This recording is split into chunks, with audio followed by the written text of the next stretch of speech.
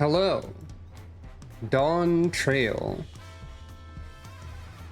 is here again.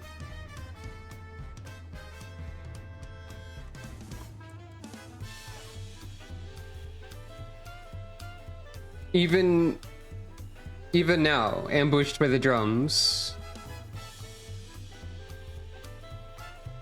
But anyway, yeah, Dawntrail. It's a video game featuring this guy. This creature is in the game. They are here. They are staring at you.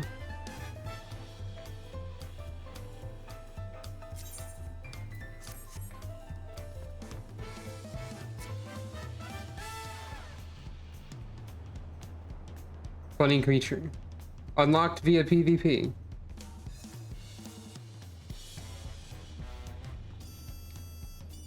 I left the general chat on, and there's a shout saying... There's a shout advertising FC recruitment that also includes, tired of seeing FC recruitment shouts? Use the new filter option and put recruiting in it. Thanks? I mean, I guess if you're gonna spam advertisement, at least you're telling people in the advertisement how to not see the advertisement? Question mark? Well, anyway. Sucre's on a roof. I don't know why. She just does that sometimes. So, last time we got to the level 92 main story. We did the first dungeon, and we haven't done much after that. Also, after much consideration about what job to play, I tried Paladin again, and I realized that I missed Paladin, and now I'm Paladin again. And I have a sword. This is the Polaris Point, which is the sword that was a contest winner. Dyed metallic orange. It like fades in a blue gradient and stars when drawn. It's neat. I also have this funny dog, Squeak the Coyote. Hooray.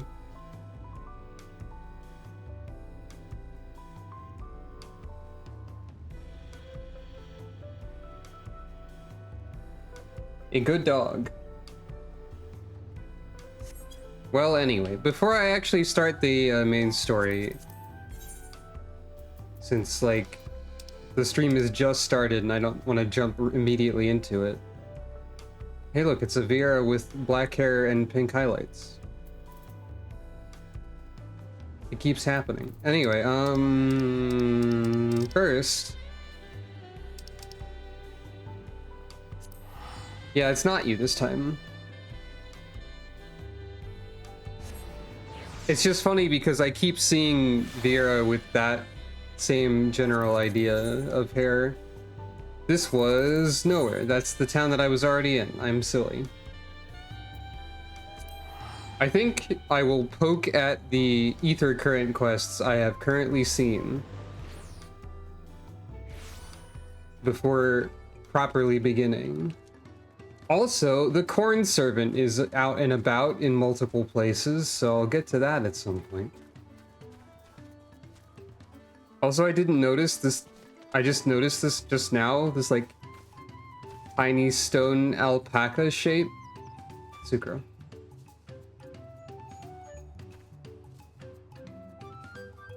The camera is not really cooperating too much, but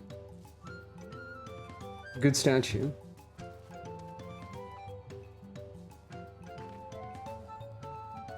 So,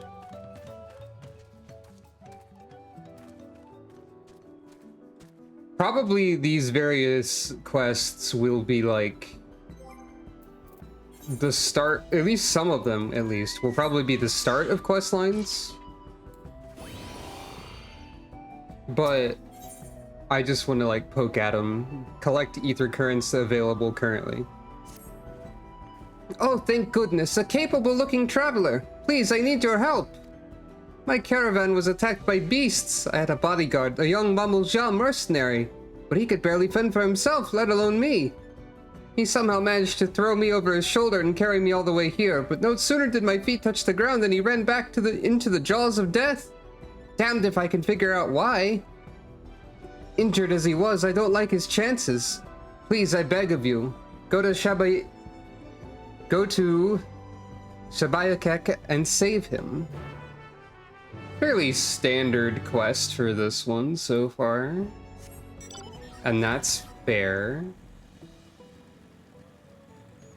I think I will acknowledge the corn servant at a later time in the stream rather than immediately.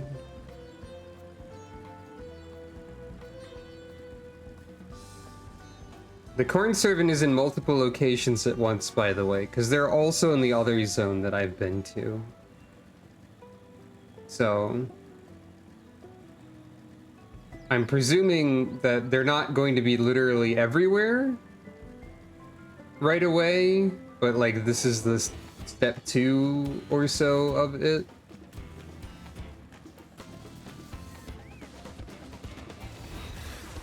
Uh-oh.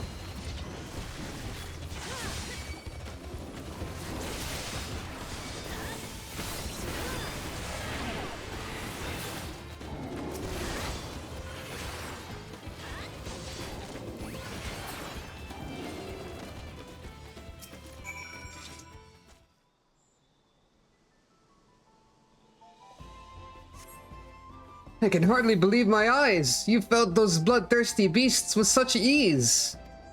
But I'm getting ahead of myself. Thank you for saving me. As a mercenary for hire, I'm ashamed such help was even necessary. So the merchant sent you, did she? The attack on the caravan saw her wares scattered all over.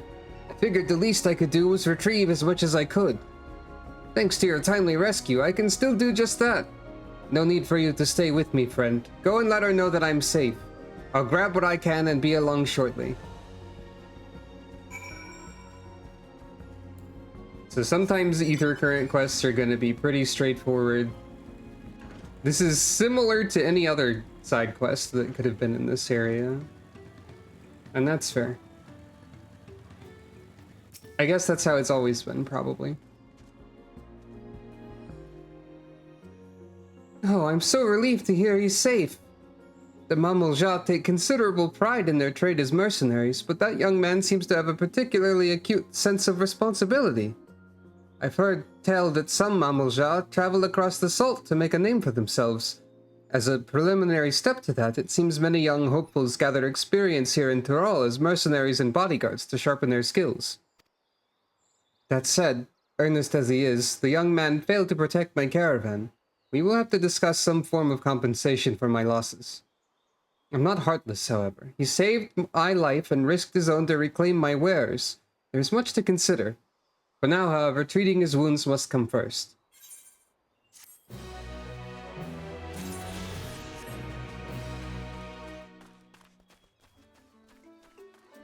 A lot of the other side quests also have like bits of world building in Dawntrail. This one, however, has a picture, meaning that something is happening here. Now, I'm probably not going to do the entire quest line for stuff like this, at least not now. But we'll poke at it, maybe come back later.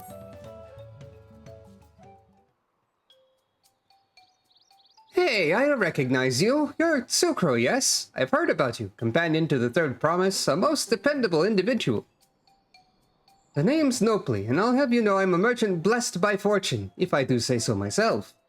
Indeed, I believe our meeting today is no chance encounter, but the hands of fate guiding us for one singular purpose, the exchange of invaluable items at an unbelievable price. Now, if I could direct your attention over here for just a moment. Feast your eyes on these! Crates of exceedingly rare and precious corrupted crystals. Beautiful, aren't they? They were extracted from remote regions of Eorzea and shine a brilliant orange hue. Quite unlike your run-of-the-mill crystals, no? For you, I'm willing to offer them for the low, low price of 1 pel. In the millions column, it's nigh highway robbery at this valuation, but anything for a friend of the Third Promise. Sorry, I clearly misheard you. It almost sounded like you said 1 million, or they're not worth even a fraction of that price, or, well, for such a low price, I'd be a fool to refuse. How sassy is Sucro feeling today? They're, not worth that much. What do you mean? Considering how much it set me back to purchase them, the price I'm offering should be perfectly reasonable. Strange, these are precious crystals, are they not? Well... just to be certain, these crystals are considered priceless treasures in Eorzea, right? Not exactly, no. They have very specific and limited utility purposes. Let me see if I'm getting this right. Not only are corrupted crystals commonplace across the salt, but they're also highly volatile. And in the past, you once used such crystals together with an elemental converter to do battle with powerful entities you call primals. Yep. Nod. What's more, you kept them in a warded container at all times to protect against their deleterious effects. All of which is to say no practical use for such crystals has been discovered, meaning no one with sense would ever bother to mine them. The peddler who sold the crystals to me never mentioned a word of this. He claimed they're extremely rare in Eorzea, which is why I decided to purchase them in the first place, even at the exorbitant price he offered. Naturally, I believed him. Having never seen crystals of their like, could you blame me? But if they really have no use... Have I, Nobly the Lucky, been swindled? I kind of want to see where the rest of this questline is going already, actually, so maybe I will do the whole thing. You can't stop me, I guess. Well, at the very least, I was able to learn about the crystal's true nature before selling them to some poor soul. Fortune hasn't abandoned me completely yet. At any rate, I'd like to verify whether these crystals truly hold no value. Would you be willing to help me look into this, Sucro? I need someone I can trust, and that you'd be willing to share the truth with me says a lot. No need to answer right away. Give it some thought. If you've no interest, you're free to be on your way. If you decide to assist me, however, I'll be here waiting. Nod.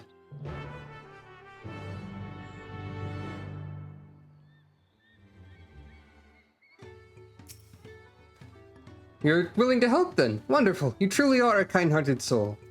Now, before I go and confront the merchant who sold me these crystals, I'd like to look into potential uses for them in Tural. For instance, crystals are in high demand among Turali mages who make extensive use of them in their rituals. And I just so happen to know a spellcaster among the distillery's guard. I'd like you to speak with them about the corrupted crystals and gauge their interest in purchasing them. In the meantime, I will see about procuring a container to ward off the crystal's harmful effect. Per your explanation, preparing an elemental converter with my skills is likely impossible, but finding the requisite materials for a warding vessel should be well within my abilities. The mage you're looking for is an individual of the Bunawa tribe. If you happen upon someone wielding a staff, chances are you found them.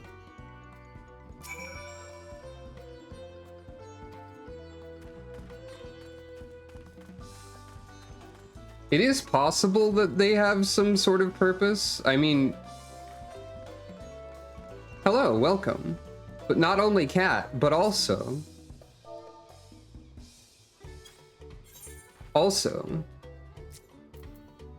a funny dog is here.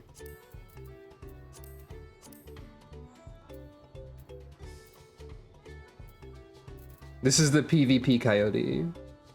I remember you expressed interest in them before. But they're perfect, so they're here now.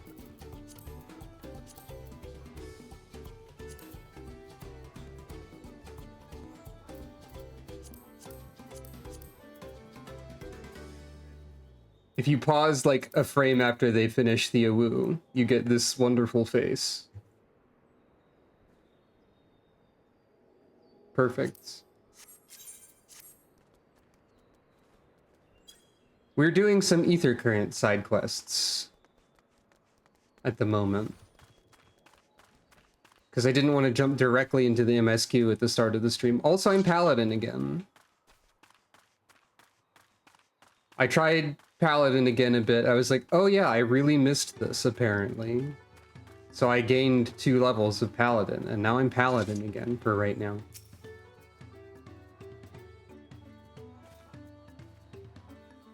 Unusual crystals? Not interested. I prefer to keep my distance from peculiarities.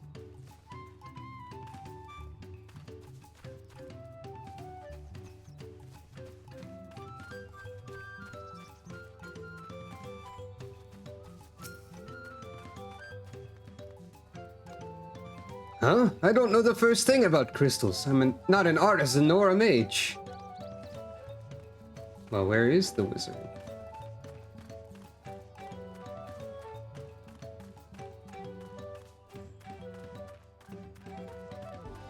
That seems like a wise thing to do, to ignore anything that glows. Hey, look, a glowing thing. Hold on.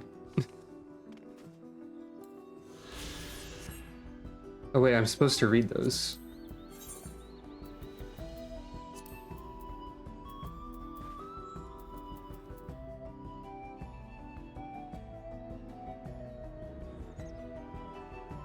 Yep.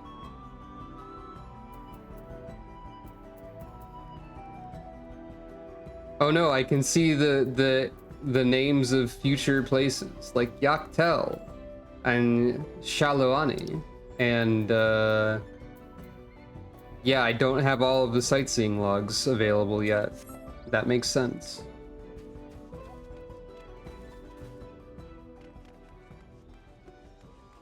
Due to my lack of familiarity with the language or languages that this stuff is based on, seeing the names of a future area doesn't tell me anything unless it's suddenly in a language I recognize.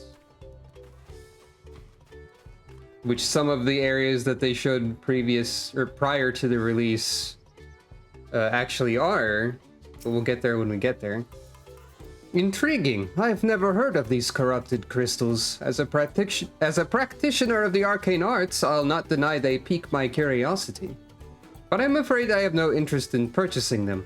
If they're as volatile as you say, there is little to be done with crystals whose very nature can change on a whim.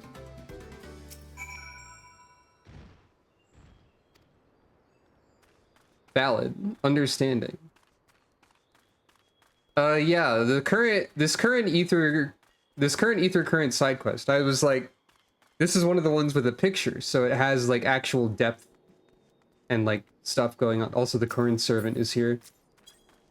But this is one of the more involved ones, is what I mean. Not that it is the only one with depth, but yeah, this merchant was swindled into buying a bunch of corrupted crystals and tried to sell them for 1 million pel to Sucro.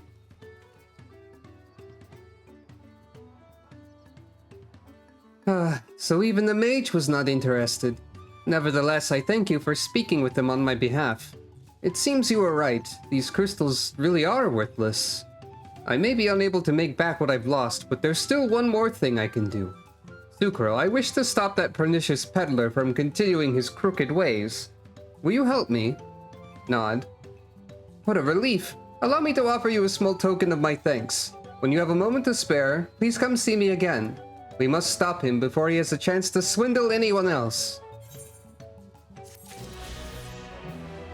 Now, I did say when I first took this that I probably wasn't going to continue these right now, but I already want to know where this is going. So I think I actually will. My #1 goal is to take my time after all. So let's see where this goes. Every moment we leave that peddler to his own devices is another opportunity for some unsuspecting traveler to be hoodwinked. We need to figure out where he's been and where he may go next. I'll ask around in Wanchinpelo if anyone else has had similar run-ins with disreputable merchants. In the meantime, I'd like you to find the scoundrel and keep him in your sights by whatever means necessary. Oh no, it's a stealth mission. We can't have him leaving before we've had the chance to settle this matter, after all. Yeah, when this conversation first started, my initial thought was like, well, they're not really that useful except for very specific, like, niche cases. Like, they don't have a general application that I know of.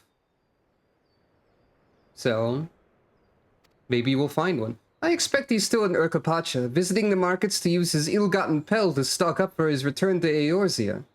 Like as not, he's inspecting the stalls at the Kuvlo's Inn. Ask after a Lalafell by the name of Gigimolu, but be discreet. Once you've found him, try to keep him occupied for as long as you can. Didn't expect Lalafell. Didn't expect Small Sword.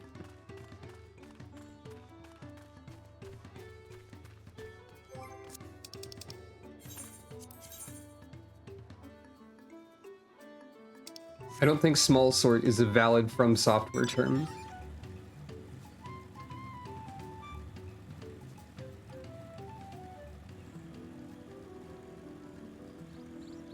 From Software game dictionaries only include ways to define people of little or significant width rather than height, I think. Well, they have beanpole sometimes. But they just replaced that with skinny sort, I think.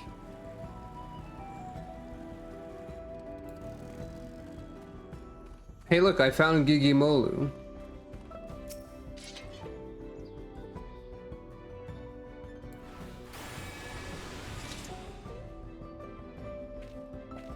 Ah, well this is a pleasant surprise. To think we'd meet here of all places. You do recognize me, don't you? The merchant you spoke with on the ship to Tuliolo? Oh. I did not actually piece that together at all. I neglected to impart my name to you at the time, but I shall happily rectify that now. Gigimolu at my service. Since at my service is something that'd be really funny for someone to say. Oh, also there's a moblin over there. Gigimolu at your service. Since my arrival on the continent, I must say business has been booming. Hopefully not literally, because you've been selling people explosives. I'll spare you the details of my most recent transaction, but suffice it to say, I earned quite a handsome sum from a most generous young merchant. Truly makes the lengthy voyage here feel well worth the trouble. All that remains before I return to Eorzea is to purchase some commodities. Alas, ever since I felt the soothing waters of Panakpelu retreat on my skin, I can think of little else. Ah, so have you not done this particular questline, I guess? The mere mention of it has stirred my yearning to avail myself of those hot springs once more. It was a pleasure to meet you again, my friend, but I must be going. Farewell.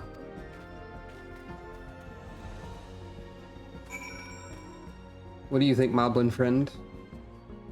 We will be meeting Moblins today, I think.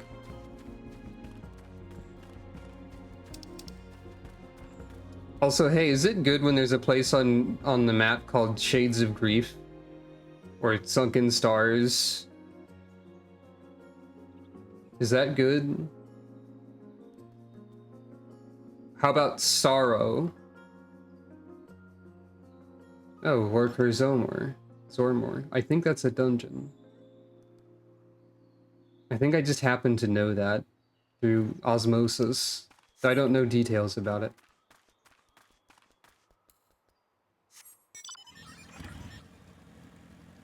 I should really stop looking at the internet, just like in general. Not just because of spoiler potential, but also because of the overwhelming negativity of the parts of the internet where people post things. Which, while not representative of the greater player base of the game, is quite draining.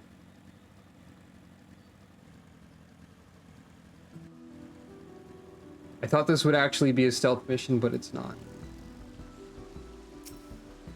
Oh, it's you again. Did you follow me here? Or perhaps you have succumbed to the allure of these hot springs? The water is the perfect temperature and the view ravishing. All my worries seem to just melt away. I suppose I've also Kavli to thank for that. He's been the perfect attendant, taking care of my every need. Dog has gone in the water. I'm surprised you're still listening to me ramble on. If I didn't know better, I think you might I think you came not to enjoy these hot springs, but to speak with me. Gigimolu is growing suspicious of you. Perhaps it would be best to speak with Kavli instead. It would be best to speak with anyone but Gigimolu anyway, probably. Because he seems like a jerk. Gigimolu truly did such an awful thing? I had no idea. Good thing I have this gun in my pocket. He only recently began to visit these springs and hired me to take care of odds and ends for him during his sojourns. I took him to be quite the affluent individual, the way he carries himself. My heart goes out to poor Nopli, but as a Pelu Pelu, I am quite intrigued by Gigimolu's trading practices. Questioning head tilt. Allow me to explain. Many years ago, we Pelu Pelu were looked down upon by the other peoples of Tyrol, both figuratively and literally, due to our diminutive stature. Chagrined, it is said that our ancestors decided to start wearing masks made in the image of the most powerful Tyrol Vidrol, Valigarmenda, in order to strike fear into the hearts of all who looked upon them. Today, however, the meaning of the masks has changed. After becoming peddlers at the Dawn Servant's suggestion, the masks have come to symbolize fair transactions. Indeed, they are now proof of our reputability. Instead of focusing solely on our own profit, we endeavor to make every trade mutually satisfactory. Countless years of doing so has earned us the respect of those around us, and we now very rarely experience any belittlement.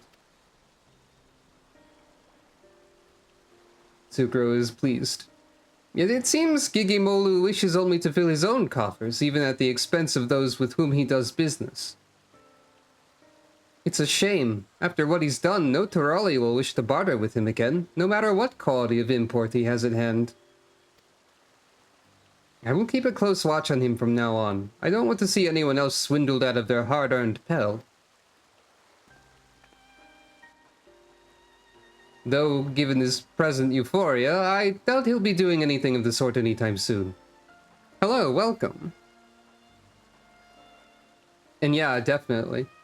Oh hey, the cup that this dude's alcohol was in also has little alpacas on it. At least I assume that's what that is.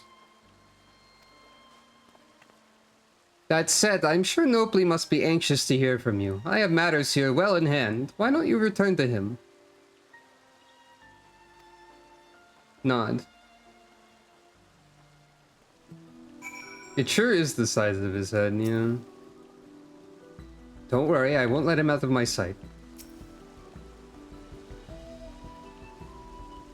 Here I am enjoying myself while everyone else is working so hard. How selfish of me.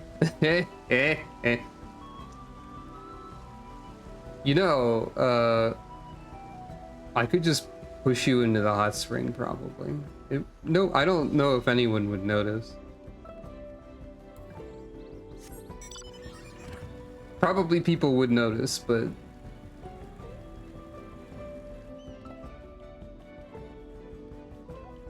Alpaca.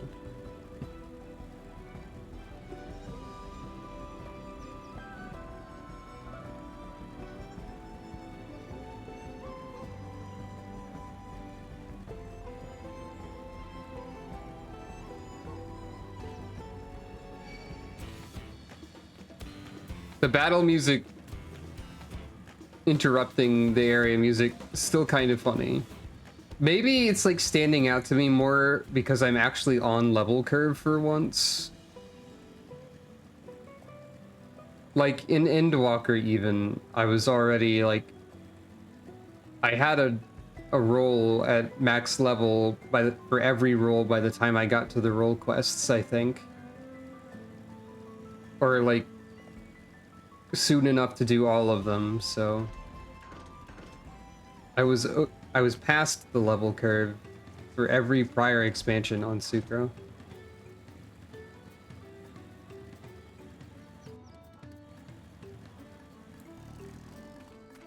Technically, I kind of am here because I have 96 Summoner Scholar right now. But you know, whatever. What? You met Gigimolu during your voyage to Dural? What a small world. In any case, thank you for lending your assistance once again, Sucro. It's reassuring to know Kabli will be keeping careful watch of him. As for my investigation here, it seems I'm presently Gigimolu's only victim, but I fear I won't be the last. There's no telling what underhanded tricks he'll use to procure those wares you spoke of, and I refuse to let him besmirch all that it means to be a merchant. I have a plan, but I'm going to need your help.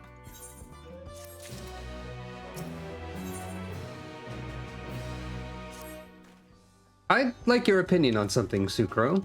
Should word spread of Gigimolu's underhanded practices, it won't be long before there's not a soul in all of Taral willing to deal with him. How do you feel about that? It's only natural. Serves him right. I'm not sure. Yeah, I don't think he does. I think he deserves that. Indeed, yet I would be disappointed by such a conclusion. After all, we'd lose one of the few merchants willing to voyage across the seas to do business with us. If he is to remain a potential trading partner in the years to come, he needs to be made to see the error of his ways. Good luck with that. I suspect a few words of warning will do little, however. He needs to be taught a proper lesson, to feel the sting of being swindled for himself. And we shall make sure that he does, the Pelu Pelu way. First, we'll need an alluring piece of merchandise to serve as bait. Hailing from across the salt yourself, I can think of none better suited to finding something that might garner his interest. Have a look about and see what local specialties we have to offer. I should like to know if anything catches your eye. Ah. Well, I don't know about Sucro, but I think this guy would get blasted by premium mezcal. Like, in more than one way. Blasted as in very drunk, and also blasted as in he would totally fall for it. Because dude seems to like drinking. Something rare? I can think of nothing better than coffee plants. They'd surely fetch a handsome price, seeing as you most likely can't find them where you're from. Oh, so you can find them there. Well, in that case, I'd like to try your coffee for myself. Blasted as in a comedy twinkle in the sky. Yeah. That too. That makes sense. Mezcal being a real thing. Popoto peddler. A local specialty that's on the rarer side? How about the popotos being sold at the distillery? It's one of the few vegetables that can be cultivated at these altitudes. We got plenty of those around. Oh, you already have popotos aplenty in Eorzea. Yeah, well, I'll be. If they're popular across the salt as well, I couldn't be prouder. I believe popotos were specifically one of the things that that explorer guy brought back from Taral. I forgot the name of the explorer guy. If it's for a merchant, they might be interested in our traditional dolls. They're believed to be good luck for business. I carry one around myself, as it so happens. Whether or not someone unaware of its origins and significance will truly appreciate it is another question entirely. Kettenram, that was the one. Don't know about the dolls.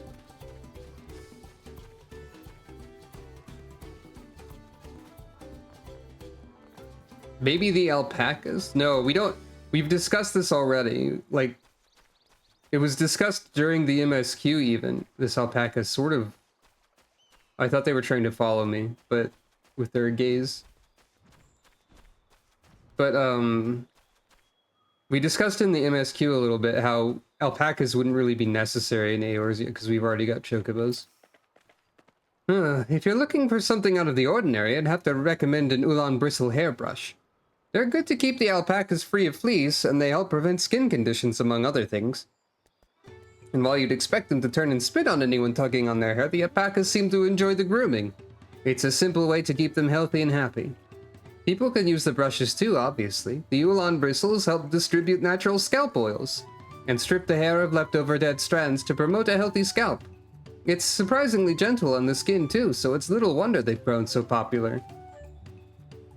Popotos and coffee plants don't seem like bait enticing enough to draw Gigimolu's interest, but the doll and the hairbrush may just be tantalizing enough. Alright, well those are the two...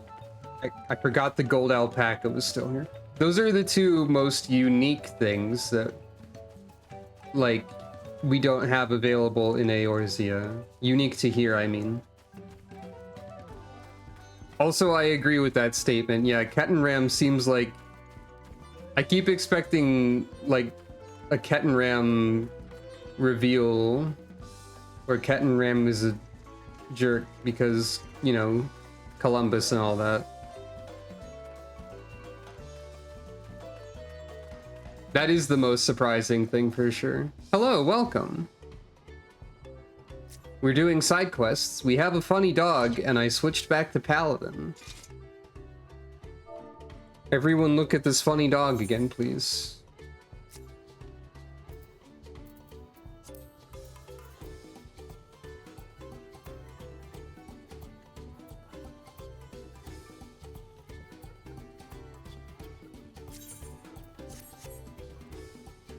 But yeah, I switched back to Paladin. True. Because, like, I tried it a little bit and immediately realized that I missed it, so, yeah. You are returned. I take it you found an item or two of interest? So yeah, right now we're just doing this Ether Current side quest chain. We've already got the current, but I was interested in the quest itself. As mentioned, taking my time and all that. And yeah, you did mention that last time. That's probably also part of why I decided to switch. I did try doing the first dungeon in duty support as a healer and a tank. Funny how much easier that was, because I, well, didn't have to weave a billion things. Which reminds me, they already announced, part of the reason why I switched also is that they announced they were going to change Viper already. And I don't want to, like, learn something that's going to be changed so that I learn it wrong.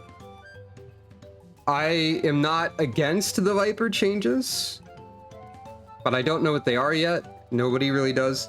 But there sure are, like, 2 billion comments on the internet already screaming about them at the top of lung. And God, is it tiring to read all the negativity and people being like, Viper's already the easiest job in the game. They're dumbing it down because everyone that plays this game is a baby. And it, like, could you just, like, chill, anybody, please? God. Also, I have a take. I have a take about Final Fantasy XIV's mechanics that would make all of those people try to kill me with a gun, which is kind of funny. And my take is that positionals don't need to exist at all, and they don't really add anything. But, you know, whatever. Especially because, like, in modern times, positionals are just like 60 potency extra and aren't required for any purpose other than that. But shrug. That is a thing too. I actually like the expansion being out for less than a month does also admittedly make it a little bit weird or notable that they're already deciding to change Viper based on some feedback that they said they found.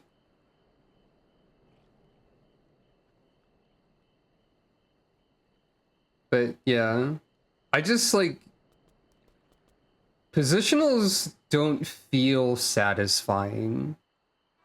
I think if you wanted to keep positionals, you'd have to add like some indication that you hit them correctly. And maybe that would make them feel better, but like I don't think it's even really notable. Like, or something. An Ulan bristle hairbrush and one of our traditional dolls. I must admit, whether such a doll would be truly desirable to an outsider is a bit dubious. I was thinking the hairbrush myself. I think it'd be safest to go with the hairbrush. My thanks for finding a suitable bait. Normally, they go for 1 pel in the 10,000s column, but to teach our pernicious peddler a lesson, I'll offer him 1 pel in the 100,000s column. Lest you worry, I won't actually sell it to him. I'm just giving him a taste of his own medicine, so he can come to understand why a fair and honest deal is so important to Weepelupel. More importantly, I wish to convey something to him, merchant to merchant. So, what do you say? Will you lend me your aid? Yes. Thank you. Let's give Gigimolu an offer he can't refuse.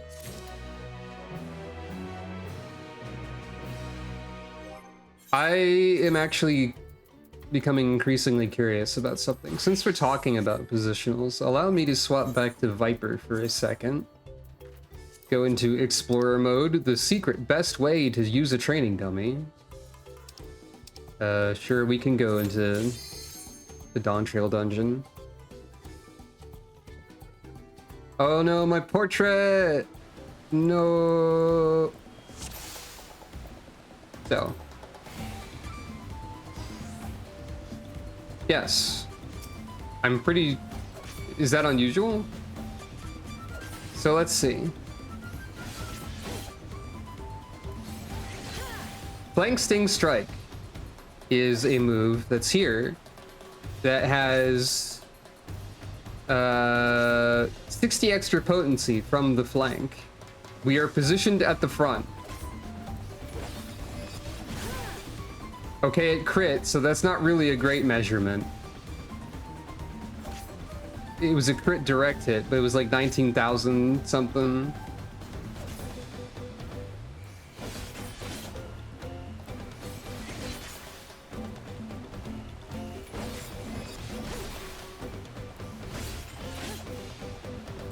So like...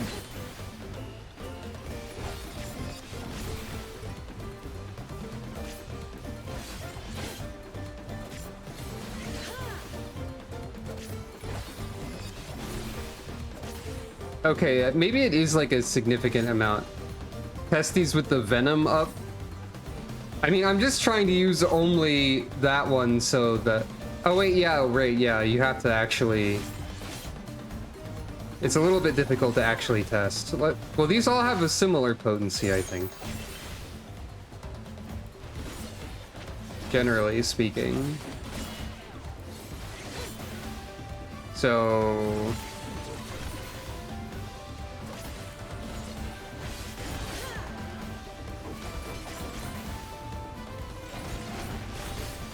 It's like 1,000 less or so, I guess, when you have the position wrong, which is less than one auto attack. Less than half of an auto attack. So it doesn't feel great. Speaking of things that don't feel great, I don't ever see anyone loudly yelling about Scholar. I guess do people like Scholar? Do people have opinions about Scholar? I've just been thinking about Scholar a lot. I don't mean to become the internet complaining person, but I just want to point out that, so I think I think Scholar has some fundamental design issues, which we probably discussed before. But like the ether flow gauge, which you have 3 of, can be used for stuff like Sacred Soil or Excogitation and all that, a bunch of like heals and things. But also it's optimal DPS to use it on Energy Drain. Do you want to see Energy Drain?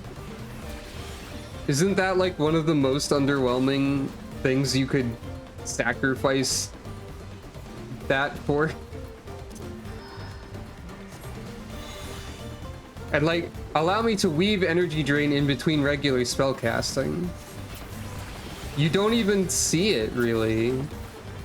It's like, if you're gonna make me sacrifice a resource for DPS, I would be interested in like it seeming more impactful. Energy Drain has a potency of 100. The first tick of the DOT, the initial application, has 75.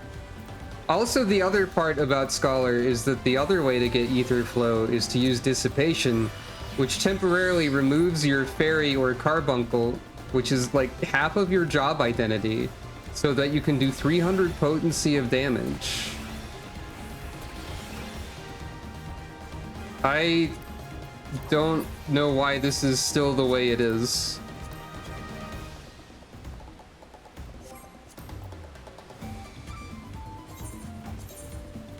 And yeah, that's true, I think. I can't complain about the level 100 scholar ability yet because I don't have it. My other issue with Dissipation is the amount of memes people have about it being the scholar eating the fairy, and I'm like, just no, don't do that. Don't eat carbuncle. Be nice. Don't be weird about it. But anyway. And yeah, like, Dissipation seems more like an emergency, should be more of an emergency panic button type of thing. Anyway. Complaining hour is over. I'm sorry to go directly into complaining after complaining about complaining, but anyway. Oh no, alpaca steak. Don't eat them either. Oh, omurice is here. A classic of food that exists in media.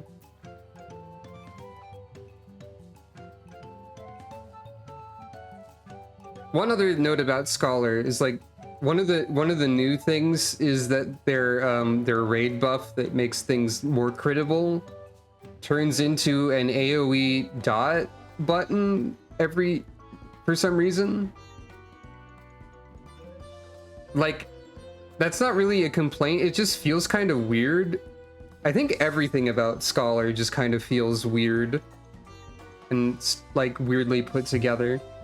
I'm guessing that they vaguely mentioned for 8.0 that they're gonna try and make the classes more different, and I'm wondering if they're finally gonna change Scholar a significant amount, or if it's going to forever be the job that stays the weird scrumbled one.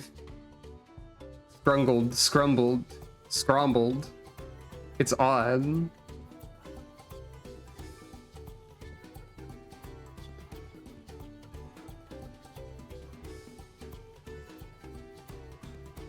I don't know if removing it from the pairing would be necessary. I guess Arcanist has to reflect one of the...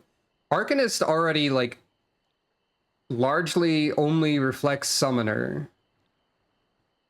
They changed Arcanist again when they changed Summoner again.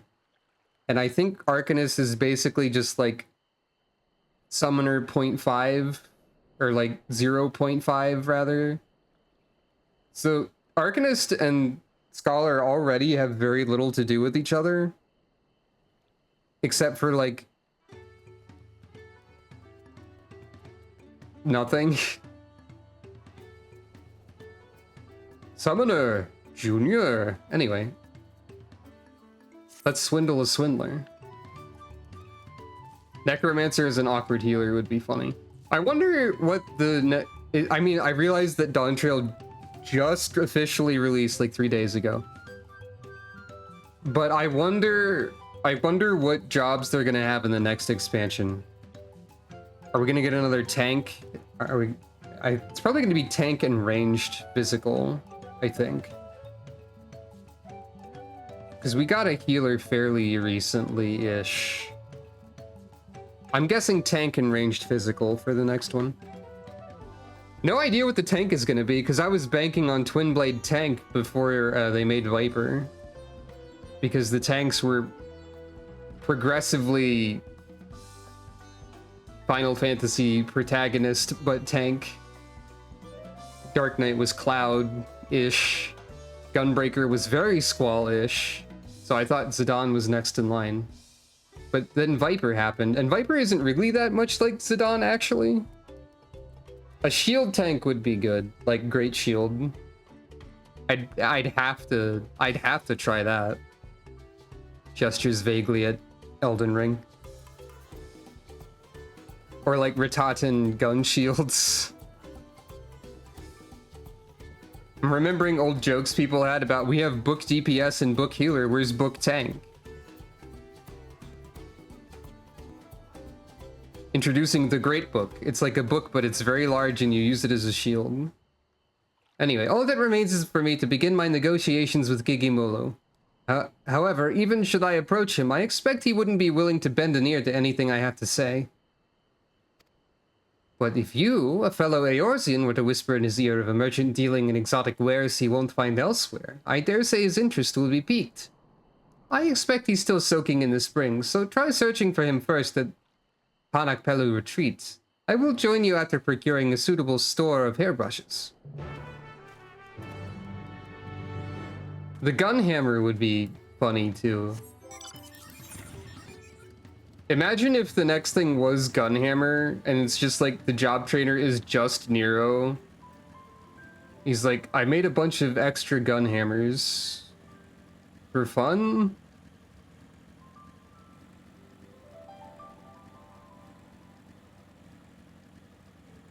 The gunhammer is held in the same way as a warrior weapon in the fight, I believe. Nero as a job trainer would be very funny to me. Various ideas or speculations I've had about jobs in the past could be something. Like, I think one suggestion I had for physical range DPS that I still like was Saboteur, like from 13. Where they would use, like, grenades. And also, to, like, contrast the support through buffs dancer, they'd be like a debuff support is ranged. That sounds cool to me. I would like that. I mean, there are some debuffs in same things like machinist and whatnot.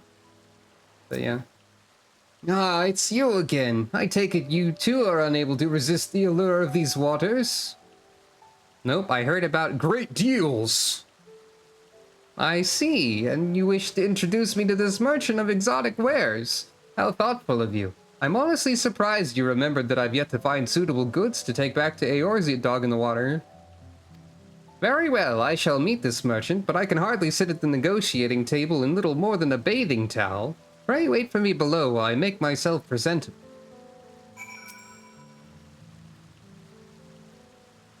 It would not do for me to show any openings before the other party.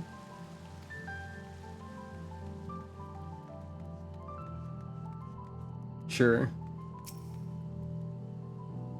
In the following sequence, you will be tasked with supporting Nopli's negotiations with Gigimolo. As the negotiations may take several minutes, you may wish to cancel any pending Duty Finder registrations.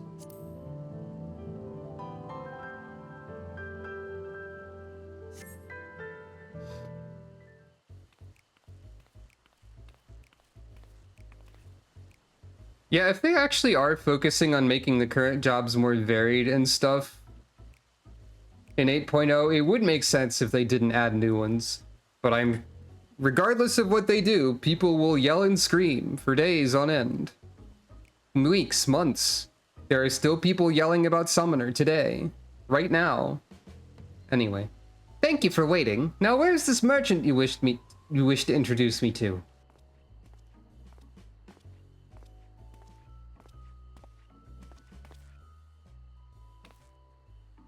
Nopli? I see. So you two are in cahoots. If you've come to return the corrupted crystals, I'm afraid I don't accept refunds. Didn't Sukro tell you? I'm here to make you an offer.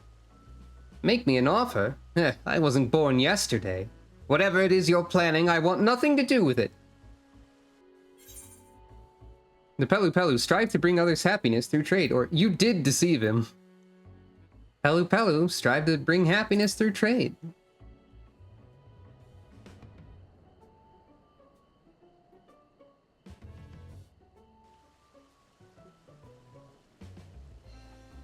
Hogwash! You really expect me to believe I could benefit from another deal with him?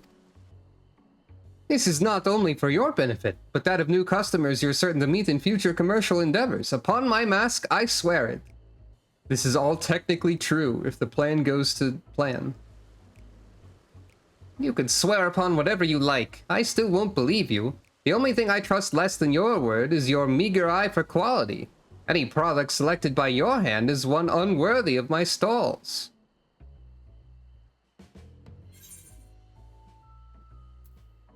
I picked it out.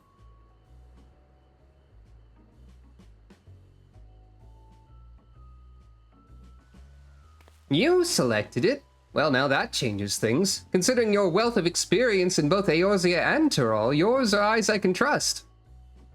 I see we have your attention, and without further ado, allow me to present to you my premium selection of high-quality alpaca hairbrushes. The bristles are firm yet supple, gentle on the skin, and exceedingly pleasant to the touch. Even the most sensitive alpacas can't get enough of it. Indeed, I dare say these brushes are of unparalleled quality. We already have brushes for livestock in Eorzea. Furthermore, the market for such a commodity would be limited to farmers, all but squandering any chance to profit. I will not purchase a product merely because it is of good quality.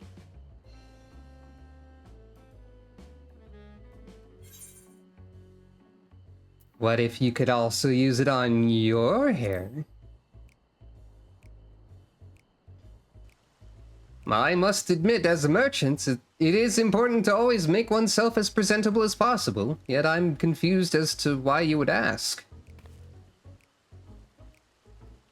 Oh, so people can use the brush as well. Then may I try it for myself? If it is a quality product for men and women of good taste, then the potential market would expand considerably.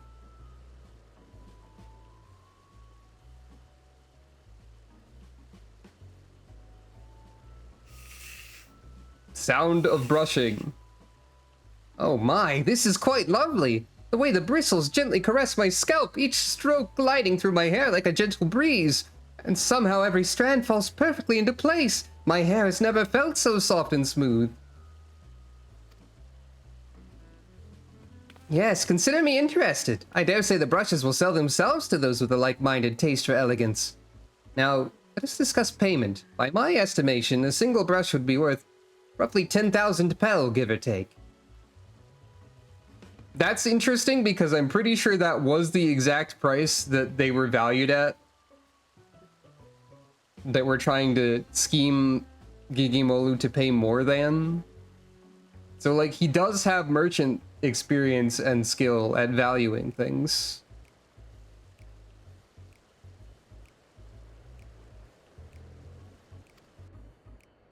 Ah, speaking of worth, I forgot to mention one terribly important detail. The brushes are made with the hair of a creature indigenous to Tyrol, the Ulan. Specimens are painstakingly chosen for each brush by a master craftsman, paying close attention to the beast's age as well as the texture, thickness, and strength of their hair. I'd say a single brush is worth no less than 2 pel in the 100,000s column.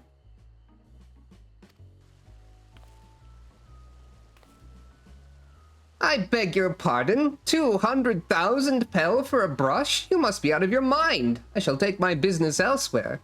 Ah, we're doing a prank where we say it's worth 200,000 and then go down to 100,000, so he falls for it. Because 100,000 was the plan before. Wait! After purchasing the corrupted crystals from you, I'm in urgent need of funds. If you agree not to disclose this to anyone else, I'm willing to sell the brushes to you for half that price. You'd go so far as to offer them at half their market price. And it certainly comes as no surprise that you lack capital. I may not find a more opportune bargain. Poker face. Very well, you have yourself a deal. I shall use all the pel I have on hand to purchase as many brushes as you can offer.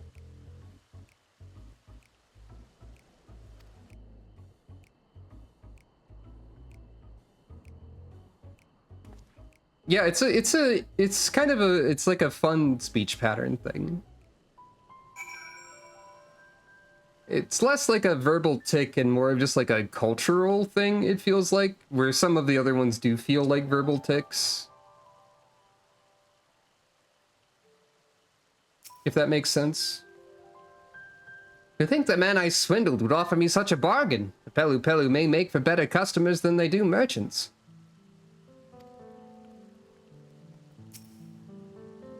Now then, let us return to my storehouse in Wachanpelo to finalize our transaction. I trust that is fine with you, Gigimolu? Indeed, I shall make a short detour to Ikuvlo-zen to gather my things before joining you. Pray excuse me. Ah, the negotiations went rather well, if I do say so myself. I cannot thank you enough for your assistance. But now the negotiations can truly begin. We should hurry back to watching Pello as well.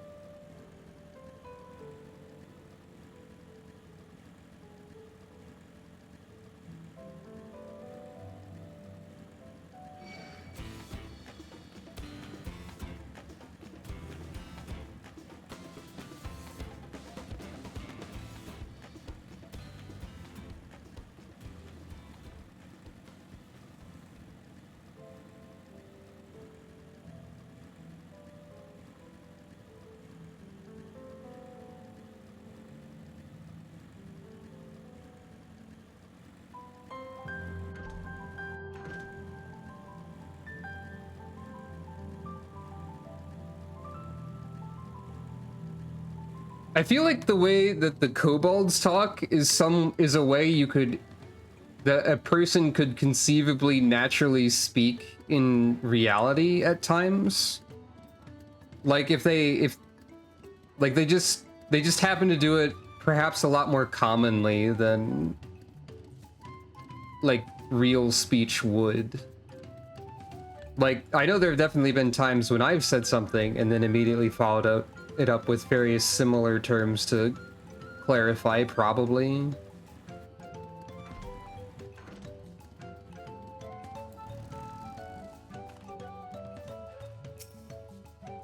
All that remains is the final exchange. Dear Nopley truly is a generous soul.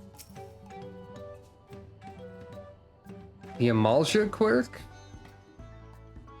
I don't remember all the quirks too much. I remember, like, when verbal tics and quirks were brought up, the first thing I thought it was just yes, yes from the Namazu.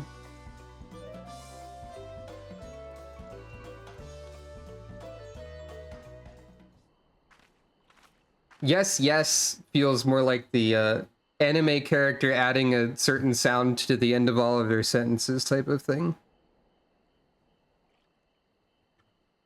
There you are, Sucro. Now that we're all assembled, let's continue our discussion. What is there to discuss? The deal is already agreed upon. All that remains is the exchange of goods. Are you sure? Even if I told you that the actual value of a brush is a single pel in the 10,000s column? What? You deceived me? Oh no, nothing of the sort. I merely followed your example.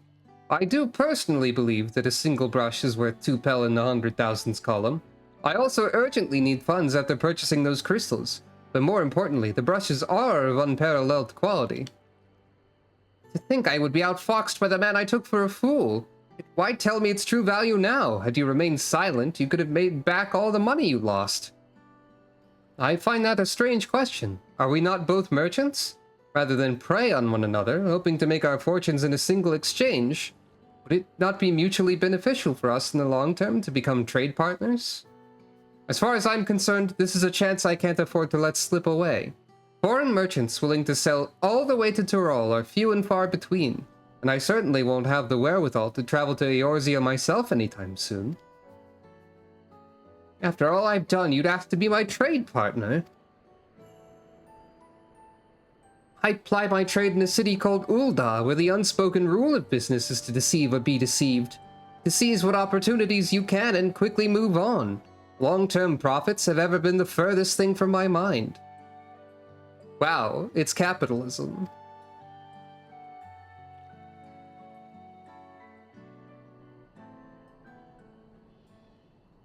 When I first saw you, Nobley, I could sense your naivete. Thus did I approach you with a mind to exploit it and pawn my worthless corrupted crystals into your eager hands. At the time, I thought it simply business as usual. And yet I'm wholly embarrassed by the thought of it now. That you would use the same ploy against me, and for even greater profit, makes it all the more shameful. Nobley, I am truly sorry for deceiving you. I shall return all the money I took from you and make what amends I can for the trouble I've caused. I do not deserve your forgiveness, let alone your partnership, but if you're certain that's the best course. I am, but forget about the money. I'd like you to bring back more of those corrupted crystals. If I can find some use for them, we'll have a product that can be easily sold for a premium, and we can corner the market here in Tyrol. I'm happy to oblige, but until such time as that the crystals become profitable here, I could not proceed in good conscience without a product we can both benefit from. If it please you, I'd like to explore our options.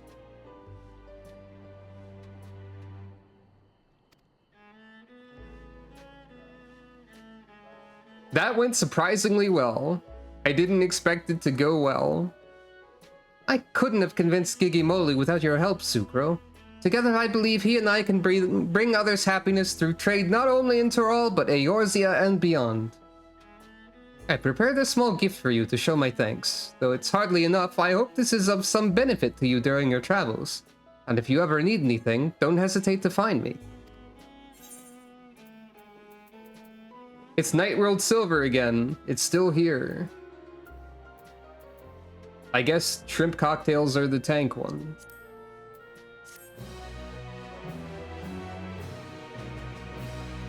Well, that was a fun, interesting little quest line. I didn't expect that to end well like that.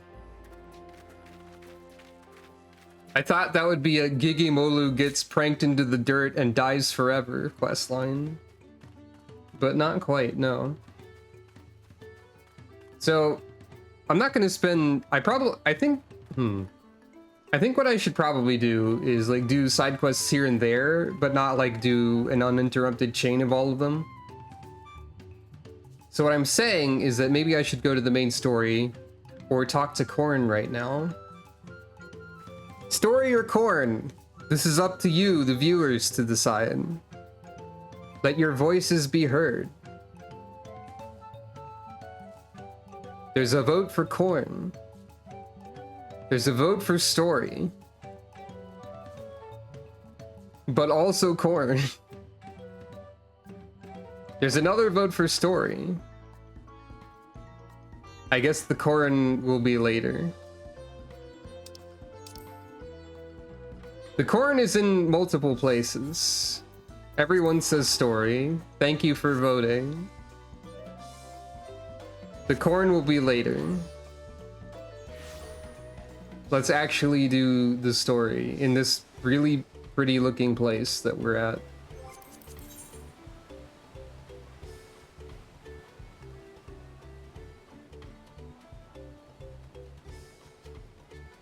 Hello, Moblin. What's up? Greety words, Lowlander. Does Lowlander want to think you know more about many fires? They have like the same speech pattern, kinda. Ponishik is happy greeter to many fires. She happy greets travel traders and treats them to most tongue-gladdening barbecue. Travel traders thank Flonishik for her kindness with jingly shine, or even better wise with tasty meat. Oh wait, the respirator has a slightly different sound effect? I guess so, I didn't think about that. Many fires is a rest place for travelers and traders on long walks from Tuliolu to the far south and backwise. I bet there's a bunch of like subtle differences in these speech patterns in a way that's sort of more like a dialect type of thing maybe, but I'm not able to immediately like notice them. But I'd be willing to bet that they put a great, like these are combined terms that weren't previously used, but they did use jingly shine again. But I'd be willing to bet they like put a great deal of effort into figuring out how to make them similar but different, like a... Yeah. They use way more mobby speak than goblins do gobby speak. Usually long walkers stop here after climbing the big stairs, but now the big stairs are broken, so the folk flow is stopped. Yeah, they do. They use it a lot more, I think. You're right. Bonachik hopes the big stairs are quick fix, so every mobby can gather around the fires and eat sizzle meat together again. I'm looking forward to more of them. I love them already. I think I talked to everybody over here.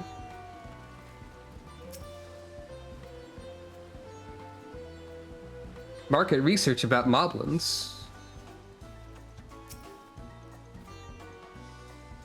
Yeah, I think I talked to everyone over here.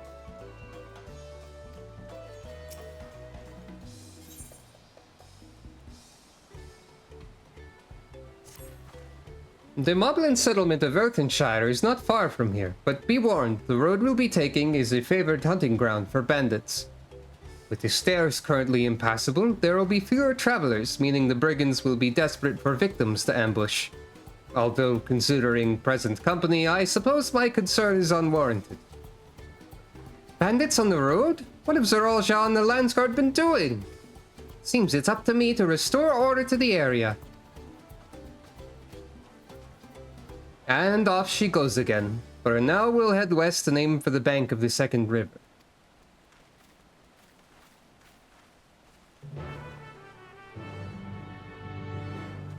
I assume that Zeralja and the Landguard have been like, people need to know about strife and fighting, so I'm gonna let them get robbed because I'm a genius with only good plans ever. Hooray for me and my genius.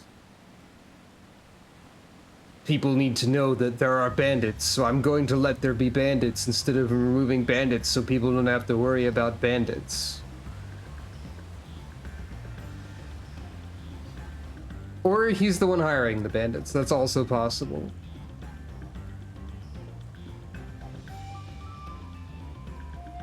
Either way, I don't think his motivations make a lot of sense. Wait, bandits don't sprout up out of the ground? Have video games been lying to me for years? I thought they just sort of existed everywhere. Oh, I see. This is the river that which feeds the waterfalls above Okanu.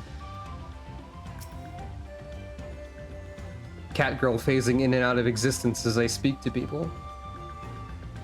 Again and again, I'm struck by the majesty of the falls. It's difficult to comprehend the sheer volume of water this natural wonder produces. Bandits don't, but skeletons do. I felt eyes on us several times as we made our way here, though they soon seemed to lose interest. The bandits' lair is said to be somewhere near here, but I'd prefer we avoid seeking out trouble. Well, where are these bandits? Apparently, they're not foolish enough to attack a party of this size. Earthenshire is just a little farther ahead on the opposite bank of Miakabek Zoma, but let's remain vigilant all the same.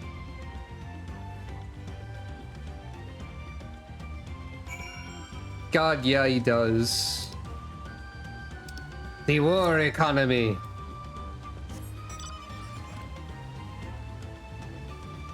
The entire time I was in the Pelu Pelu village, I was expecting people to say the war economy when they were siding with Zeralja. Like, some of them basically did. I don't mean I was expecting them to bring that up arbitrarily. I mean, like, the ones that sided with Zeralja, I thought for sure would be war economy brained.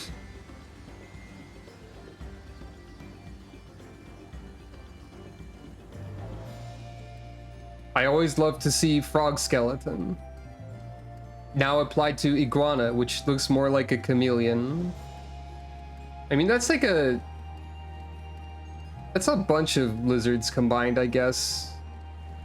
It's not like this game uses the correct terminology for any... I wonder if they do this on purpose at this point. Like, is this called an iguana because it's not really an iguana? Or did they just need more similar things? See, also the way they name swords. Like, if you were to look up a list of, like, gladiator arms and compare the swords that they are named after to the real history of swords, they're not really that similar. Pineapple? Don't spoil that there's a pineapple. I don't know what that means. But, like, one particular example was because I was thinking about swords and cats, and I looked up Catsbulgar. And that is a sword type that is used in sword names in this game. Katzbayar, I think is how you say it. But it's not actually representative of what that type of sword is or was used for. That happens a lot in 14, actually. Anyway. Even as Hanu culture is distinct from the Banu, Malban societies developed quite differently to that of their goblin cousins. I got it too. Oh, the houses are wonderful. You know, unfortunately, I immediately had the cursed thought that these are houses you'd make in Spore. Which I think is 100% accurate, but they're still wonderful houses. Mid-2000s sci-fi set design. Well, that's Spore, alright, probably.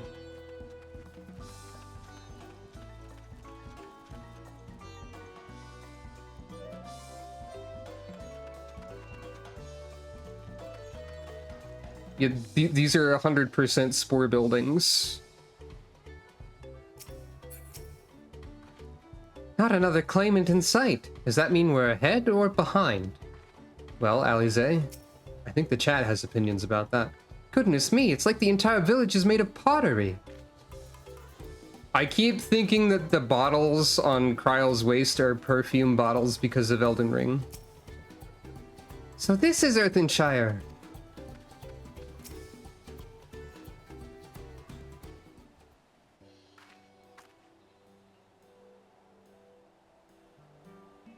This is it, the village where the Lay of Pots from the Tuliolo saga took place. Unfortunately for Kryle, the perfume bottles got nerfed via bug fixes in the recent Elden Ring patch. Apparently, Thunder and Frenzy perfumes were doing double damage under certain circumstances, and one of the perfume weapon arts I didn't find was busted.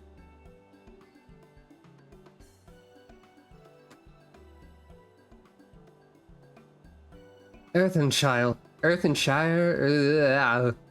speaking is difficult sometimes. Earthenshire, Idleshire, might the similarity be a cultural inclination, I wonder? The settlements themselves couldn't be more different, though. This shire appears custom-built to resemble pots, while the other's a repurposed town. Gasp. Moblin approach. Welcome to Earthenshire. Do I have the pleasure of happy greeting the third promise and her retinue? It's made of idyllic. See, you say that, but I've played at least one video game where you could conceivably make something out of idyllic. Shoutouts to Grow's Song of the Evertree, where you formed worlds from concept.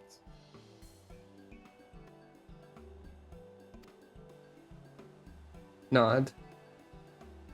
Also, regarding that game, the next game by that studio is in early access, and I played it a bit. And have you ever encountered music in a video game where your immediate thought about the music is that it's very YouTube copyright free core? Is that a genre now? Can you describe that as a genre? The music of the game Go Town is very like, please do not copyright strike my YouTube video core. And it just sort of like, it's very specifically like YouTube content farm type music to me. Which I only know because of some streamers looking at those occasionally. Anyway, that's us. We're looking for the Dawn Servant Selector, if you happen to know who that is. Oh, you made a noise. You are exchanging tongue flaps with her right now. Redirok is the elector you seek. Oh, that's helpful. We can cut straight to performing the feats. As much as Redirok would like to do just that, we have a much more pressing worry. The storm which hit our village shattered the cliffs and dropped rocks on our brain cases. Many help hands from the Potsworn were injured. This is no time for feats or metal tests. I'm sorry to hear that. After learning what the storm did to the stairs, I feared you'd been caught in its path. Not to change the subject, but what are the Potsworn? Goldsmiths, contracted to work for the Moblins. The word comes from the pot-like workshops where they practice their craft. The Moblins provide these potsworn with tools, materials, living quarters, everything the artisans could possibly need. This allows them to concentrate on producing what is widely known as the finest gold and metalwork in Tural. I knew you'd show up immediately. Wait, no, you're someone else. You just have a similar clothing as the other person. This is unacceptable. I was promised no distractions. If this is the best they can offer, I should never have left Wachumeki Meki.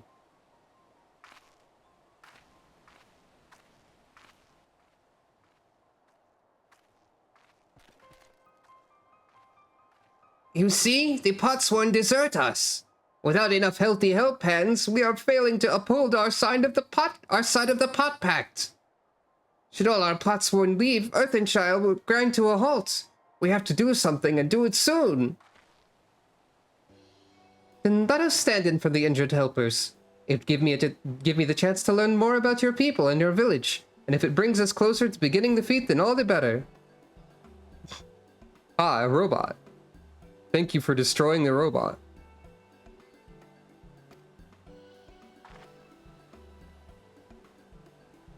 This isn't strictly part of the contest, so don't feel obligated to join in. Take a rest while you can. Of course I'll help her. I could use a nap. I'll help. Zuko loves helping. I was hoping you'd say that. I actually wasn't sure I could do this on my own. We'll all help. I doubt any of us could just sit around and watch. We'll take every help hand we can get. Ready Rock truth swears that once the Potsworn have their perfect workshops again, we will commence the feat with all haste. I won't be surprised if this is secretly the feat. Or will serve as the feat. You and the third promise can assist help hand Rockarok. Thumbs up. You other four, follow Redirock. There are other help hands in need of hand lending.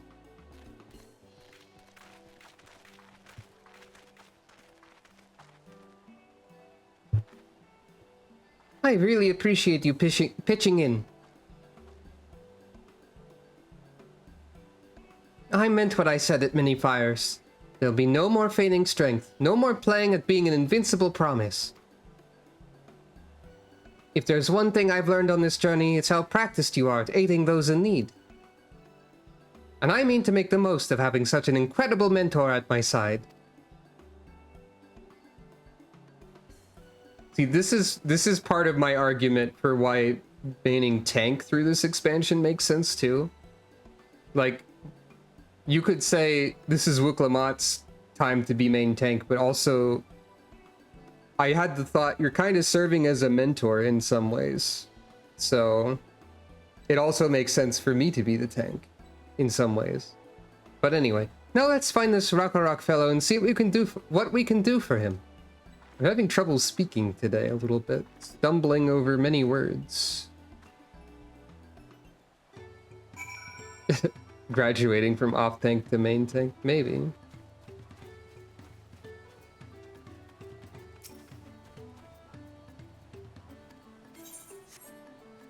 It's funny how they insist on putting like chocobo porters or equivalents everywhere. I wonder exactly how uncommon those are, like, used by players. Like, how uncommonly. Oh, don't worry about it. We've got plenty of people with sniper rifles for robots. Oh, you use them? Like, they have their uses, don't get me wrong. It's just, like, if I ever see anyone mention them, it's, does anybody use chocobo porters?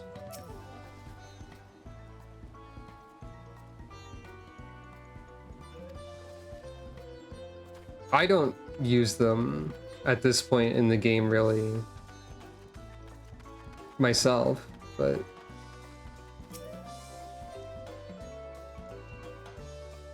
A very important mob duty to find the perfect craft stuff.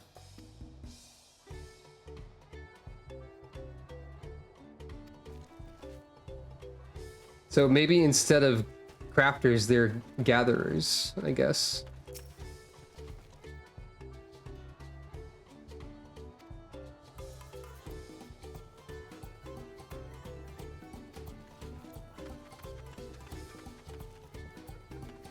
I just unlock them out of habit, but I don't use them.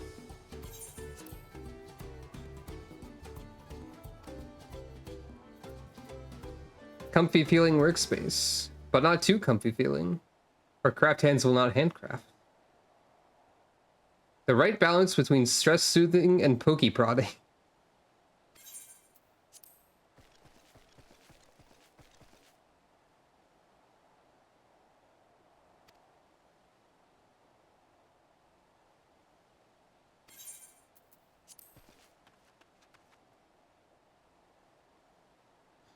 Yeah, that is their value, I think, for sure.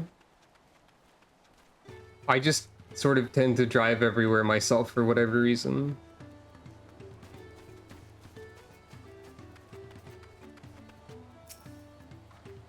I think I found our help hand. First we'll solve this problem for the moblins, then we'll see about completing their feat.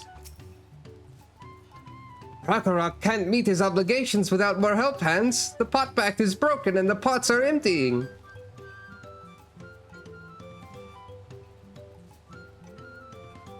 You've come to aid, Rakarok? Rakarok accepts your hand lending with joyous fuel smiles. If we can offer the Potsworn their promised good living, we might save the day yet. Whatever you need.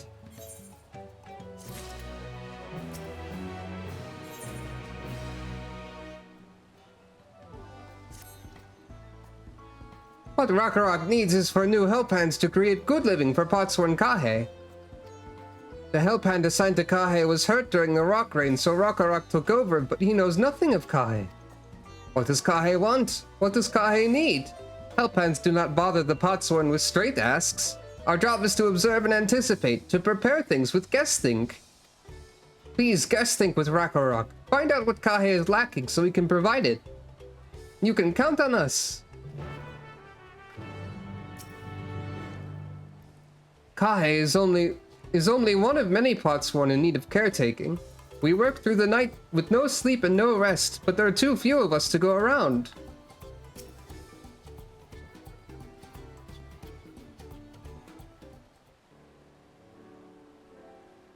This is where Kahe works, is it?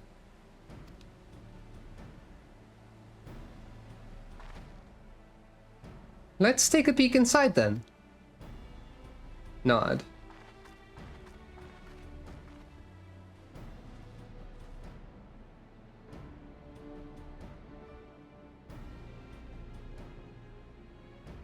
That must be Kahe. It'd be a lot quicker if we could just talk to him, but that's not the way they do things around here, apparently. We'll have to leave him be and try our hand at some guess think. Nod. Inspect the workshop. You may move the camera and so on. Well, my immediate notice was that it seemed too warm in here for Kahe.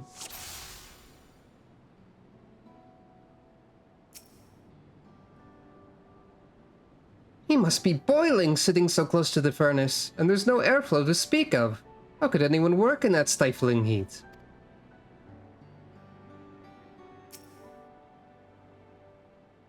Well, he has no shortage of crafting materials. There must be something else he's missing.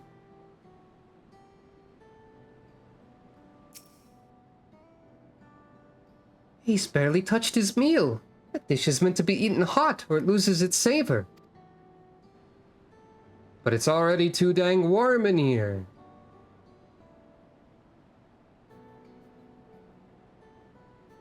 It said I could zoom in and out, but there's not actually a zoom in and out button.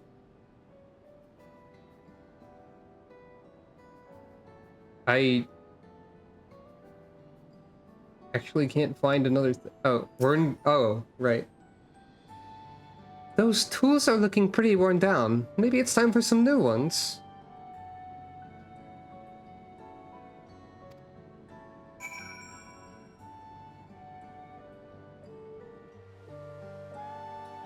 That is kind of what this is, I think, maybe. Alright, after taking a good look, I think I have an idea of what things Kahe might want to improve his working conditions. Let's head back outside and talk to Rakarak. Nod.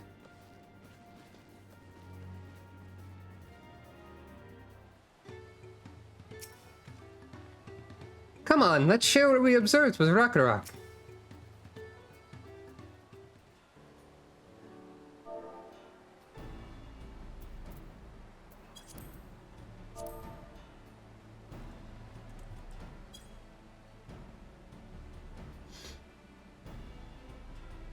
You made your observations? What did you guess think? First off, I noticed Kahe hadn't touched his food, and an empty belly can't be good for his concentration. Maybe the cooking isn't to his liking. But our food is very mouth-pleasing. Why wouldn't he want to eat it? Ah, but Rakarak is sure of nothing when it comes to Kahe's tastes. I can help you with that. My brother Kona is also Hetsaru, and while everyone has their personal preferences, there are some they tend to share. Like an aversion to piping hot dishes. If it was brought to him like that, Kahe probably wouldn't have even been able to eat it until it cooled down, and by the time he came back to it, he might have found it cold and unappetizing. The simplest solution is to serve dishes that taste good no matter the temperature. Rakarak never would have thought of that. Would the third promise mind explaining these things to our cook? Not at all, but I don't think that was the only reason Kahe couldn't concentrate. The Hetsaru homeland is hot and dry, but even Kahe seemed to be suffering in front of that furnace. Is there any way you could cool down the workshop? Oh, we could try a drafty shard. They make a lovely breeze. Do you know where we can get one of those? You can gather them from the shoals of no return. Oh, really? Is that like a good place to go to? There are many old boats there, abandoned by those who gave up their search for the Golden City. So we salvaged them from their wrecks. Could you handle that for us, Sucro? Nod. Sucro's great at returning from places that she shouldn't return from. And that too. Oh, and one more thing. From what I could tell, Kahe's files and saws and things were very worn down. Maybe a new set of tools is in order. Ah, Rakarak was too preoccupied with stocking materials, a serious oversight which he will rectify. Supplying good tools for good living is a helphand's responsibility. It's a place of no comma return. That's very good. Then we all have work to do. We can meet back here when our tasks are done. I was going to say complete. The shoals of no return are past the crags through a tunnel southeast of here. You should be able to spot the passage from just outside the village. Leave it to me.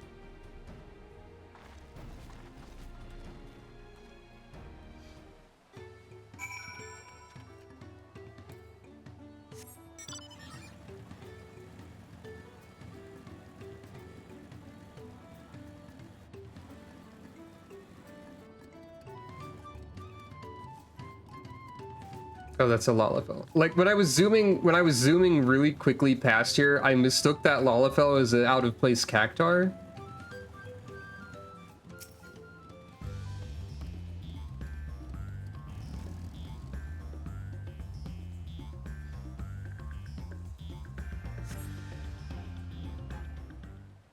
Simply because they were green and not tall, I guess. Oh.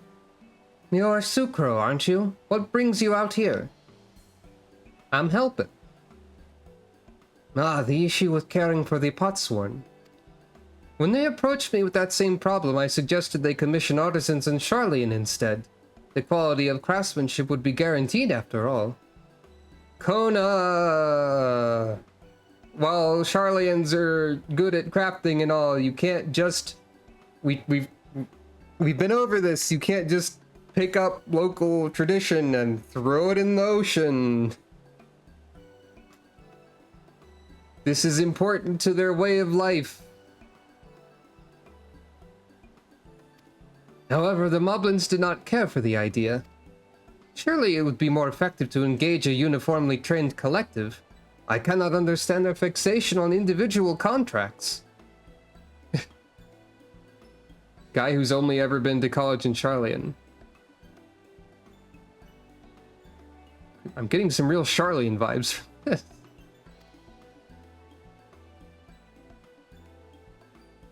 Perhaps the custom will make more sense once we begin the feat of pots. Until then, we've been deemed unfit to assist in the matter of help hands, and are instead tasked with tending to the injured. We were on our way back from procuring herbs for Urianger, in fact. Settlements in Kozamauka, too, have been isolated by the storm's destruction. What would have become of the wounded had we not found a way here? Should I become Dawn's servant, one of my first acts will be to establish reliable trade routes to the capital, and I imagine how much good we can achieve with Charlian technology.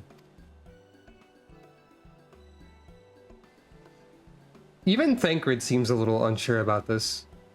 My apologies, I have much to consider.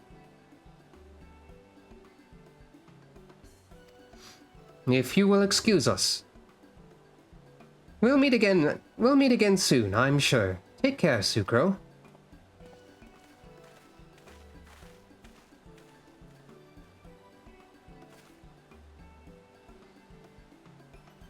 Anyway, time for me to snap into lookout animation. You spot the tunnel opening.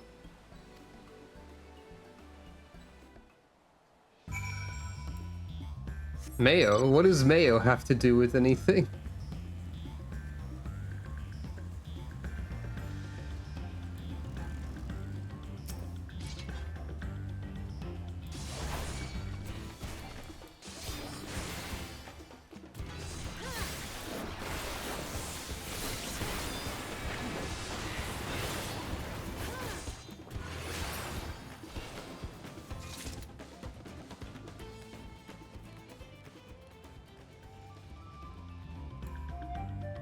Huh.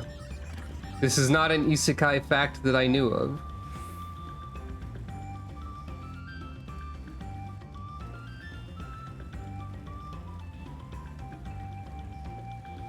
You say I spotted the tunnel opening, but I don't really think I believe you. Because I certainly didn't parse where it was located. So I'm going this way, apparently.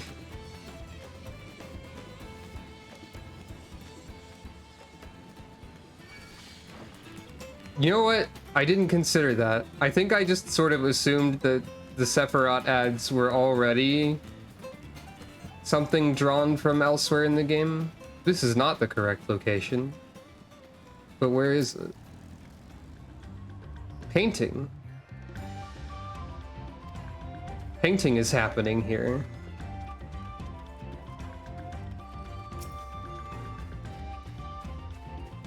No, it wasn't one of the tomato pot guys. Like, that just attacked me, but I killed something else. I fought something else because it was marked with a hunting mark thing. What's going on over here?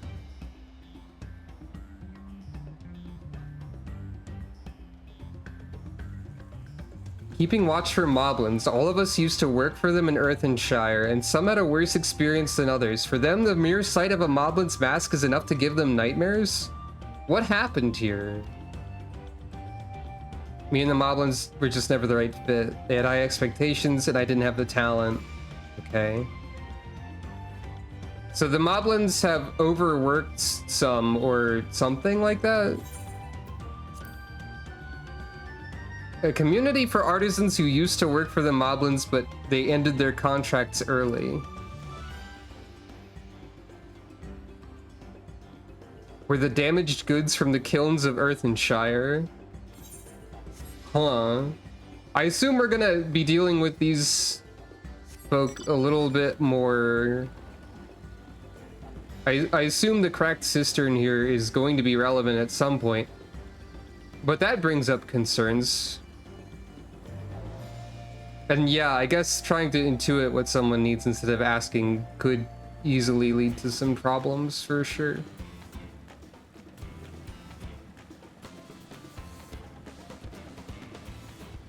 But until this came up, I was assuming the game was going to just present it as like, this is a thing that goes well and is good. It doesn't ever go bad and be a bad thing, probably. Here's the opening. It's over here.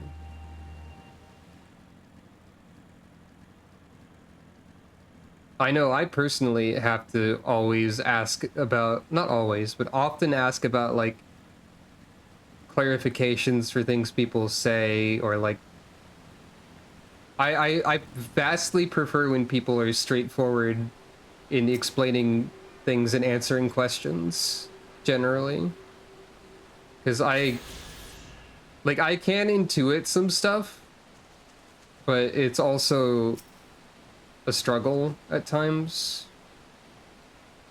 I like having things be clear. This is not a wind crystal.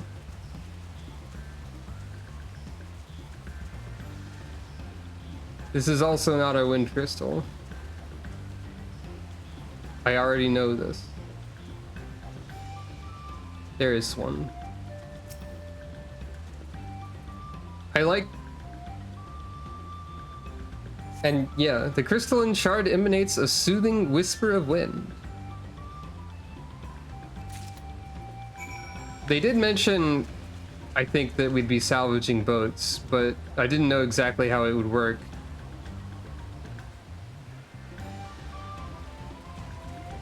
This is, I think, the second instance of a search for something like quest objective where you didn't have to check every spot and it was the last spot you looked. You had multiple options for places to check, and you could check the correct one early. I don't think that was a common occurrence in the game prior to Dawntrail for some reason. Or if it was, I've forgotten about it. But I'm suddenly noticing it now. It's interesting. Sukro, you have to learn the speedrun tech for finding the crystal. It is new? Okay. I also like it. It feels a lot more natural than you have to be wrong 3 times to be right 1 time. Or whatever. To have it be a varying number of times. Hey Rock, do you know about the cracked cistern? Can we talk about that? Is that a cool breeze Rock feels? Drafty shard. Yeah. Like, in that case, I looked at the fire crystal and noticed, oh, this isn't what they want. They don't want me to just grab everything. And then looked for the green one. Which was also helpfully labeled as green. So it's not like a get pranked if you're colorblind moment. Speaking of get pranked if you're colorblind, Viper, a little bit. Because one of the ways people have been constantly thinking, this is how I will memorize which is flank and which is rear. Green is flank and red is rear, and there have been people I've seen amidst the piles of Viper discussion. There have been a few people that mentioned that they couldn't tell the difference between those two. So they had to figure out a different way to memorize.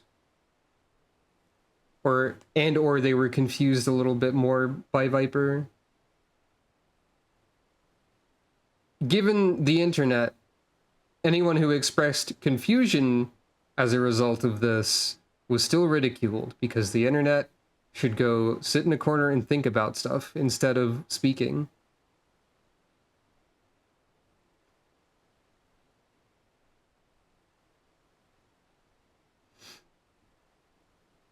Oh no.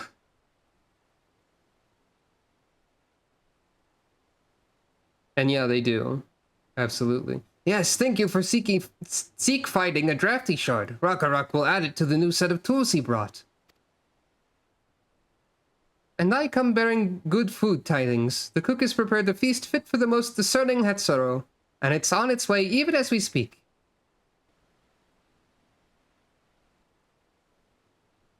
Let's go in and see what Kahe thinks of our efforts.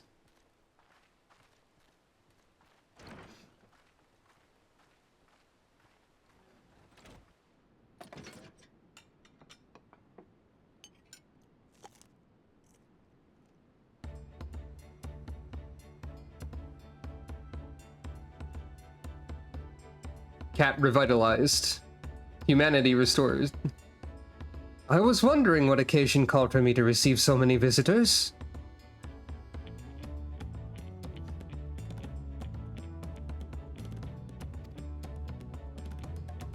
A fine meal, new tools, and a welcome source of cool air. Now I remember why I signed a pot pact.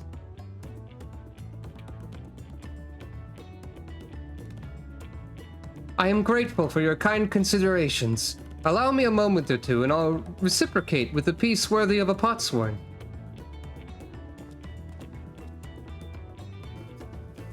Look, I know that the crafting process in-game doesn't take that long, but you don't have to, like, actually craft something instantaneously. It literally did the crafting complete noise. So, maybe you do. An oil lamp to brighten the halls of Valakshunsa. The craftsmanship satisfied Earthenshire's reputation for quality, I trust? Such luster, such brilliance, truly a gift fit for the Dawn Servant. I'm glad you like it.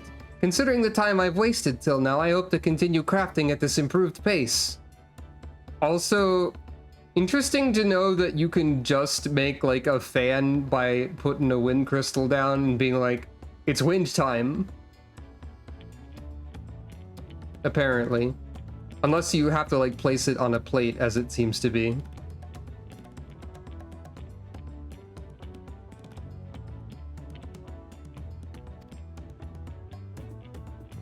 I have a contract to fulfill after all.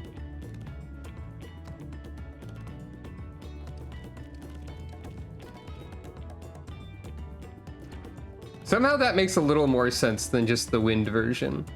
Forgive my interruption. Lamachi, I am told the Elector has deemed the crisis past and is prepared to task us with defeat.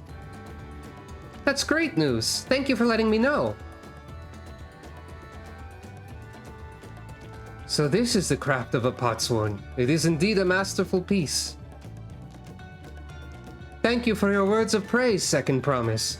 I drew inspiration from Kozama-uka's natural beauty and sought to capture it in my work. I wondered why the Moblins did not simply build a workshop in the city, and now I have my answer. Even Charlian goldsmiths could not easily replicate such exquisite artistry. One cannot create great things if one lacks creative impetus. Tuliolo, fortunately, does not want for inspiration. Anyone wishing to learn the basics of a craft would do well to study it here, or there. I was raised among Hetsaro more traditional than most, and the shared ingenuity of Taral's various peoples was eye-opening. You lived as a traditional Hetsaro. I have few fond memories of nomadic life. That subtle like mouth movement of like that sort of thing. The subtle face animation in Dawntrail. Would that I could forget that time. Kona backstory being explained. It makes more sense that you think Charlian innovation is a solution and or an improvement in all cases when you really hated how you grew up for some reason that we don't know yet. I mean, it didn't really need to be as explained as like Zeralja's motivations. Like, it seems reasonable for someone like Kona to just exist already. But it is getting an explanation a little bit, or alluding to one anyway. No, my workspace is just the way I like it. I have inspiration oozing from every pore. Think that lantern was nice? Just wait until my next masterpiece. I guess that's the food.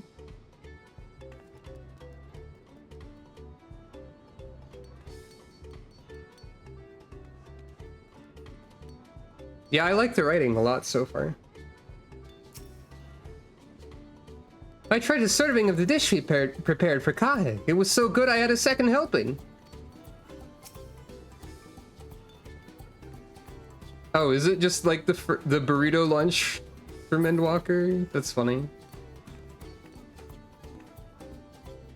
Yeah, I'm not sure they're equally good at every temperature either, but like, I guess like looking at it, it appears to be more of like a vegetable dog. No, not on the table. No, it appears to be more of like a vegetable based thing, and like vegetables and fruits are often better at various temperatures. So yeah.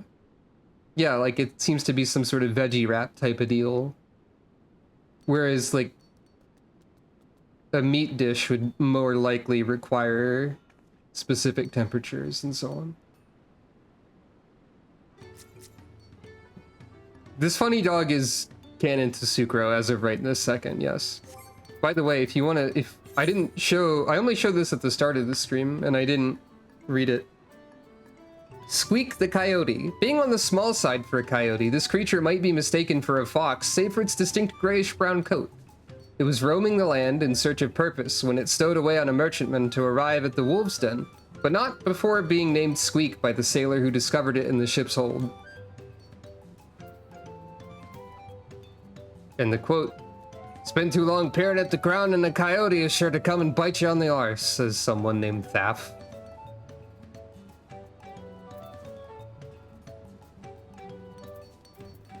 Also, like, I have a vendetta against food in general at times, but also I get it. Like, more specifically in this case, I also am somewhat sensitive to temperature.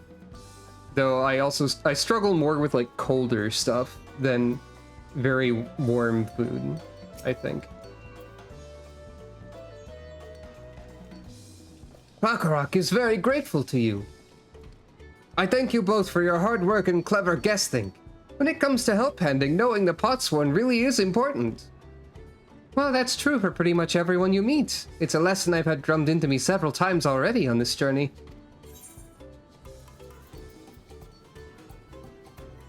$6.55, huh? That is actually better than what I've got, because I don't have full augmented predict. I do have a Shiba Inu in my backpack. And some other various minions I pulled out of boxes. I like the Grand Company minion roulette boxes because it's funny when you just get like a dog. Just like, yes, I would like 20,000. I would like to pay 20,000 seals for a box. Oh, there's a dog in it. Okay. This seems like this might be a violation of some sort of ethics. My weapon is still better than that.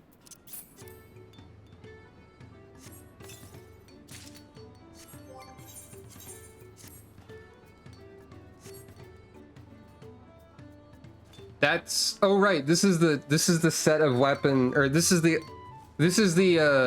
Diable Troyan set of leveling gear. That's what this is. They tend to have something in the leveling gear that is Diable Dungeon armor from previous expansion or Point X or whatever. So eye level 655 is Diable Troyan gear, if you like the Troyan gear. There are some pieces of Troyan gear that are really cool, and there's others that are not my style.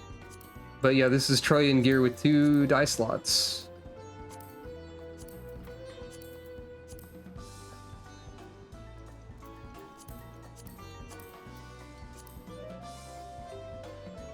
Look, it's me, Clive, Final Fantasy 16, I think, right?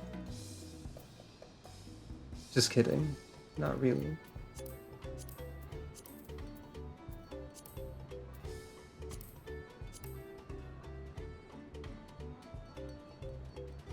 Oh, I like this with the brighter colors on it. That's interesting.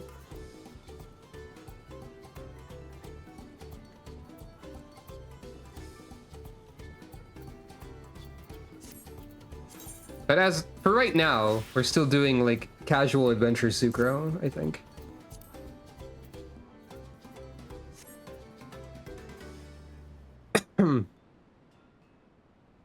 What's going on with Clive's shoes?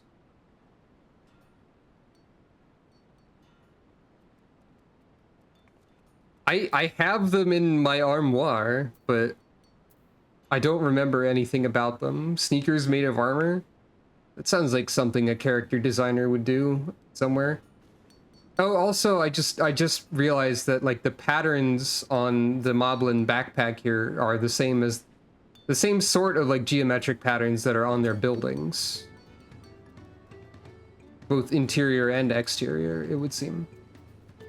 I wonder if that's like a form of writing. Like, does this particular arrangement of circles have a meaning? Because like there's a few different ones on the walls. They feel like some sort of like glyph or something. This arrangement on the door could also be a similar one. It feels like it could be some sort of like writing system.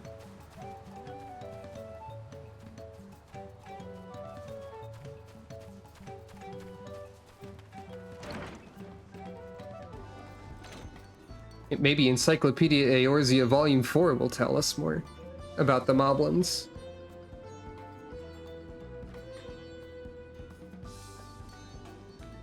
The patterns on these rugs and stuff are also really cool. They put a lot of work into like environmental details and stuff.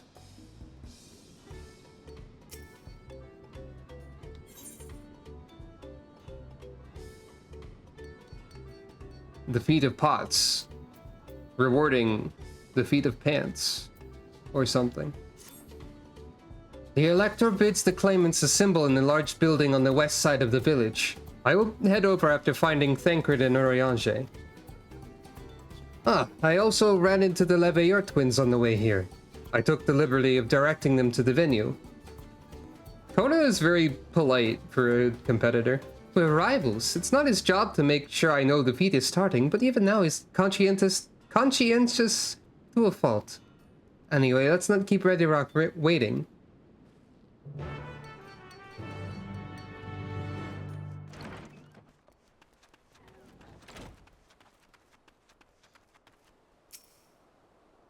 Or disappears in an eye blink.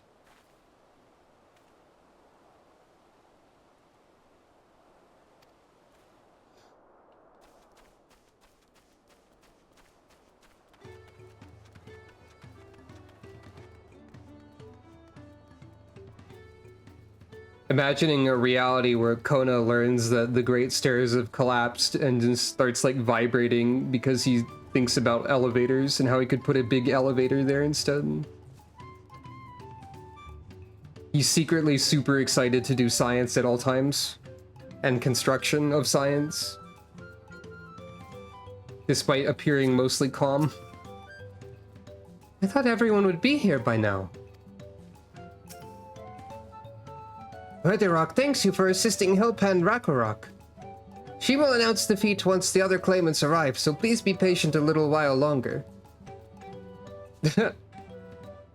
Well, it's a Charlian elevator, so of course.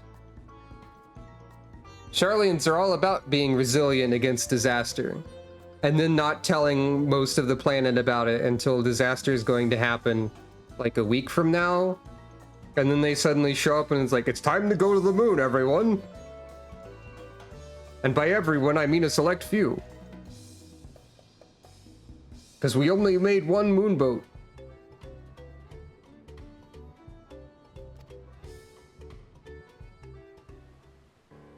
They do have a dramatic Charlian elevator to Labyrinthos, so like they do have the tech for elevation.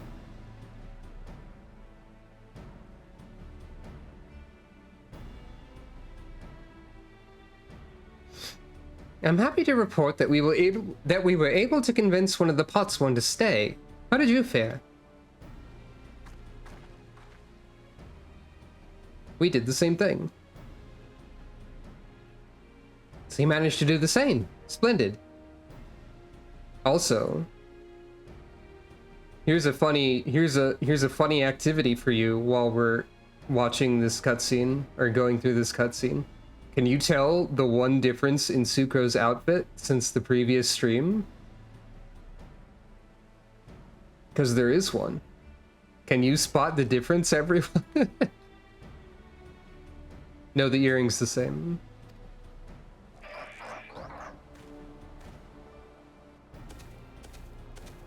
Ah.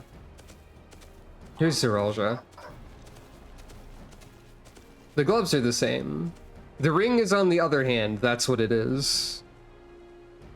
I swapped the gloves are different from like early pictures I posted, but I swapped the hand the ring is on so that it's on like her offhand, so it's sort of like a, because I like the idea of her quote-unquote paladin shield being like a ring, basically, and it was on her sword hand before.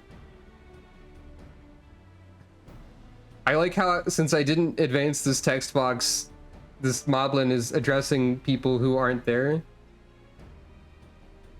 Welcome to Earthenshire, First Promise. We support your plans for salt crossings and the new potsworn they will bring. Hail the mighty Zeralja! He cleared many piles of rockfall as if they were pebblestones, the resilient son for Dawn Servant. Zeralja was clearing fallen rocks. I'm surprised he would volunteer his time for anything unrelated to the contest. Thinking.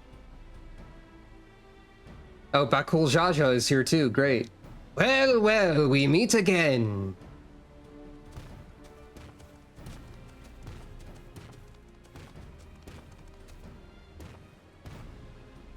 Just in time for the feat to begin. I'll bet he was already here laying low while the rest of us did all the work. I guess they did say they were waiting for everybody. Claimants, your attention please. Voice change suddenly. As Redirok has explained, many of our potsworn left us following the storm.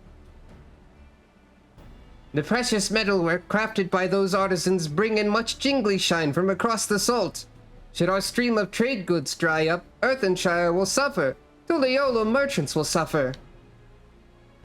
So Redirok sets you this feat. Each of you are to find one clever-hand goldsmith to bring back here to us. So we're to recruit new potsworn. Makes sense for the feat of pots. Calling this a feat does not justify taking advantage of the claimants and their influence.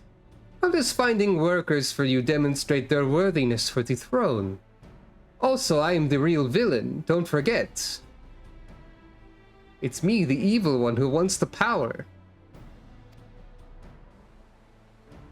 You are free to refuse Redirok's request. She will be happy to inform the Dawn Servant of Zeralja's disqualification. The right is a means to an end. The steps we take to get there are not important. That's directly incorrect. That's like exactly the point of all of this, Zeralja. Good job. Then Redirok declares the feat of pots begun. But remember, a pot pack must be agreed to willingly. No grab snatching or deceitful tongue flaps. It's funny how, like, everybody but Wuklamat and Kona is, like, the worst at all of these. The Elector said nothing of taking a willing artisan from a rival. Which is exactly what we should do.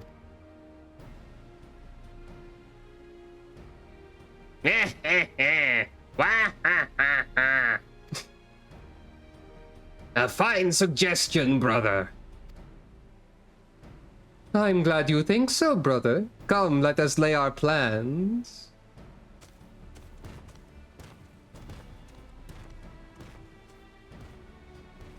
Well, yeah.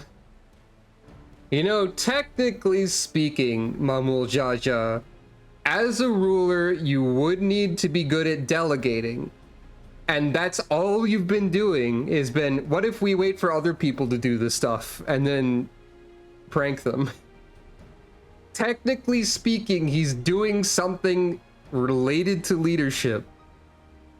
Kind of. That nasty brute is up to something. He may seek to delay us again as he did on the river. We can but remain vigilant while we plot our course. 2 broken clocks are right 4 times a day.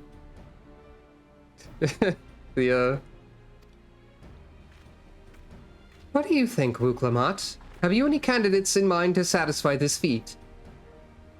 It'd be very funny if there were goldsmith-specific dialogue for this portion, if you had a high goldsmith level. And you'd be like, it's me! And then beat over. Alternate ending where the Warrior of Light just becomes a goldsmith. And Wuklamat and company do the rest of the quests on their own. I know some artisans amongst my supporters, but they're all in their twilight years. I couldn't ask them to give up the comforts of Tuliolo to live in this remote village, no matter how beautiful the scenery. You had goldsmithing 90 and didn't... That's a shame. Missed opportunity, I guess. Hey, wait a minute. I see those logs going around this...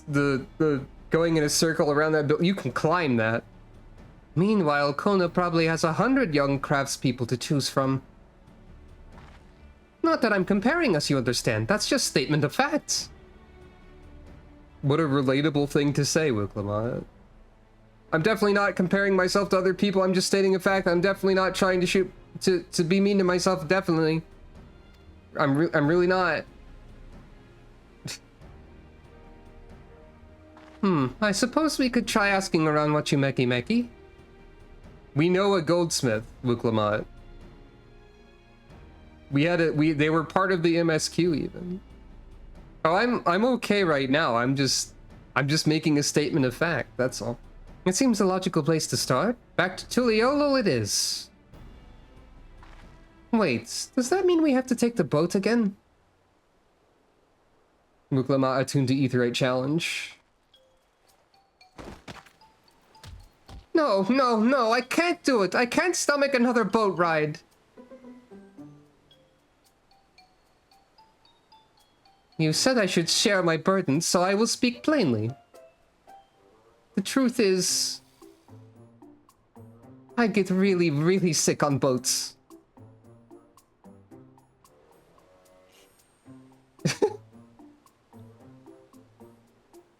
Well, Wuklamat, this is hardly news.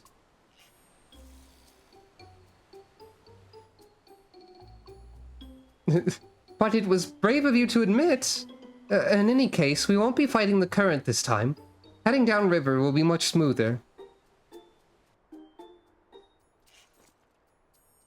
It will? Are you sure? Oh no. I'm positive, mostly.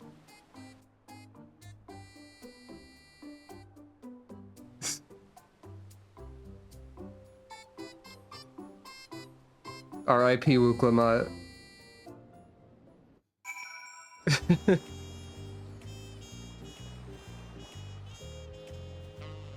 Wait, I wanted to try and climb the thing in the background. Hold on, everyone.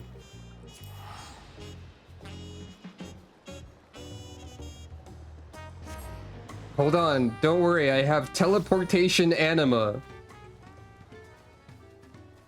Don't worry about it.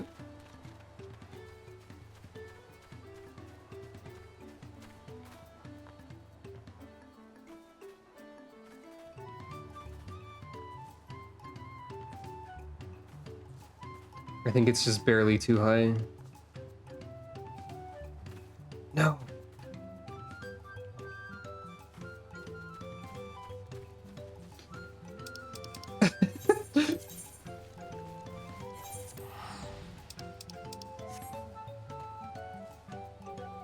Exactly. Reminder that they brought up teleportation anima in the Pictomancy quests.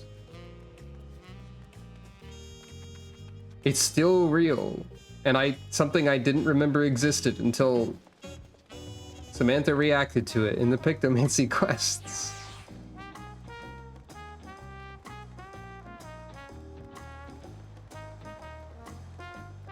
Oh hey, speaking of Clive. It's everyone's favorite Final Fantasy XVI protagonist, Yama, brought back. Let me look at your weird shoes. They are kind of like armored slippers, aren't they? Or sneakers or whatever.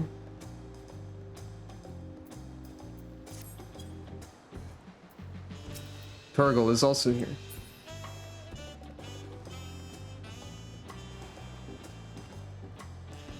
Alright, I'm back. I've procured many unusual items for clients, but meeting the personalized needs of a potsworn is not an experience I'd care to repeat. Muglamat suffers such terrible bouts of seasickness. I wish I had a spell or potion that could ease her nausea. Did we mention the potsworn in our care required a constant stream of encouragement in order to craft? The four of us must have chanted the same cheer dozens, if not hundreds of times. Aaronville was scolded more than once for not cheering loudly enough. Funny events transpired off-screen. What obstacle will Bakul Jaja throw at us next? Or will he try something more direct? Ugh, I need a moment. Upriver or downriver, Ihoikatumu is too rough for me. Nausea is a bit more bearable now that I've stopped trying to hide it, but I'd still rather not set foot on a boat if I can help it. Alright, I think I'm ready. Let's see if Master Ropley can help us recruit a potsworn. It's gonna be that guy. It's gonna be Fontaine.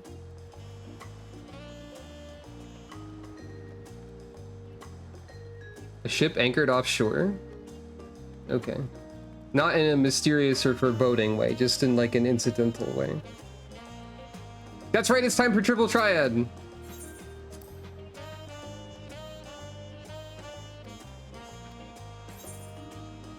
I don't know what any of this means.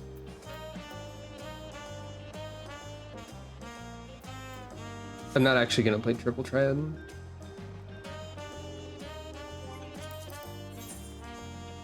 I arbitrarily challenged Aya to a Triple Triad game when we were both like checking the lottery or whatever. And it went to sudden death like 6 times or something. Not 6 times, it was like 3. It was very funny.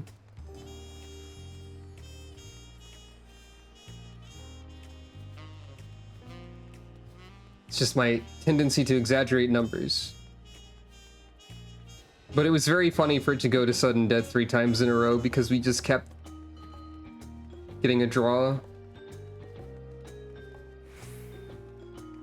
And that would be very funny if they just kept adding more ridiculous rules to Triple Triad. There should have been a bespoke, like, Fey Triple Triad rule set for in, like, the Pixie location or something. Wait. There are Triple Triad opponents on the first, right? Is there lore for why they know Triple Triad on the first? Do they call it something else? Is it like 3 triangles or something? It's exactly the same, but they call it Tetramaster? Okay, that's very funny.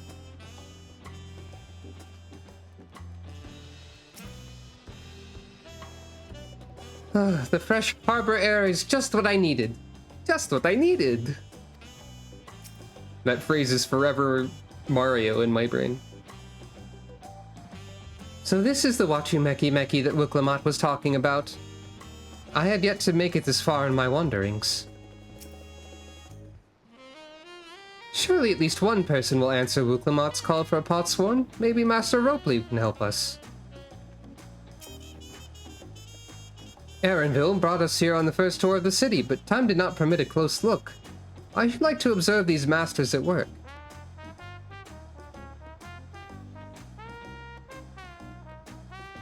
God. I remember I streamed so Shovel Knight King of Cards like once, and the mandatory card game playing was such a brick wall for me that I didn't complete that at all, and I didn't play it again after that one stream. Like, there was only one mandatory card game, but it like killed my interest in playing the rest of it because it was so inscrutable to me at the time. I don't even remember anything about Joustus.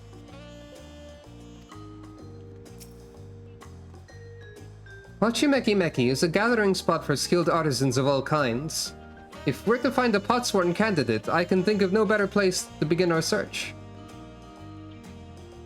But yeah, Triple Triad existing because of Urianger is great. Shovel Knight has some of the You know what? I think that's probably true. To some degree. Like, I'd say Shovel Knight is probably overall more approachable in a lot of ways. I don't know if I would say Shovel Knight is for an audience of sickos. But it's probably not for the audience of everyone.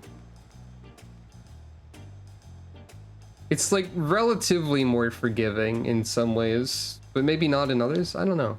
Never really thought about it. Maybe Shovel Knight was just not as much of a... Well, I don't know. Huh. Greetings, Third Promise. What brings you back to Wachimeki Meki? You've not chipped your axe again, have you? No, Master Ropley. Actually, I have a favor to ask. The Shovel Knight games that I played would be, well, I played the Shovel Knight, Plague Knight, and Spectre Knight campaigns. And then, like, the tiniest bit of the King Knight campaign.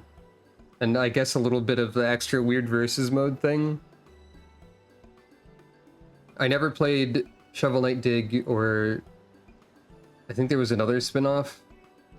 Apparently they're making like 3D Shovel Knight platformer right now. Yeah, I remember you really hated Shovel Knight Dig. I don't know what sorts of opinions anyone else has on it. I've only ever heard you talk about Shovel Knight Dig, I think. But, yeah, apparently they're making, like, I think they said they're making a 3D platformer or something sequel to Shovel Knight. Like, they're making Shovel Knight 2, maybe? It's funny for them to announce that, because they haven't completed Mina the Hollower yet.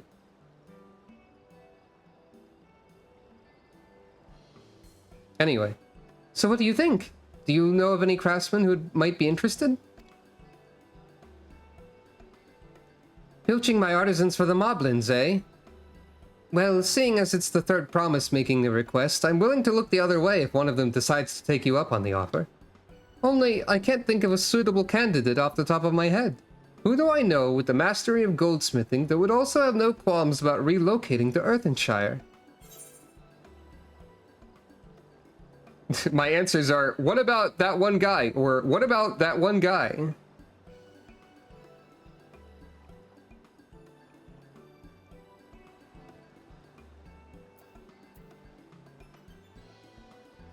Fontaine. That was the name.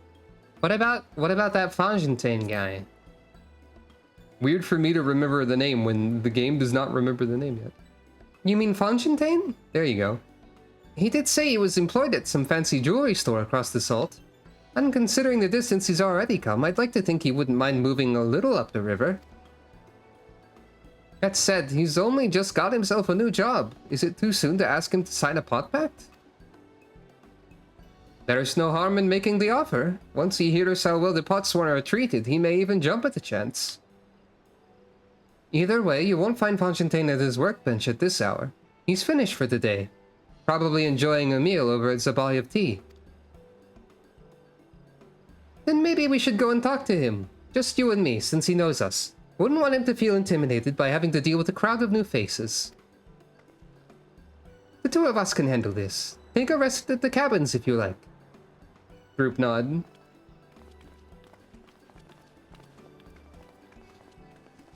It's even like in small details like that, it's becoming increasingly obvious how much more of a people person, or like person with people skills, Wuklamot is in comparison to literally every other candidate.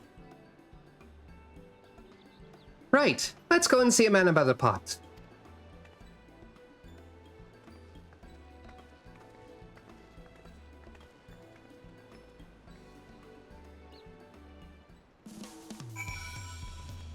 Yeah. I mean, I'd say, like, probably also wisdom. She's got insight.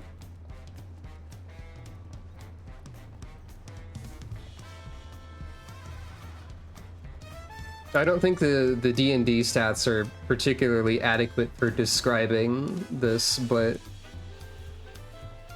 it is fun to try.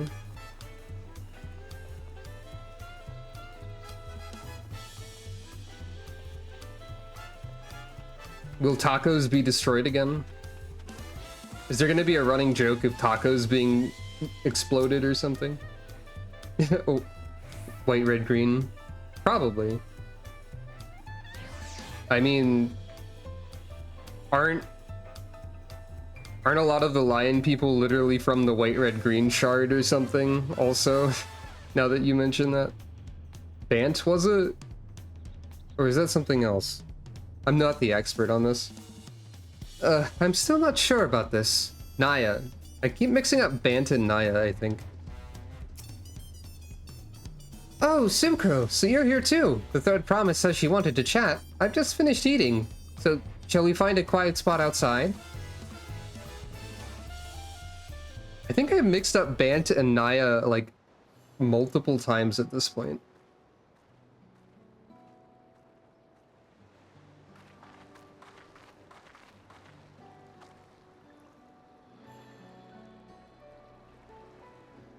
The last time we talked on this beach, you were in a miserable state.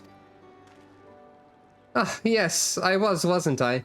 A lost soul until the two of you came along and helped me rediscover my purpose. My new place of employment has been most welcoming, and for the first time in a long time, I feel content with my lot in life. That's wonderful. So, what is it you wish to discuss? Well, it's hard to ask this right after you've settled in, but I'm looking for someone to become a potsworn. Ah, I've heard my new colleagues mention the term. That's when an artisan signs a contract to work for the moblins, isn't it?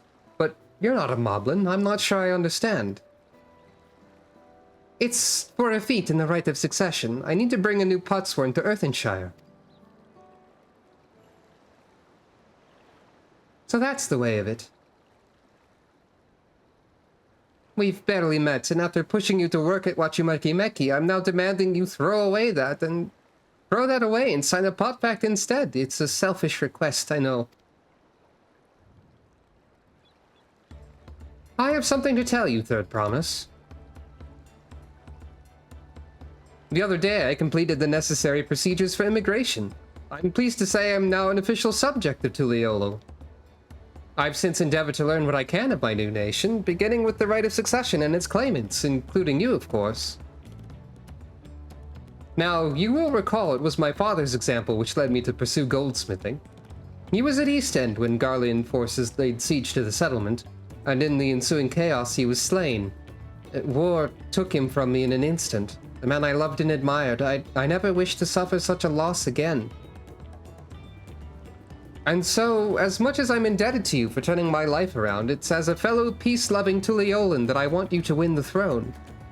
If I can help you achieve that by signing a pot pact, then I shall gladly do so. Argentine, thank you.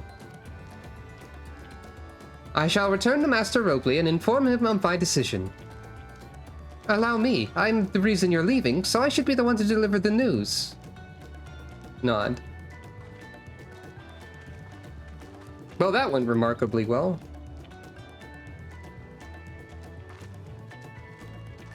Oh, hello.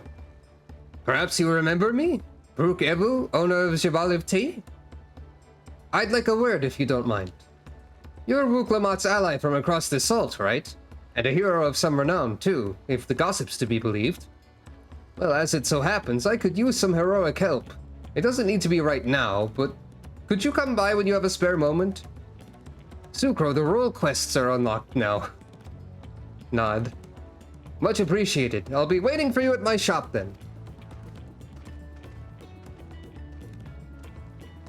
You now gain access to role quests. Yeah. Speak with Brooke Ebu. So, Aya mentioned that these might make more sense after the MSQ, but also I'm going to guess that similar to the precedent set in previous expansions, you have to complete one role quest line in order to complete the MSQ. Is that the case? What should I do here? At this moment, I would have access to 4 of the role quest lines. You didn't have to do that for Endwalker? Interesting. Oh, my mistake. So I don't know your reasoning, Aya, for why these might be better after the MSQ.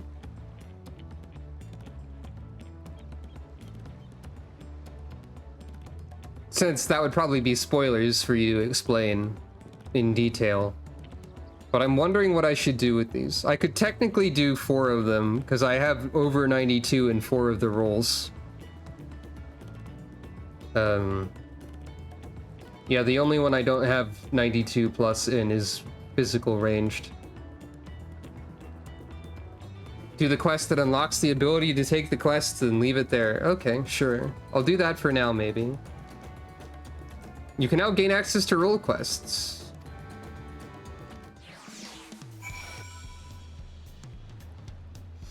Yeah.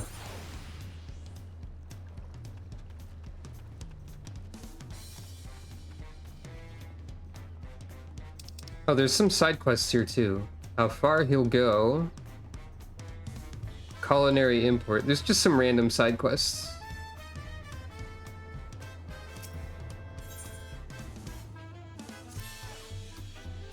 Sucro, I was wondering when you'd be along. Not a moment too soon either. I've got an urgent job that needs doing and there's no one else I'd entrust with it. Of course, you'll be wanting to know the details. It's a long story, so why don't you grab a seat over there? I'll join you shortly. Nod. There's a Tuliolo side quest that unlocks early and spoils a major plot point. I think I did actually hear about that vaguely.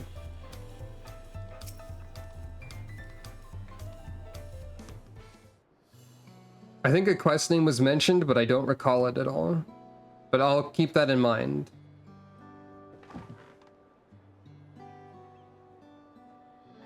Now that we're all settled, allow me to introduce myself properly. I'm Brooke Evu, proprietor of Zabalyev Tea. As you know, my establishment is open to anyone. People hailing from across Tyrol and sometimes further come here to whet their appetite and slake their thirst. Given how we turn no one away, it's inevitable that a few bad apples might mix into my motley patrons, and therein lies the rub. A particularly rotten bunch was here not long ago. Eye narrow. Sitting just over there, in fact, and having a conversation most foul.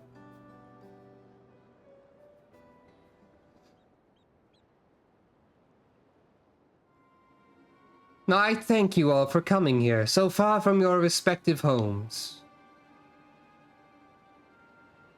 A mammoth?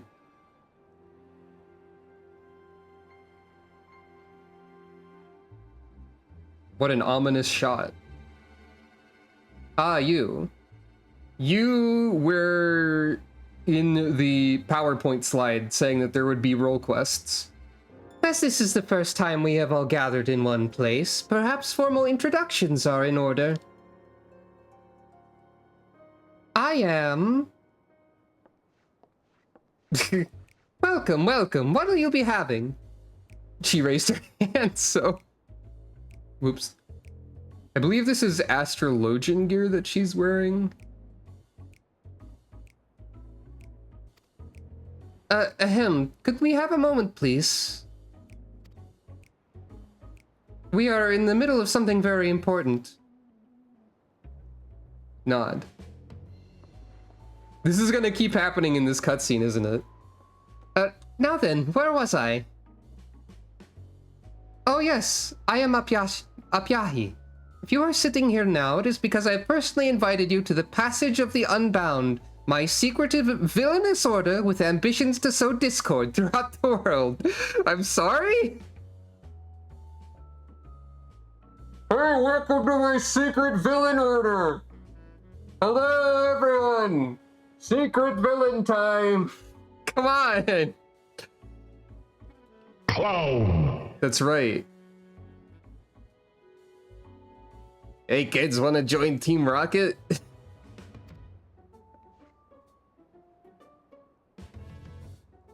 Villains do not often call themselves such.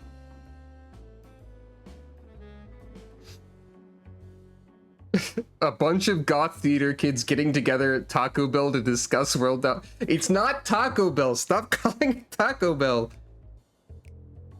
Taco Bell is not authentic or like related to the Taco Bell is an imitation. Taco Bell is an illusion. If you go up to a Taco Bell and you hit it with a sword, it disappears and goes boom, and then you can access like 2/3 of the DLC because they hid it all behind a funny prank. More like 1/3, but still.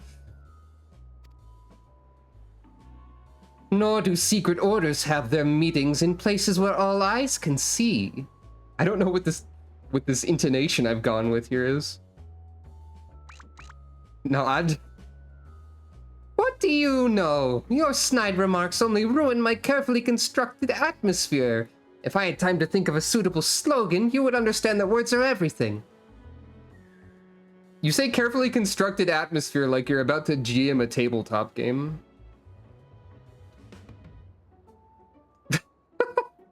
God. I'm thinking about Lake Baja Blast appearing in Dark Souls font with the Dark Souls area name. Or with the Dark Souls area showing up sound effects. I'm like taking psychic damage over time at the prospect of this. I have a debuff now. It's ticking. But I digress. I invited you all here for one reason. To throw the world into a mire of chaos, and then watch its nations crumble. What else would we call ourselves if not villainous? My only interest is to punish all who've dared mock and belittle me. So long as I can achieve that, you can call me whatever you like. The rich, the powerful, the mighty, all shall be crushed under the weight of my ire.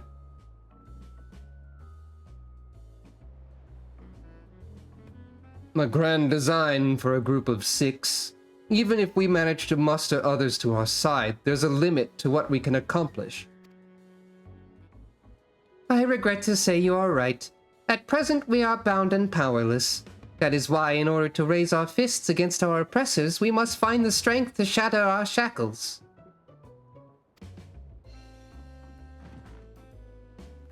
And in so doing, we shall become unbound. Like the birds soaring up above, we shall take flight and spread our wicked wings, staining the azure skies black. You've sent me something?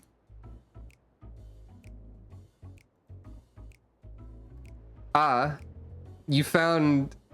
You created Lake Baja Blast in the Dark Souls font. I see, thank you.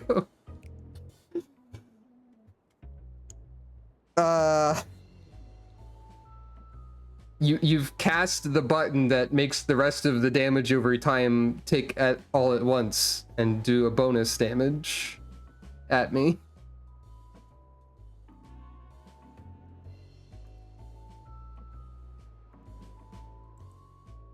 It's cursed is what this is.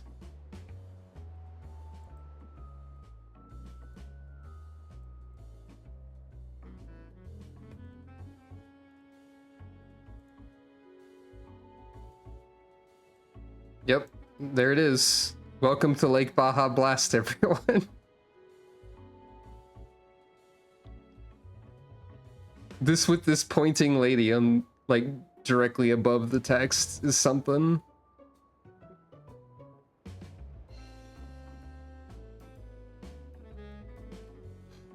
God, yeah, that was a thing they did.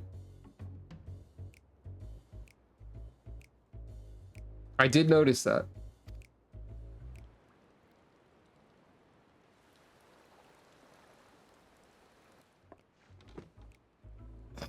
Ah, but sometimes skies become treacherous with clouds and even birds must rest.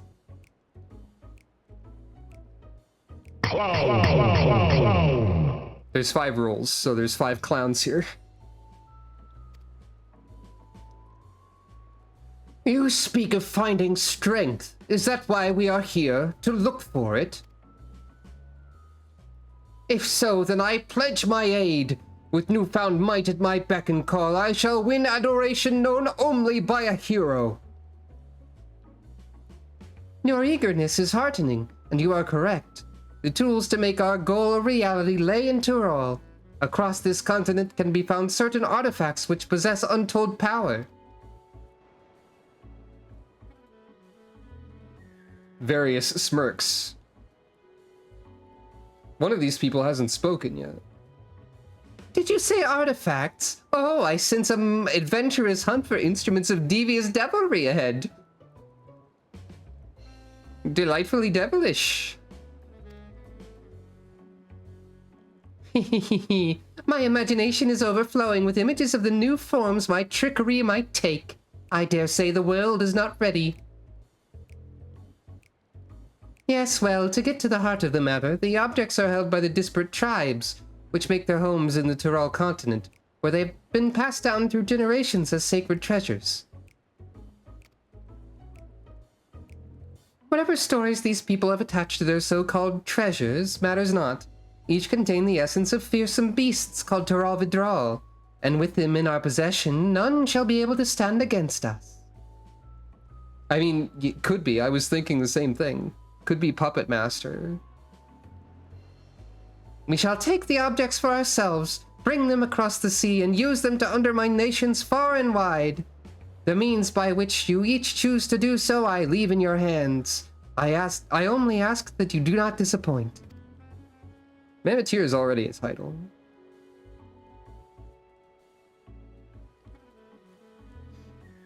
I hope the waitress just wanders over after all this and is like, so what do you want? You want to order something? I take it there are no questions.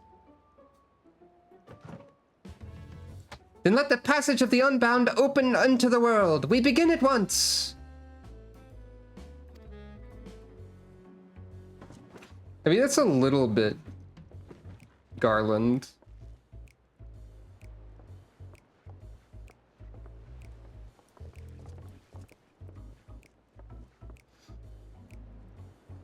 They didn't order a single thing.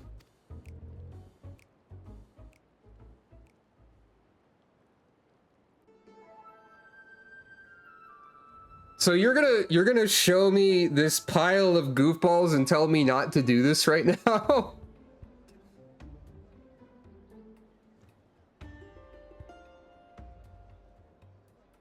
I'm gesturing at this screen in a way you can't see. That's the long and short of it. What do you think? Sucro's expression is perfect. They might lack discretion, but they seem formidable nonetheless. They left without ordering anything? Villainous indeed. They didn't even order anything? They really are villains.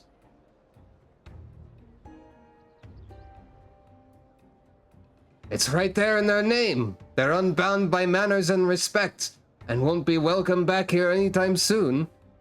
You, on the other hand, can stay as long as you like. God, yeah, they're all that orders a single black coffee and leaves part of that triangle.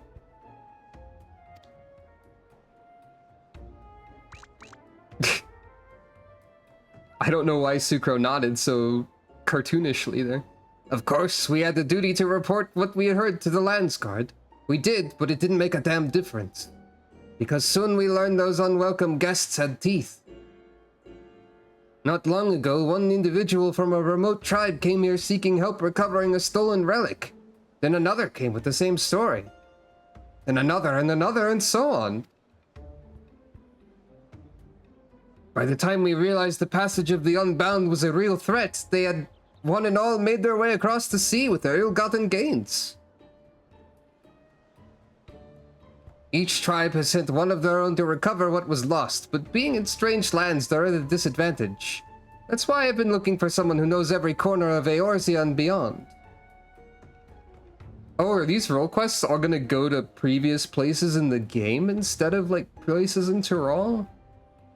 That's fascinating, if so. Huh.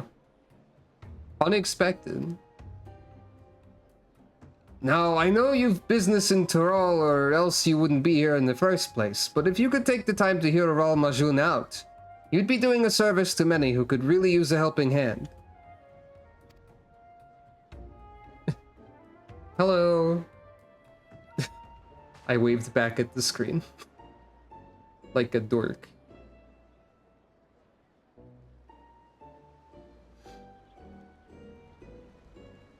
Never underestimate a clown.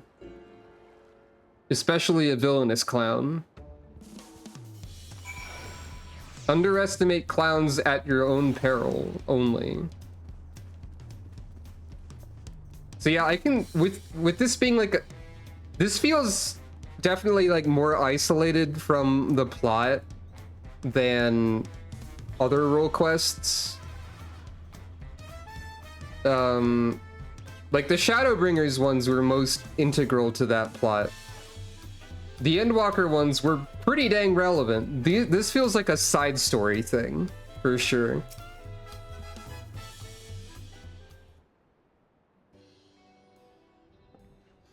And I wish all of the clowns were voiced. Greetings. Allow me to thank you personally for lending your assistance in this matter. We've been quite desperate for someone suitable. Greetings, Ralmayun. At the risk of becoming a daily nuisance, I must ask, have there been any developments you might share? A nuisance? Why perish the thought? You've come just in time, in fact. None other but the vaunted Sucro has agreed to aid in the search. Or aid to the search. To bring aid to the... something like that. Finally, a fortunate turn! So long as our sacred treasures are in wicked hands, our homes shall know no peace. To say nothing of the danger they pose to other nations. If these thieves really do intend to stir up chaos across the seas, then you'd better depart on the next ship. Nod. But before you do, it might be proper to introduce you to those who have come to Tuliolo in search of aid.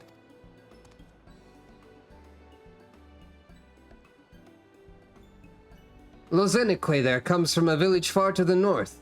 A single warrior cannot hope to withstand the power of her tribe's relic, so she requires a stout protector, someone that can be leaned upon when times are darkest.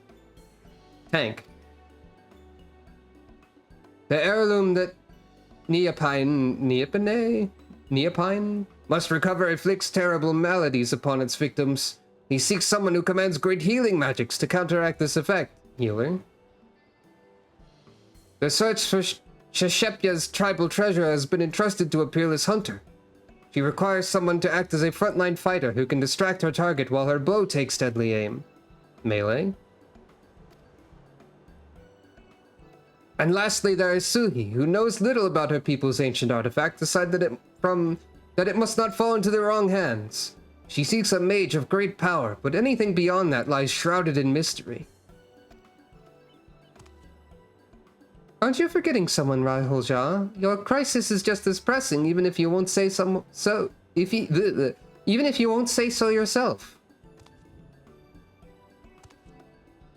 Rahul Jha hails from further south than even Mamuk. I thought he was speaking in third person for a second for some reason. I'm having a lot of trouble with reading today for some reason.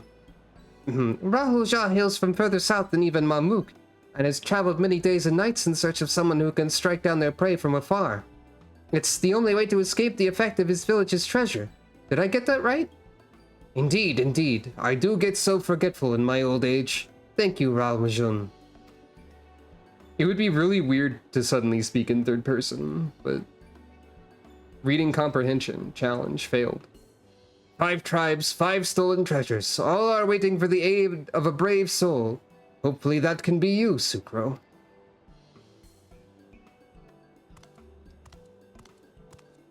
Well, I gotta say that I'm immediately very interested in the role quests, but I don't really have the capacity to do any of them all the way right now.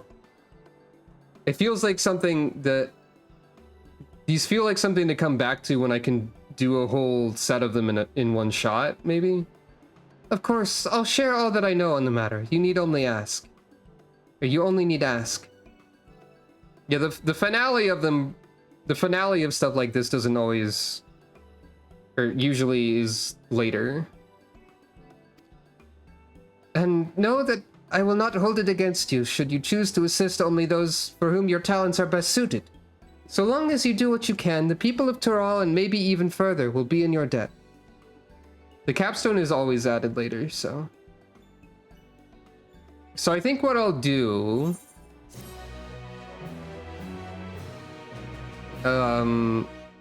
You've gained access to the role quests. No notification of them being required or unlocking anything in particular. But I think what I'll do with these is once I get a roll to 100, I will maybe like... If I'm at like a reasonable point in the MSQ... Like if I'm at a reasonable point in the MSQ where I could go do something else, and if I have a roll at 100, I might do like 1 line of them.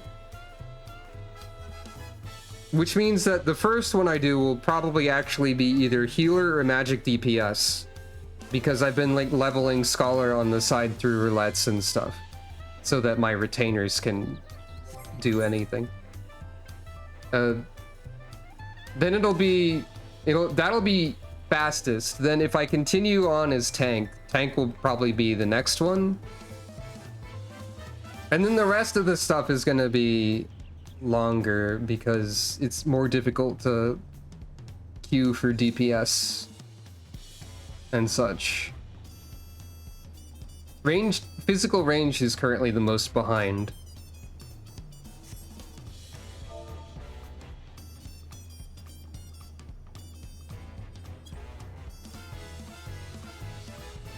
So it sounds like actually the role quests I end up doing first might be ones that nobody watching has done yet to my knowledge. So that'll be interesting. Let's take a look at quest names as requested. The Narwhal Beckons. Alright, sure. To steal a steel hog.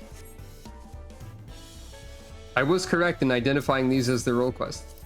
Power Forgotten. So the magic DPS one is by far the most mysterious and ominous. So that's something. In the sting of things...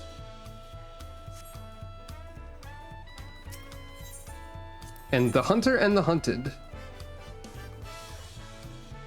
All of these are showing images of someone who's neither the quest giver nor the member of the Unbound.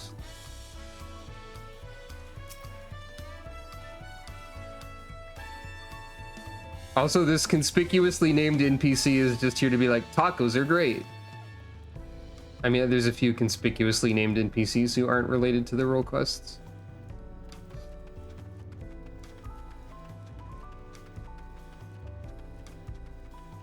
Well, I mean... Yeah, I guess that makes sense.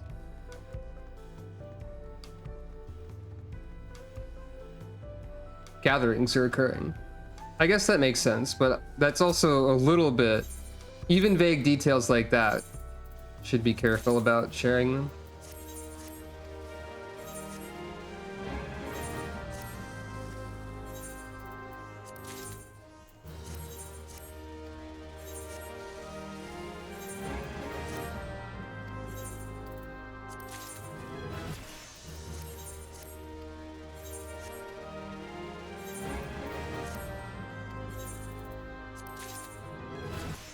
Classic retainer stuff. They stole a brick counter.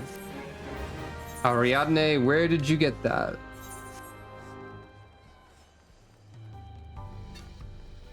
We may never know. Anyway,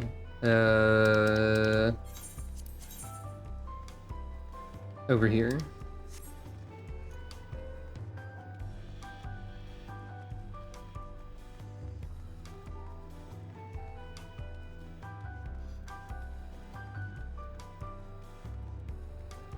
I think just by virtue of it being the most mysterious one and or most concerning, magic DPS is probably the role quest I would want to do first. And then the rest would just sort of fall into place as they did. But before we continue, I'm gonna do this, actually. And that means, in turn, I'm gonna flip a coin.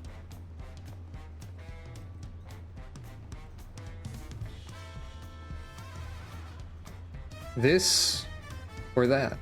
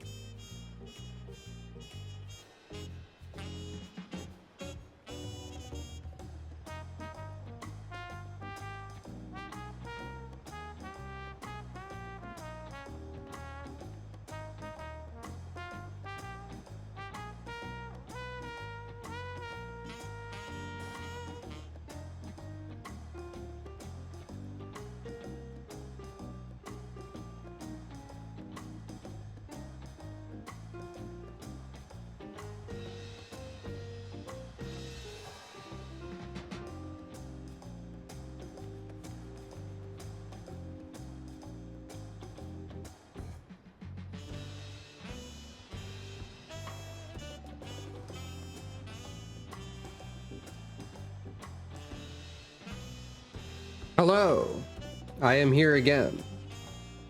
The answer was that this time. Congratulations if you chose that. And condolences if you chose this. Something I thought about while I was gone. Also, congratulations on your new pronouns, by the way. I did notice that a little bit ago.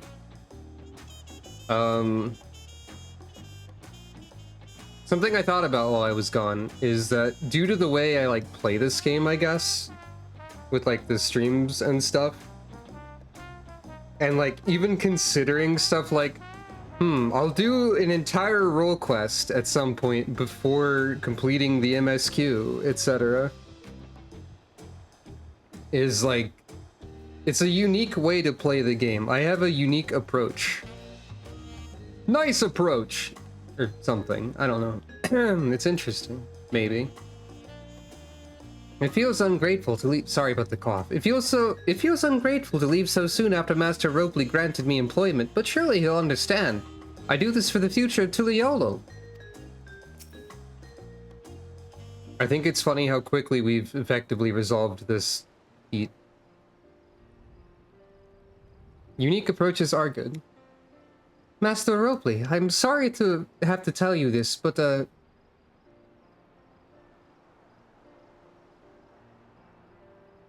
Fontaine has agreed to sign the Pot Pact, yes?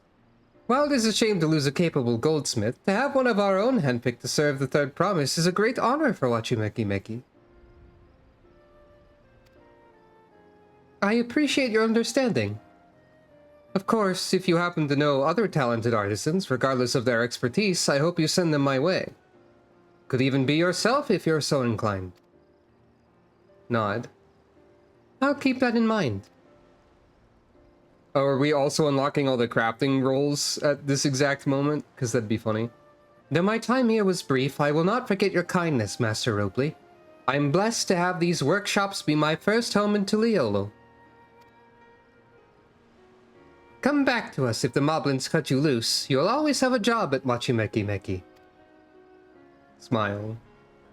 I say, it's funny that we resolved this so quickly, but given the existence of a settlement of people who didn't click with the moblin way of doing things is like right there, there's absolutely like 100% more to this. I expect you'll want to leave for Earthenshire as soon as possible. I'll go and pack my things. Nod. Also, I didn't expect Fontaine to be like a recurring guy. What became of Fontaine? Were you able to find him?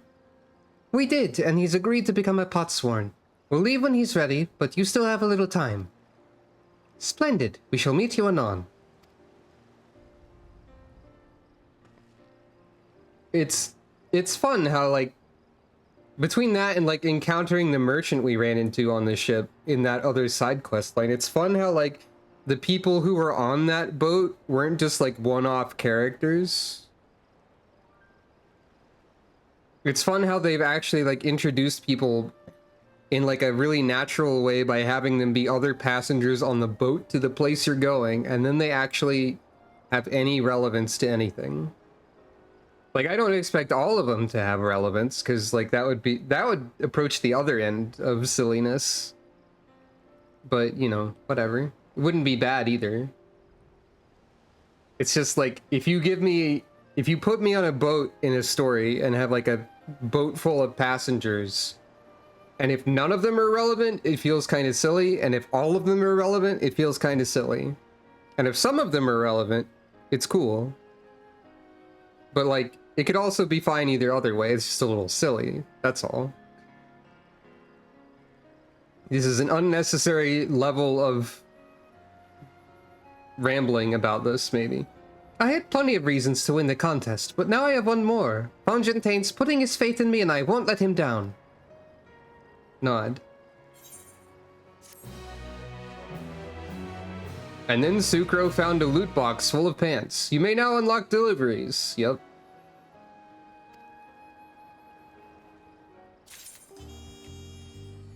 Now I could theoretically. Also unlock this right now, because I do have 90 carpenter only. Well, I have 90 carpenter and I have 90 botanist. I'm far behind on my crafting and compared to my fighting. I don't know if this is worth unlocking or showing on stream right now, but it is something I can do. I haven't shown any other crafting things on stream. How do you attach that jobstone? I forgot. I forgot. You'll have to look it up on the internet, because I don't remember, and that's what I did, I think.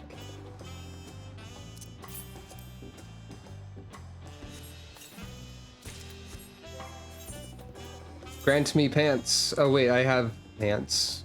Oops. There's a quest in Ishgard that unlocks them. Okay, yeah.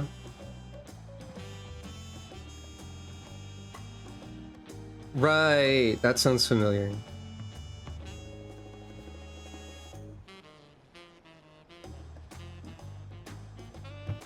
Perhaps one day I'll see all of the crafting storylines.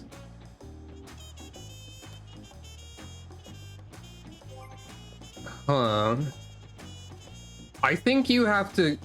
Oh, I think you have to go to someone and be like, I want to use this specialist stone with my current crafting job, and then they give you the specialist stone instead of just the blank one. There's a soul of a crafter and you talk to someone to exchange it for like soul of the carpenter or what have you. It might be the same person as the quest giver, but I don't quite remember. But yeah. A father first. Oh, Uklamat needs to pay a visit to the palace.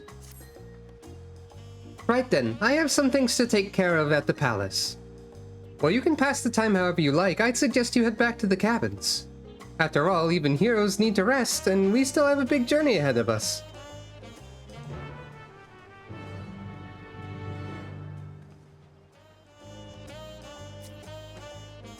There's a grumpy cat boy staring at the crafting zone.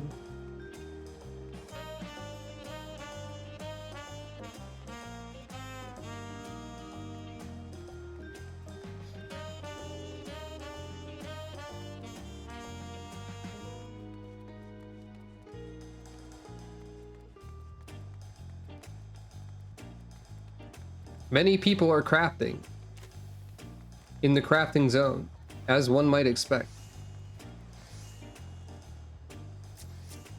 Someone's got a heck of a glamour over here.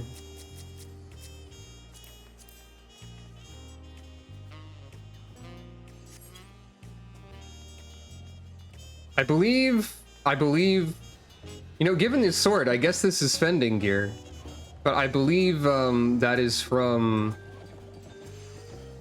somewhere in Solution 9, probably a dungeon. But yes, you too can robot. And yeah, I guess that is Samantha Core, isn't it? We'll get there. Sucro will not become a robot because Sucro's ears need to remain visible at all times. And also her tail. She may incorporate some robotic pieces, depending on what the glamour is.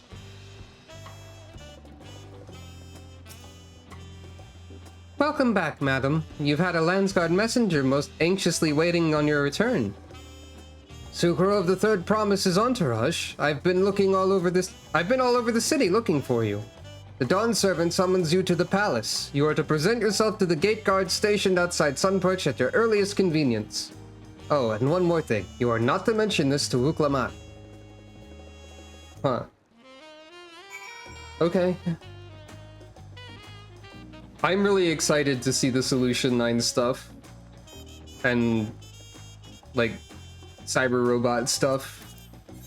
But I don't know, like, anything about what it will entail other than... vaguely what the place looks like. A lot of people liked to compare it to Phantasy Star Online. I've seen concept art and pictures shown in pre-release material. Wait, what's... Oh, that's the role quest, right? Makes sense.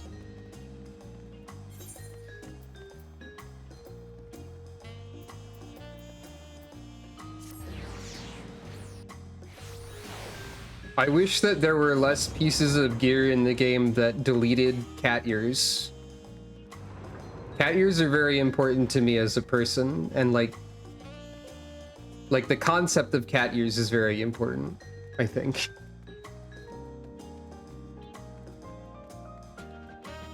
Sucro's ears must be visible.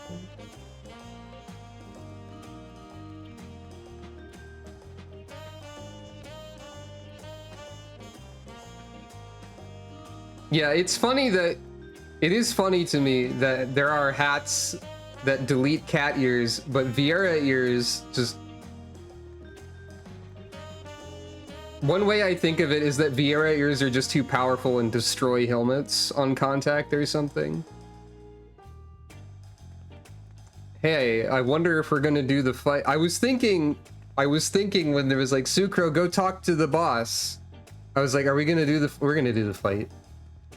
The Dawn Servant awaits you within. While I was not informed of the reason for your audience, in terms of attire, I would suggest full battle regalia.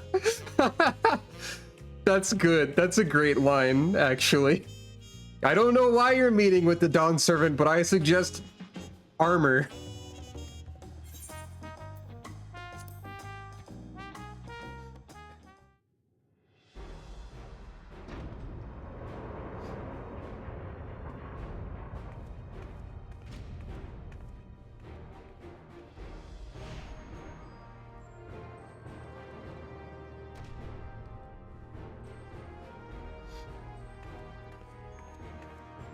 Howdy. That's a long hallway. Forgive me this sudden summons. When I learned my daughter's champion was back in the city, I couldn't resist the opportunity.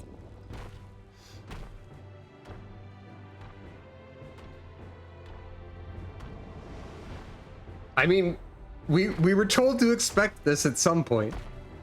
Estinian was like, hey, you should fight Sucro. And Sucro was like, I'm a cat. And then this happened. Eventually.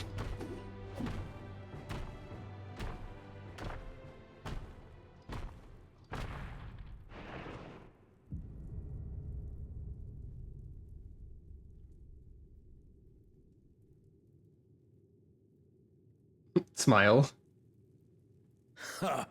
And they call me head of Resolve for good reason. Old as I am, I have not lost a battle worthy of the name since the day I took the throne. Sucro just raising her hand politely. What about the Estinian fight? That technically didn't conclude? What does that count as? That was interrupted. Is that like a draw? Do we not count a draw as a loss? Have you had other draws? I need to see a detailed win-loss record. Gulul Jaja, what is your KD ratio? And I've been craving a proper challenge. The Lance Wilter. Okay, you're addressing this a little. He fought well enough, but our bout was ended before a victor could be decided. Judging by the sailors' gossip, you are a warrior of renown in your homeland. Yet I wonder, with all your deeds done and victories won. The kills are divided between the two heads. Yeah. Yeah. There have been multiple times when I've like joked about something and then it's been in the next line of dialogue that they bring it up or something like that. Are you warrior enough to stand against me? Nah, I'm a paladin right now. Why don't we find out? So long as neither of us gets too interested or gets too carried away, or I'm not interested in fighting you.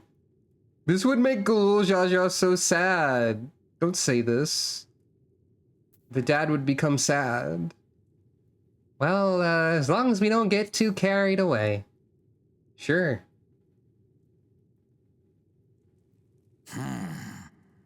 Not even the slightest hint of fear. I knew you were no pretender. Oh, hell yeah. The battle rages upon me. I'll stop short of killing you, of course. But Hell yes. no other mercies. Come, ready your arms, and show me the truth of the tales.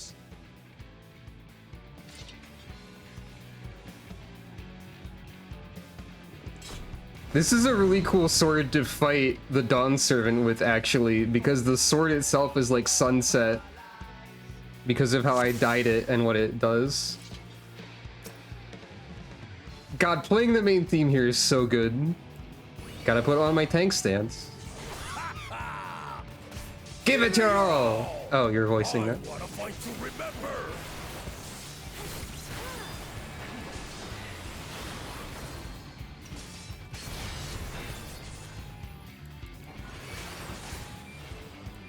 Let's test the waters. Okay, you got it. By the way, the new animations for the Atonement combo are cool. They didn't even blink. I don't know what that means. Oh, okay. Well, now I know.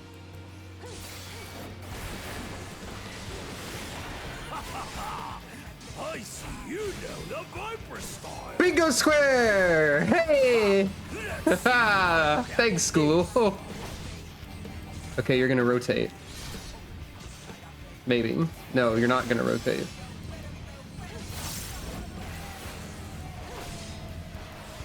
What? I don't follow, but okay. That's fine. The spearman did not lie. Very well.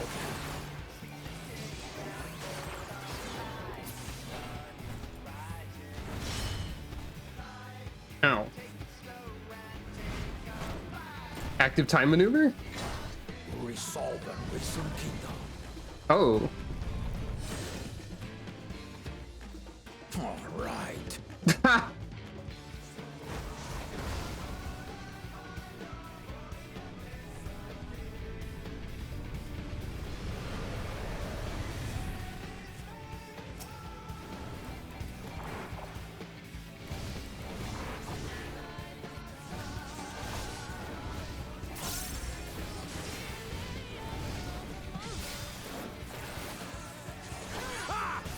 Did you think you had my measure? Take this!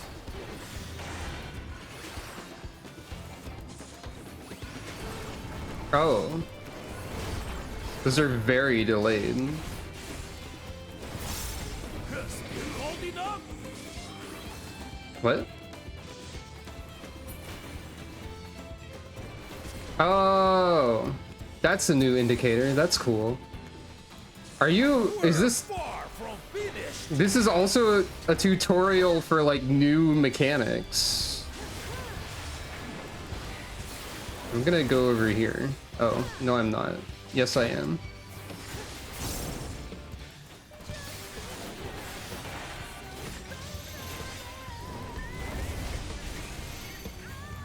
Wait. Oh. I almost didn't notice you were doing that if not for the sound cues.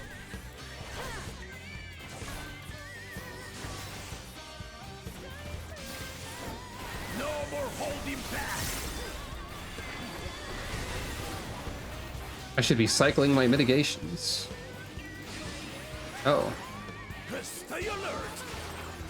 The thrill.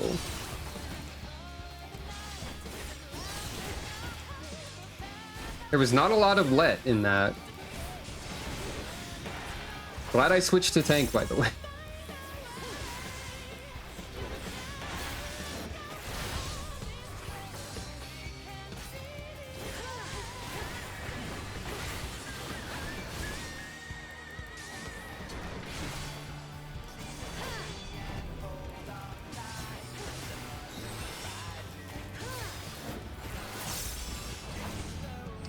Okay, that was like this, right?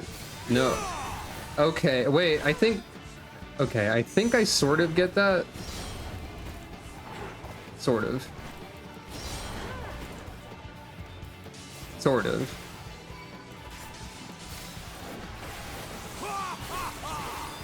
You'll fight well indeed.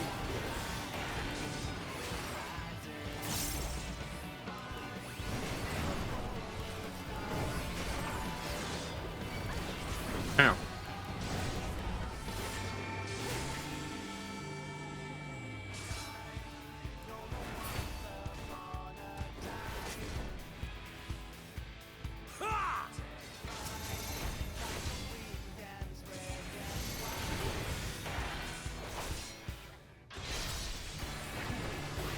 Oops, I forgot to move.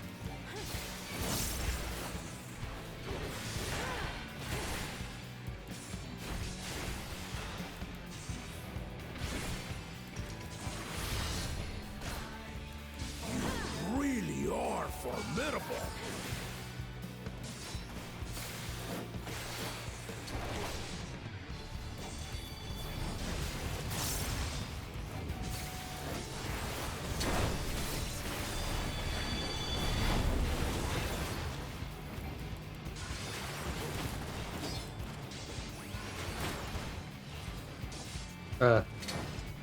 Now we'll see what you're truly made of.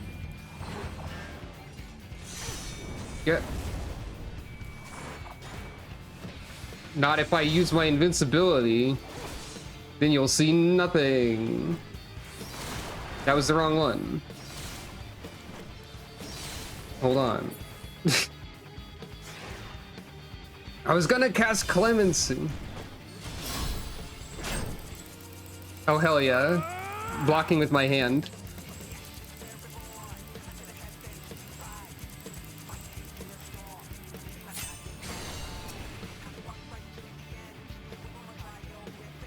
That will do. You've shown me more than enough.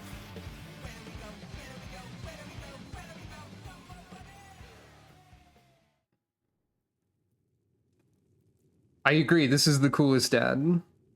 At least the coolest dad in the game, probably. I brought my full strength to bear against opponents before, but you are the first to withstand it. It makes sense if it's scaled to the job that you're playing as in some way.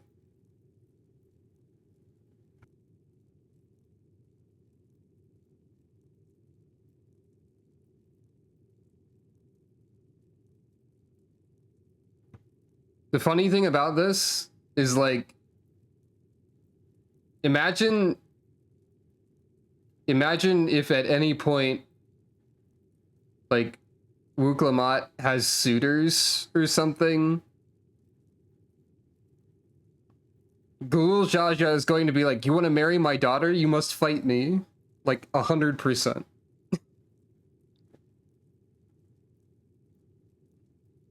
I don't know why. I think I thought of that because this seems like a I am fighting you to see if you're worthy of helping my daughter sort of thing. So it's like adjacent. You don't have to win, you just have to, like, prove your determination, probably.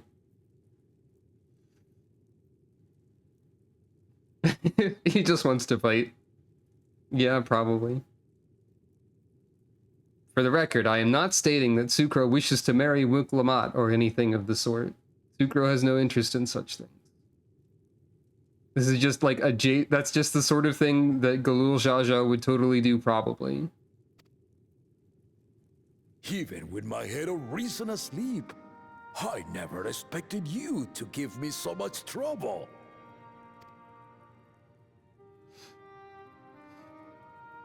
Estinian did not exaggerate. You are a force to be reckoned with. I was about to say, let me fight Estinian, but then I remembered that I have fought Estinian already.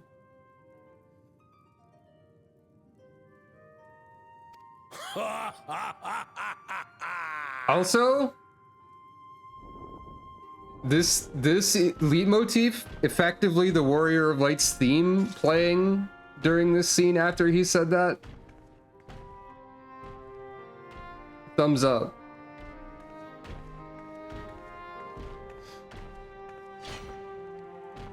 I don't think Sucro's all about fighting, but she's helping by fighting, so. A confession. I said I crave a challenge, and that was no lie. But I had another reason for calling you here. But anyway, also, while we're here, I need to remember this before it's too late. Dawntrail bingo time. Viper job level was acknowledged. So let me just open that. Copy. Paste. Viper Pictomancer job level acknowledged. Save. Save as PNG also. Oodoo. Okay. Ta-da! I'm getting efficient at the bingo. Sort of.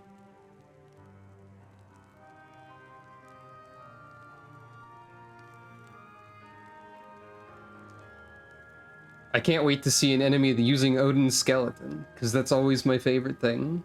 Question mark. Anyway, that's the Dawntrail bingo update. Bucket list still in the same position. I mean, this throne is really gold, but it's not the Golden City yet, so. I had to judge for myself. If you were fit See? to attend my beloved daughter. I knew exactly that this is what was happening. So that's why I had the thought about the, if you want to marry my daughter, I fight you thing that you'd probably also do. I mean, I think it was clear that this was happening from the quest name for me. Because it was like father first or whatever. Questioning head tilt. In some respects, she is much like me. Hot-headed and prone to rush into danger. It's funny to say the phrase hot-headed when you have two heads. I like both of them that way. I guess the one that's not is asleep right now. Because that's reason instead, so, you know, I don't know. But one with your adamant defense could shield Lamati from those who would do I her bet harm. this line is different depending on your role. I bet $1. Not really. But this absolutely is different depending on the role, right? Because like adamant defense, I'm the tank right now. And that's really cool if it is. Even if it's not, it's cool that it lined up.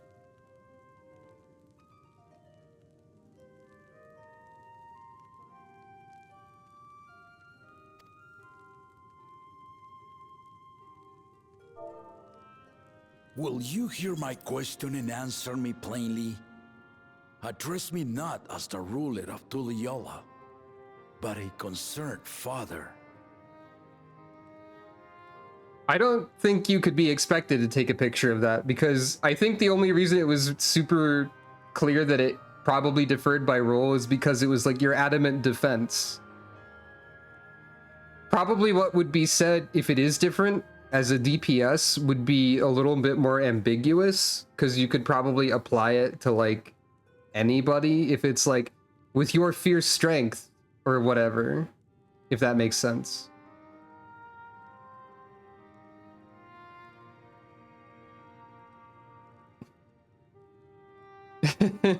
Oh no.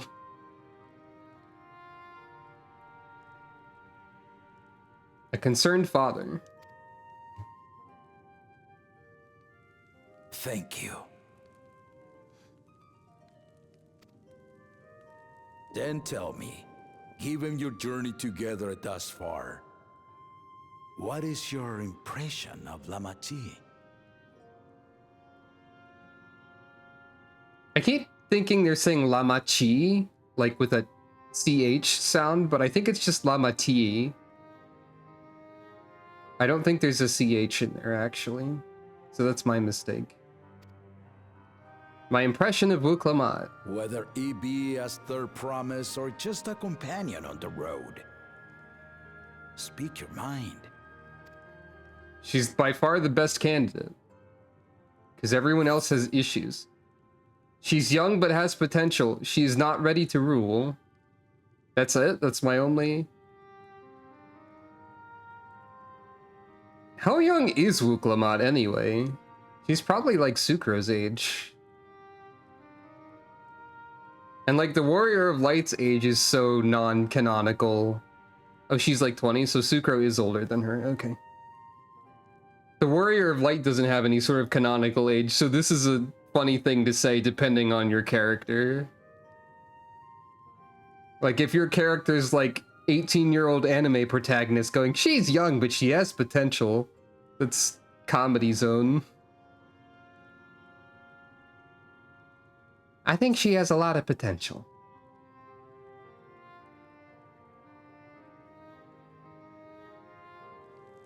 Ha!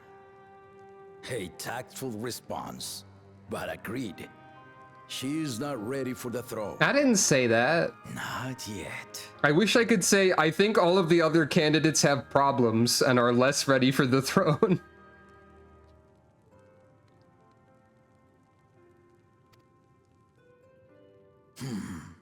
Lama T thinks she understands our many peoples, their histories, their cultures, their beliefs. But she knows only what she's seen in the capital. No, she's been learning a lot, actually. Yeah. I feel like there weren't enough choices there to cover what I actually would say at this time. Because like I said, my main concern is that the rest of the candidates are far worse candidates than she is. She's got the qualities that are most important in a leader compared to them. But like you also don't get a chance to say how fast she's learning, really.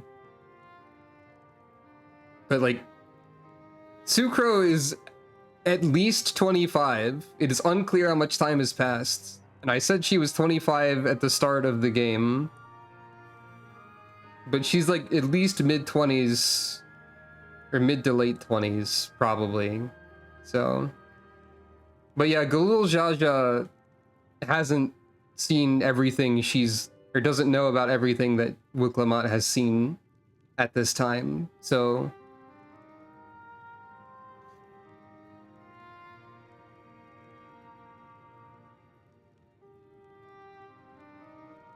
yeah, like I'm no expert on what it takes, on what you need to rule a country, but I do think she is by far the best of the candidates that we've seen.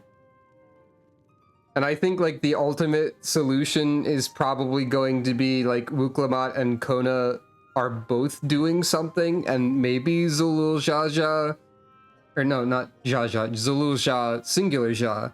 Maybe he learns a lesson and also is helpful, and they work together, and then Bakul Jaja gets thrown in a dumpster. I think that's the ultimate good ending solution. Like Kona is science team, and so on. Because I think if this ends with the conclusion that there is one person who gets to rule and the others aren't even like advisors or anything, that's gonna be a little bit But like Wuklamat is by far the best candidate for leadership at the moment, in my opinion. And it's not only her who concerns me. Even this early in the contest. Okay, maybe we are you addressing must the have other people. realized. As potential rulers, all four claimants are lacking. Okay, I spoke like 1 or 2 text boxes too soon again. Not even as a joke this time. I just keep doing this. This is why I elected to hold the right of succession. Not to choose a fitting candidate, but to cultivate one.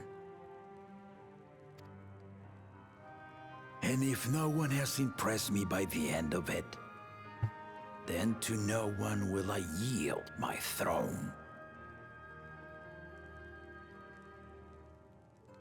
One of your many talents could easily dispatch the threats in her way as a DPS.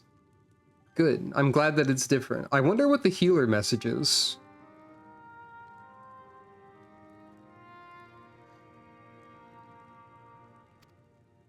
Or if there's different ones for other DPS. But yes, this is good. As a parent, I pray that my children rise to the occasion.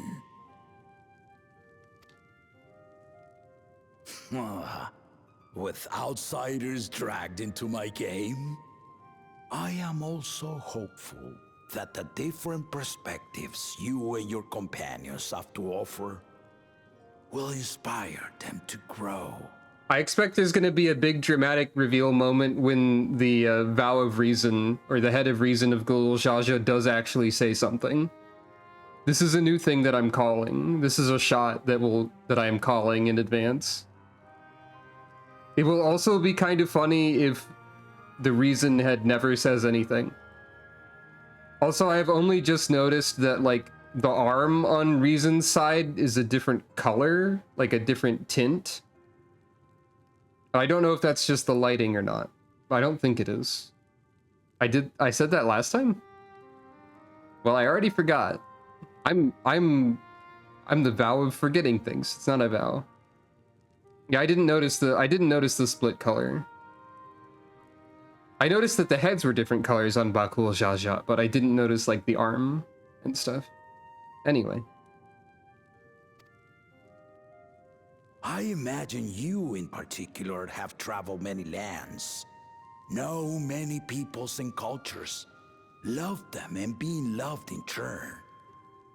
Everyone loves Sucro. It's true. Guide Lamachi as you think best. Walk at her side and, when needed, push her to walk ahead. Smile and nod. I knew it. Don't tell Wook Lamont. By the way, Wook Lamont had something to... I expected this to happen too, honestly, because she's like, I have business at the palace.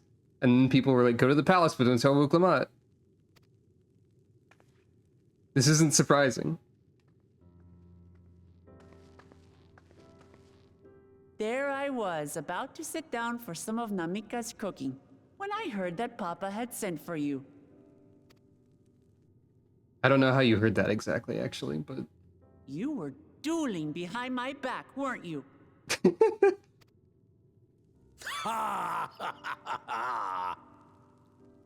I see there is no point in denying it. He does this all the time. Probably. You needn't worry, daughter. I took care not to inflict lasting injuries. One with your healing touch could sustain her as she faces off against any foe to a healer. Good.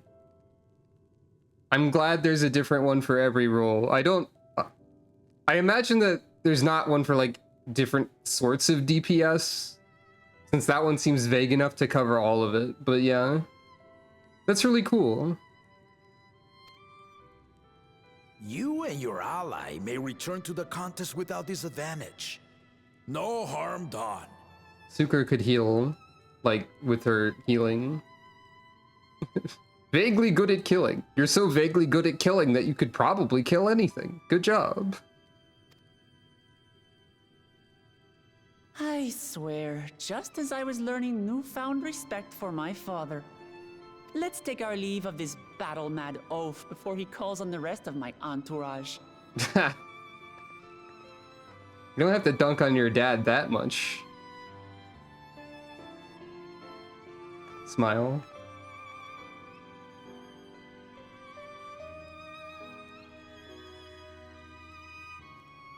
Watch over her, champion.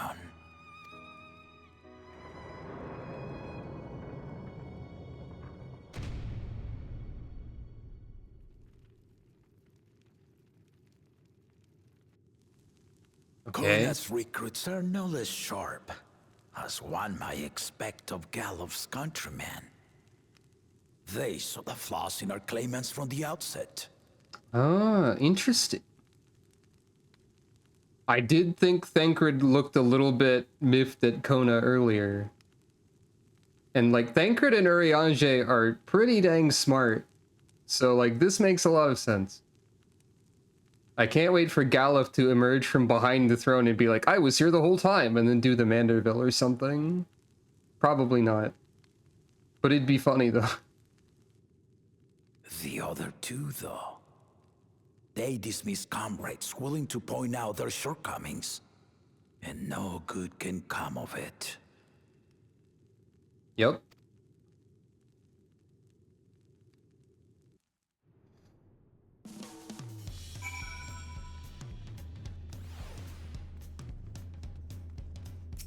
I want to know if I can go back and talk to him again.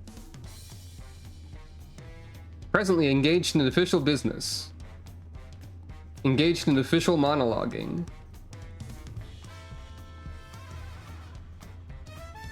Oh, you have like plaid pants. I thought you had extremely shiny golden pants on, random person, but no. Official first aid. If he had his way, Papa would keep dueling until the day he dies. Even now, I know of only 3 people who didn't need to be carried away after their bouts. Zoral Shah, your lance-wielding friend Istinian, and yourself. You really do live up to your fearsome reputation. I'm curious though, did Papa want anything else of you? Just a small favor. I'm not allowed to tell you, apparently. I think Sucro would be honest, despite... I think Sucro would just be like, he wanted me to help more. Well, if that's all it was. Also, I think I was losing the Wuklamat voice more, like I was less accurate, and now that I've heard her speak again, I'm slightly more accurate. Of course, I'm not gonna be like perfectly accurate to any voice, but I'm doing my best. Anyway, shoes. Oh, yep.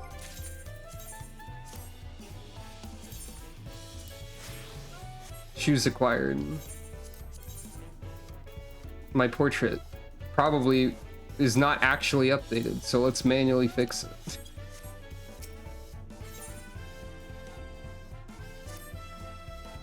I still haven't had one bite of Namika's food thanks to Papa's nonsense. So I'm going back to finish my plate before I head out. I've otherwise asked everyone to meet at the forward cabins. Come and join us after you've had a moment to recover, eh? Damn it, Papa.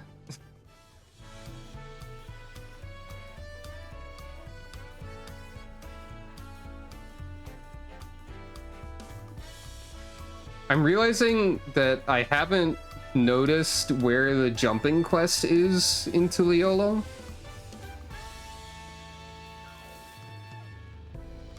I do not know where it is.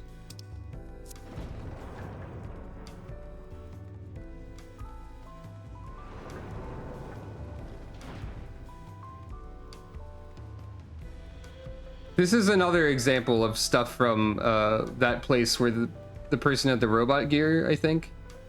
This cat in the foreground.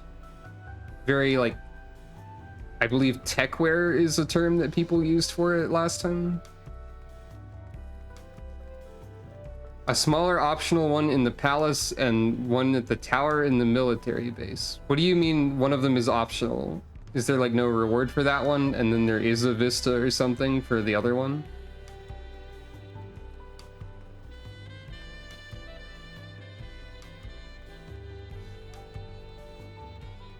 There's no viewpoint in the palace. Got it.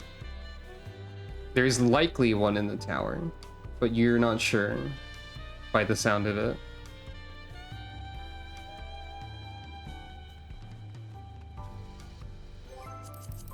I don't know where I'm going. I ran directly past an Aetheryte. I'm gonna try the jumping quest suddenly, and you can't stop me. You could stop me if you wanted, actually. You could be like, no, don't do it, no. I'd be like, okay, maybe I won't then. North? Oh wait. See, I was just going for an aetheryte, honestly. I was not going to the military quarter right this second. I was just sort of wandering because I went directly past an aetheryte and I was like, I need to get to an aetheryte so I can teleport to the military quarter. Wherever that is.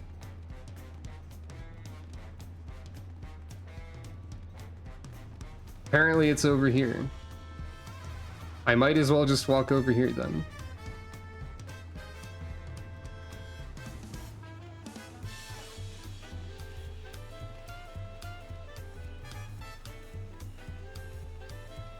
Of course, I don't know where it is here, I guess. Or if I have true access to this at this time.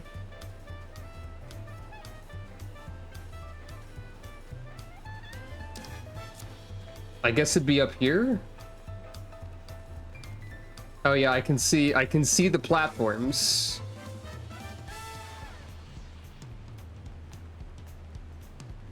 For the platforms. By the way, this spear is the spear from the level 91 dungeon. I know this because I picked one up while doing that dungeon a couple times.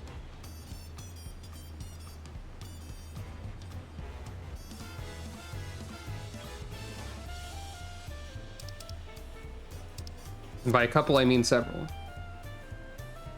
The axe Fuklamat has is slightly unique compared to that one. I think we got the axe, like, incidentally.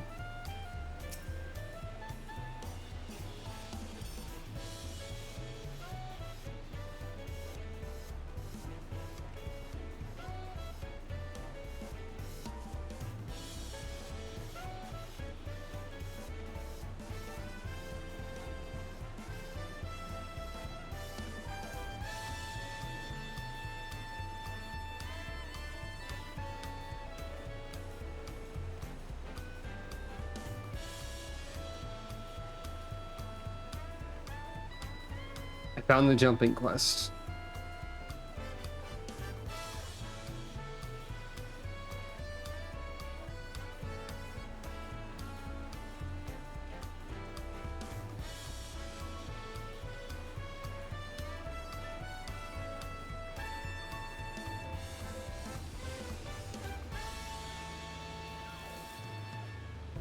Multiple paths, maybe. Oops.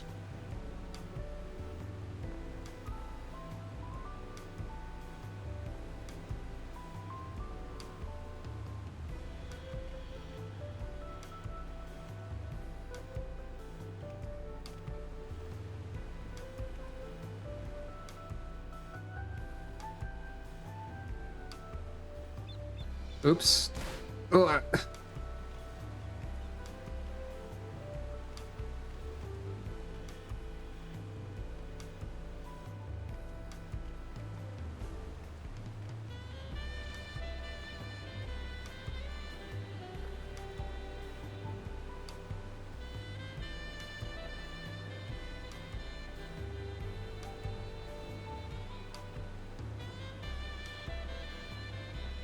There is some degree of like acceleration in a way.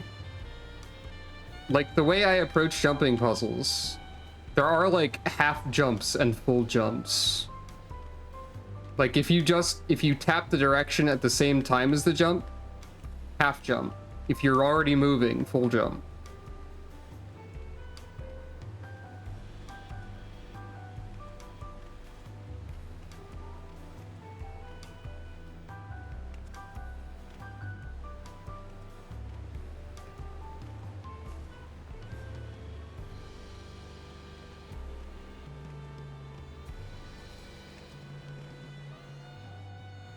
The camera is the real killer here, I think.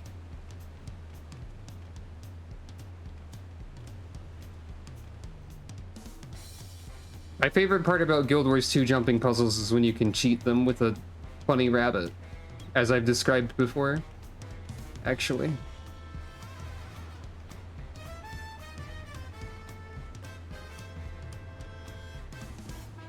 Dog? Dog.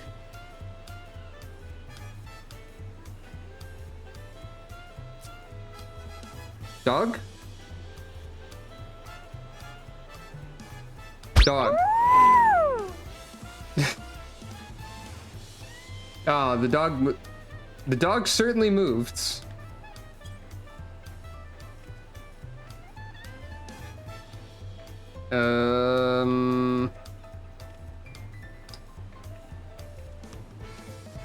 Right.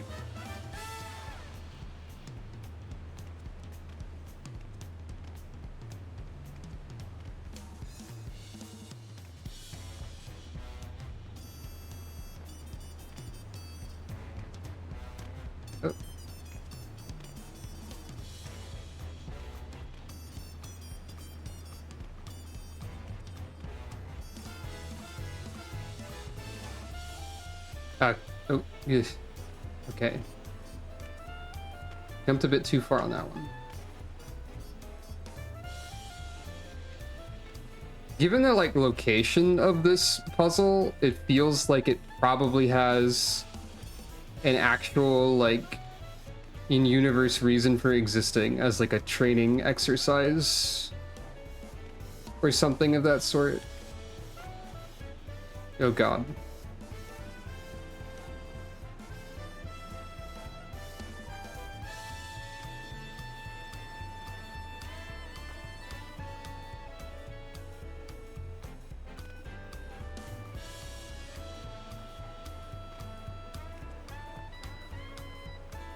Well,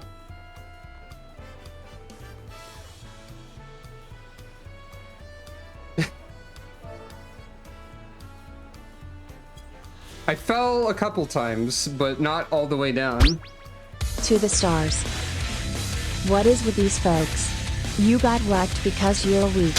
Bragging of bad luck. Destroy! I keep forgetting about the phrase, you got whacked because you're weak, and I don't even remember where it's from exactly. Meaning Heartfire in the Hanu tongue, this lighthouse also once served as a watchtower for threats approaching from Jacques Tarol. These days, its only role is to warn coastal vessels away from the thundering waterfalls. Sucro, do it. Sucro, climb. This is a really nice view as well. Like, dang.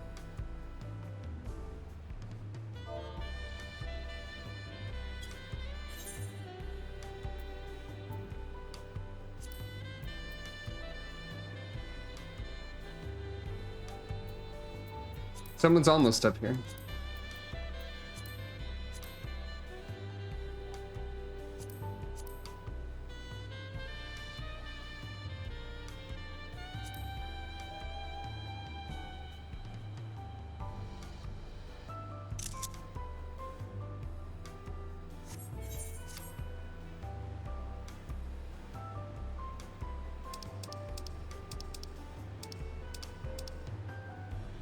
I took 27,329 fall damage at one point, according to the battle log.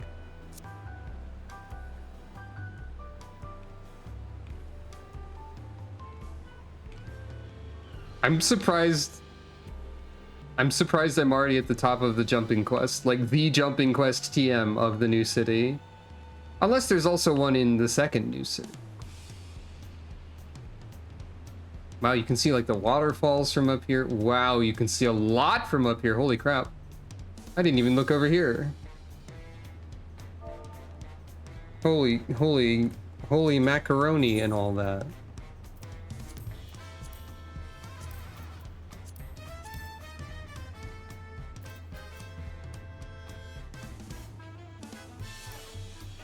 But where's the Square Enix reef? There's like a pier over there. There's a bunch of small islands and stuff. I can't believe this is a preview of Island Sanctuary 2. God, that's a heck of a... And you can see, like, a lot of the bridge. This... They made a tower that's 4 vistas. How did they do this?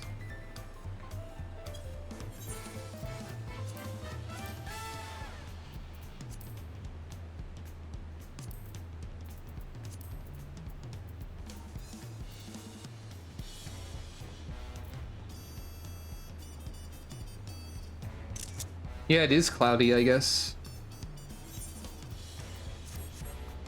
They made some dang good environments. Hey, wait. Can I... Is there... No, you can't go inside the tower. That would be silly. Of course not.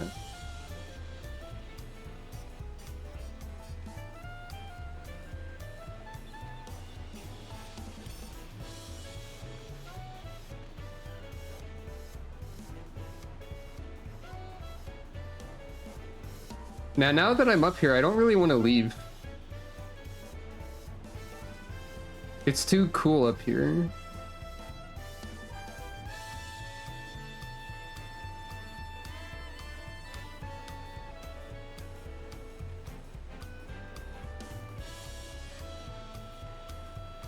Just to be contrary, what if I did the jumping puzzle backwards instead of teleporting?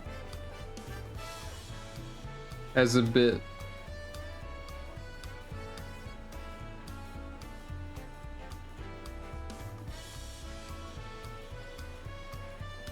Okay, I fell.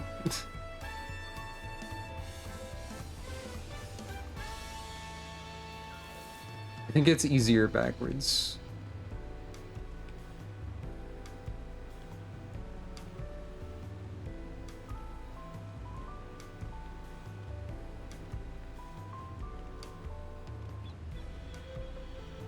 They should make a jumping puzzle like this in this game. They should have a descending puzzle. Like a From Software would. Seeing the dog rapidly descend is something.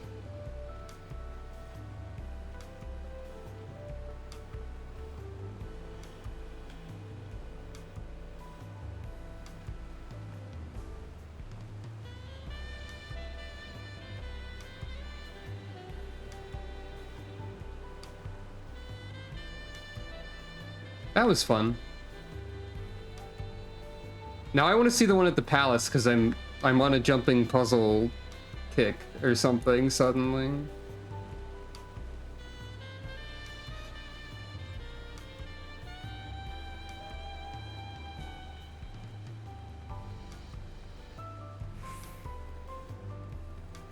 Sucro, jump.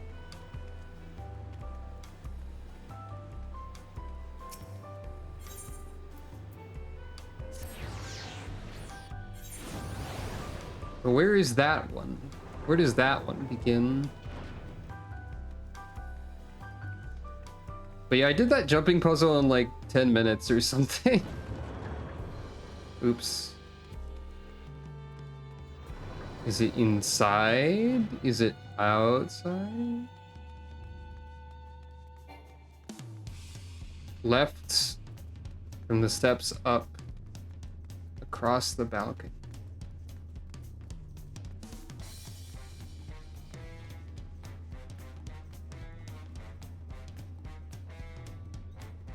Like, what? I'm not sure what you mean by that, to be honest.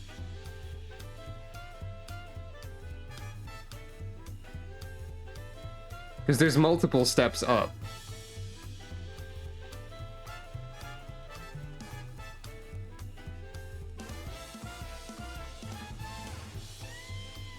The outside balcony. Like over here.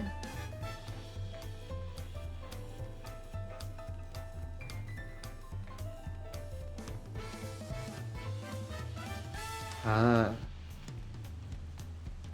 Ah. Let's see.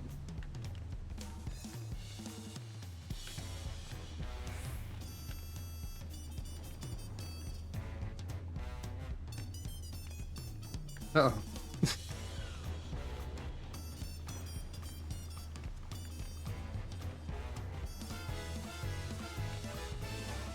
Uh-oh. Ow. Cool Jaja's funny wall spikes that he installed specifically so that people would do a jumping puzzle.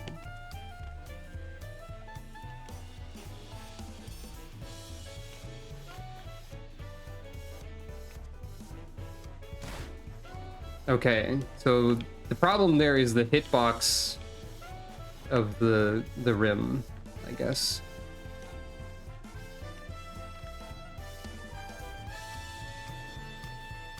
So I need to... Nope.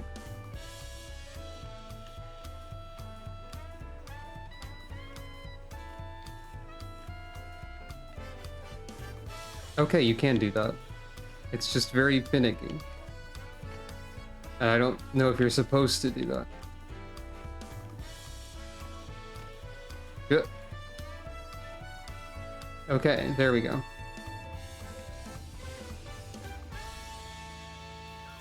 Oh. What?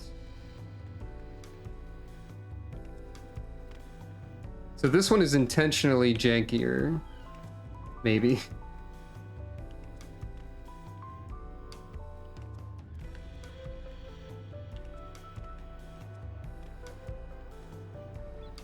Well, we're up here now. But there's more.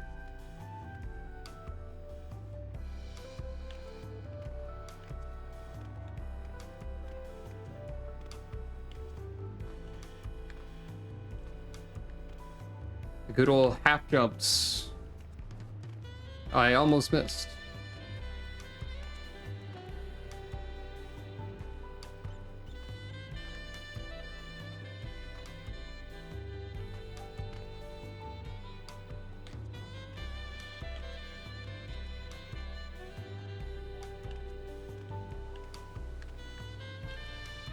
Ooh. Secret garden.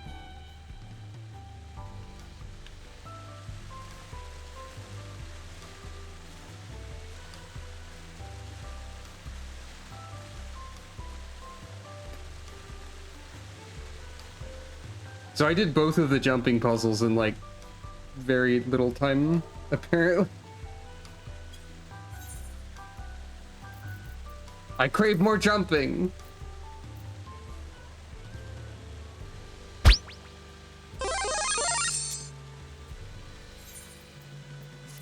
Apparently. But are you sure there's no more? Because it looks like they would totally... This looks like there'd be a secret way to continue further. So...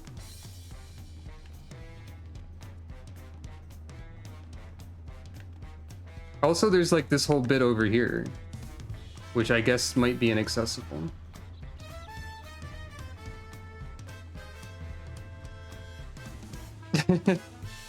Calico is allowed to be a little silly if she wants, I think. Yeah, like that's Royal Menagerie stuff over there for sure. I was thinking something like that, I think. Is this... There's really nothing? Hmm.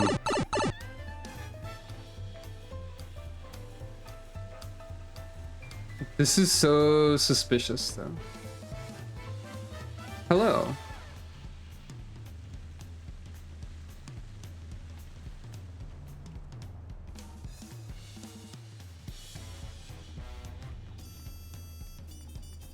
It'd be really funny if there was like an invisible platform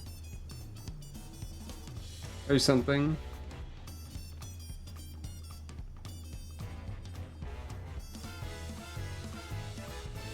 Well, that's neat.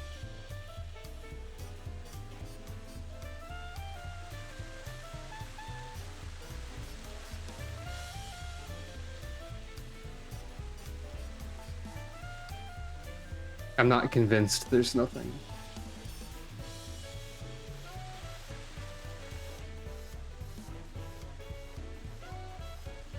somehow.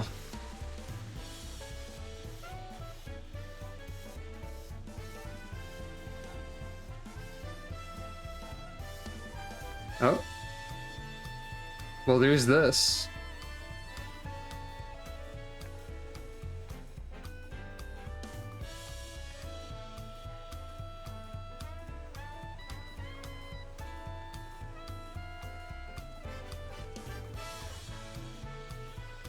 I think this is just true of all of the pillar. Yes. This is true of Sucro, I think.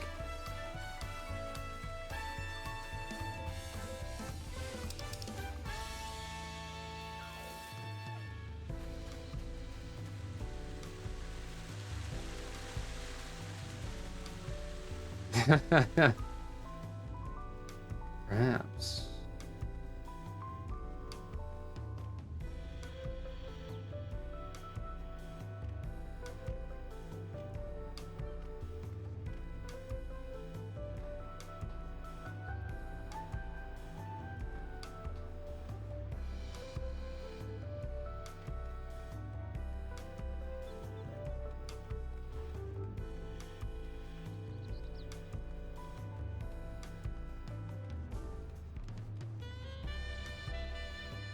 Whoops, whoops, whoops.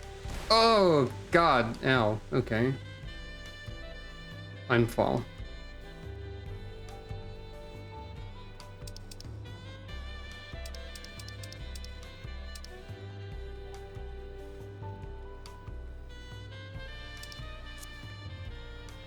Well, anyway.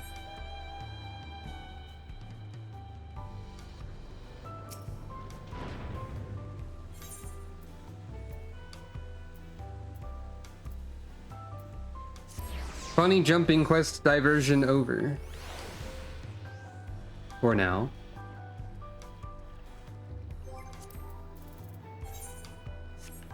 But wait, my retainers.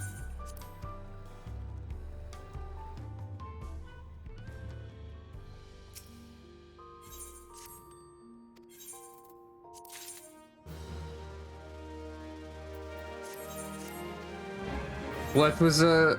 How did you go to Elpis? Whatever. That's normal for a Blethwizza.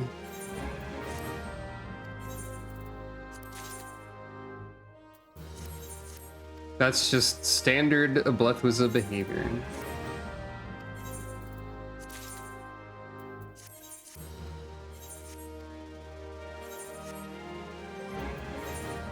This chandelier in my inventory is from one of them giving it to me earlier, for the record. As is this red brick counter. Wrenched.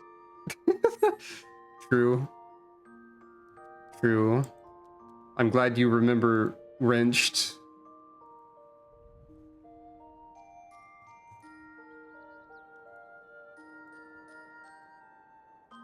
Thank you for remembering. Wrenched.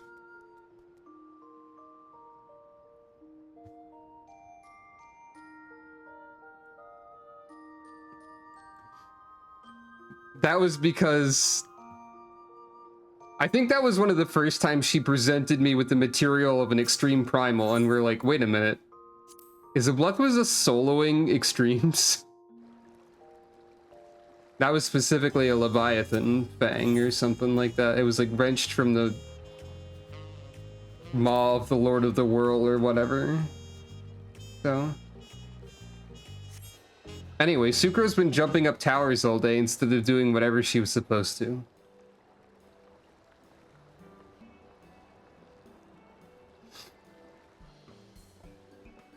What's up, everyone?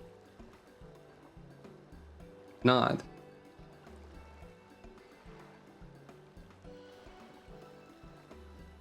Sorry to keep everyone waiting. Is that it? You're all set to go? I left Eorzea prepared to travel in search of work, so I had few belongings to begin with. Bidding farewell to my fellow artisans took rather a lot of time, however. Again, I appreciate you making this commitment, Fontaine. Nod. Shall we depart for Earthenshire, then? A word before you go. Gasp. What are you doing here?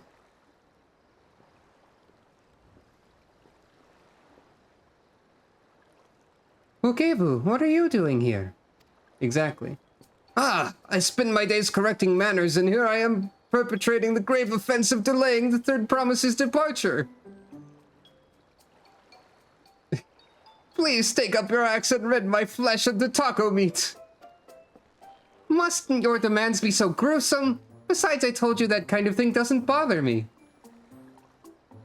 Alright then, I won't let it bother me either. He's still like this. What was that all about? I've come to the city to purchase supplies when I spotted your entourage getting ready to leave. You seek the City of Gold, if I'm not mistaken? Gasp. That's right. It's the final step of the rite of succession. If you know anything about the subject, I'd love to hear it. Nod. And allow me to be of service. As you know, legends of the Golden City have been passed down in Tyrol for 1,000 years.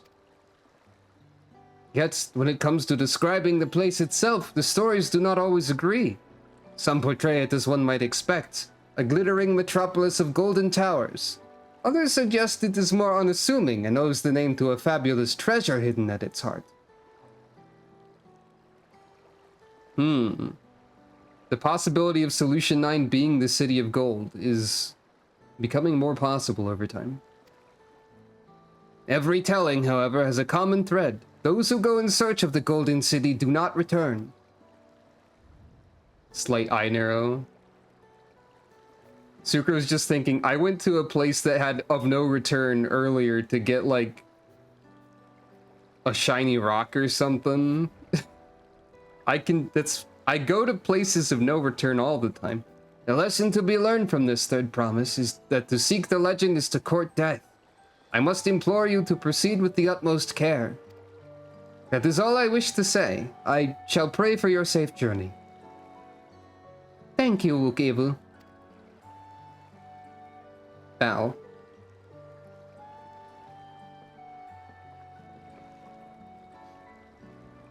What are we to make of these cautionary tales? If every expedition has ended in tragedy, then how did the Dawn Servant find the city and return without incident? A place of no arrival. Yeah, that's a good point. It seems the legend originated with the Yakui. Speaking with them remains our strongest lead, I feel. A lead we shall follow in time. But first, let us see Fontaine safely into the Moblin's care. Group nod.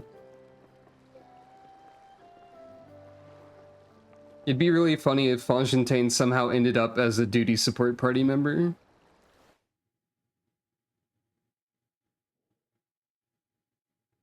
Meanwhile, yep, in Kozamauka.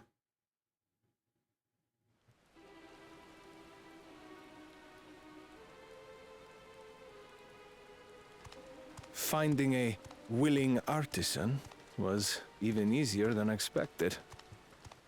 Oh, did you find someone who loves war? To curry favor with the Resilient Sun, especially if it means sharing the promise of new territories.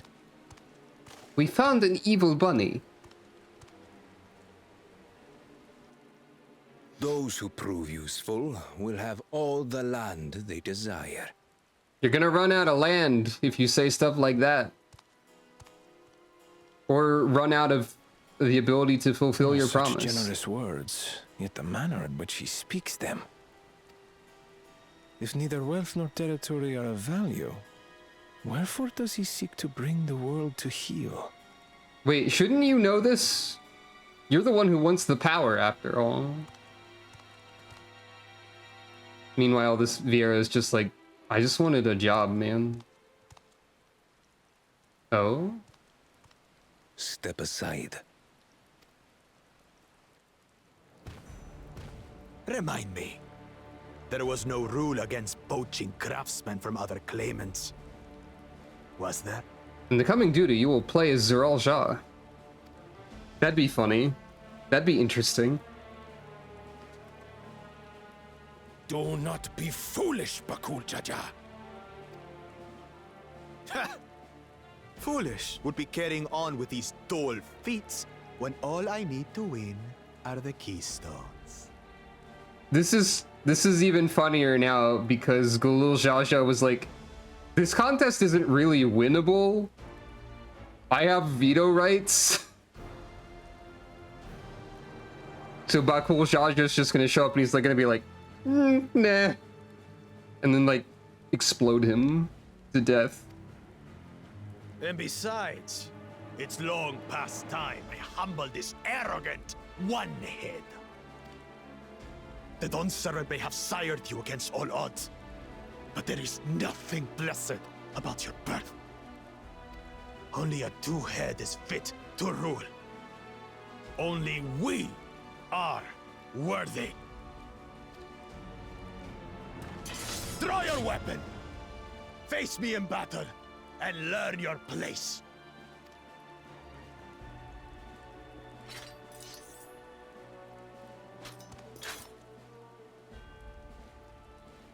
A moment, first promise. Leave him alive, if you would. I foresee a use for this nuisance. Ominous thing to say. Oh, it'll be really funny if Bakul Jaja just freaking dies here. First move. No, he's waiting for the parry window. He's just going to parry you and riposte you into heck. Then allow me. Parry window. Close enough.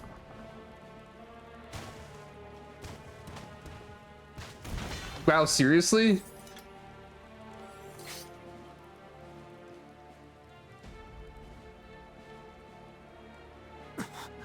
But he's just a runt. You say knockout, and I'm just like, what was the one?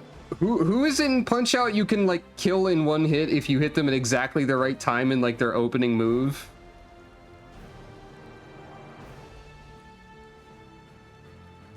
Glass Joe?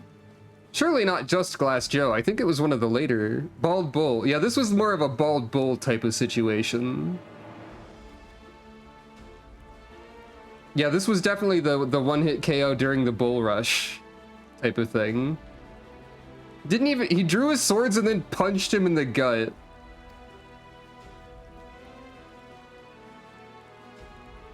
They're just baffled by this. My thanks for your restraint. I can kill him whenever I please. That is true. Gulul Jaja did lose to Zoralja. Or, like, not win against Zoralja. That's true, too.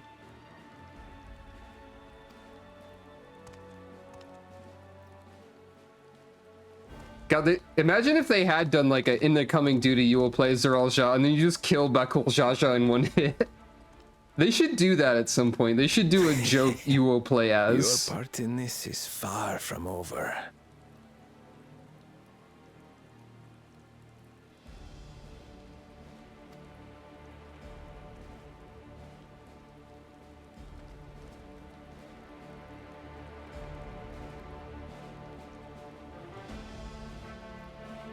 And like, yeah, we had been told that Zoralja was very powerful, but we didn't know like how powerful Bakul Jaja actually was.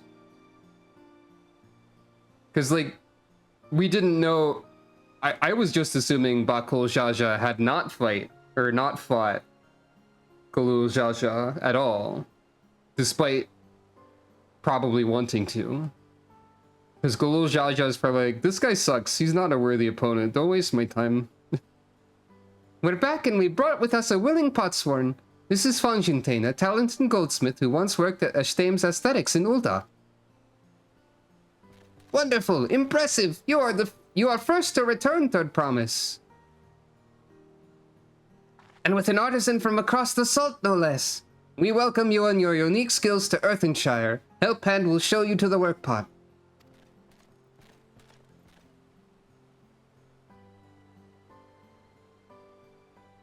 This is it then. I look forward to hearing you proclaimed Dawn Servant. And yeah, Bakul hasn't fought Gulul, but Zoral has. So like what I was saying is basically we didn't know anything about how strong Bakul Jaja actually was, except for the part where he like blocks Wuklamat, I guess. It's like the only thing we've seen him do other than get punched and killed in one hit. Or KO'd in one hit. Thank you, Fontaine. I'll be sure not to disappoint you. Nod. Nod.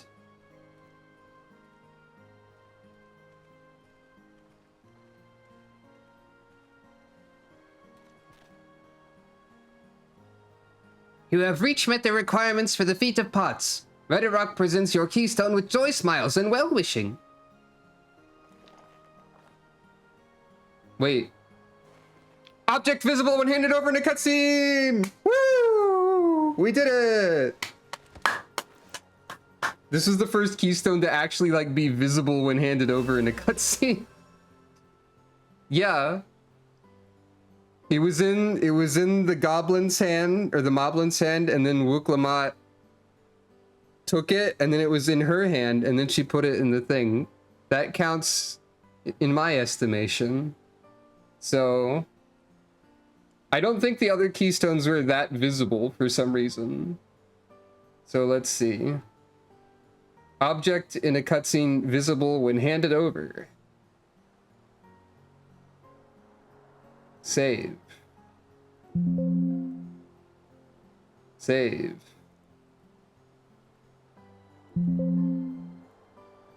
Man, I really, like, placed that check mark off center, but that's fine.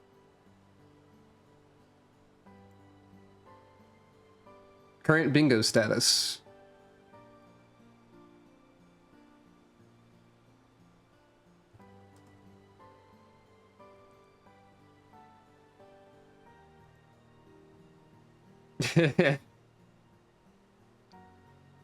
Video game makes me cry is basically a free space, so yeah.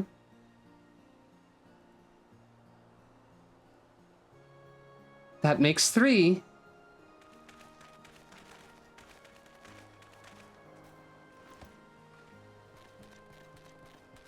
More Potsworn candidates. Come, tell Reddit Rock your tales. Nod.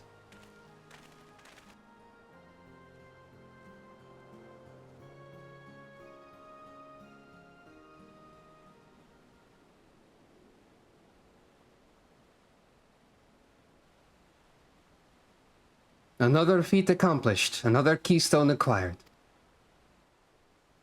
Nod, nod. Oh, you are doing well. I expected nothing less of Zoralja's esteemed siblings. Your cleverness in particular is most admirable, Second Promise.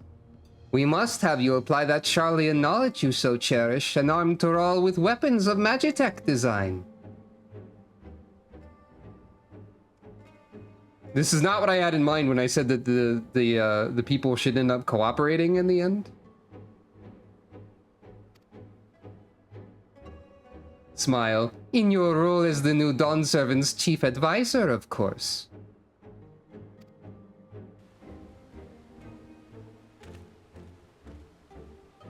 The tools of war hold no interest for me. I wish only to improve our nation through practical innovations. Foreign powers will think twice about testing our strength once Tuliolo is known for its advanced technology. Just as the Garlean Empire was deterred from invading Charlian.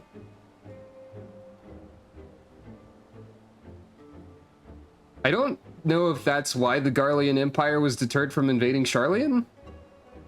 Do we know why the Garlean Empire didn't invade Charlian? Is it just because Charlian was like, we're neutral, we're neutral, we're neutral.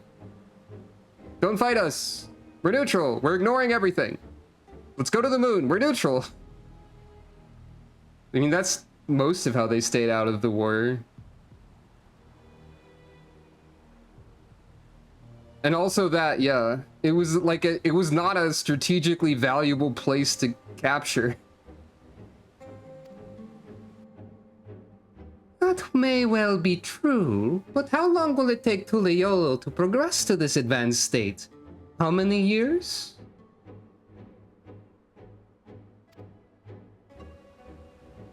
With a collective commitment to education and hard work, it should not take so very...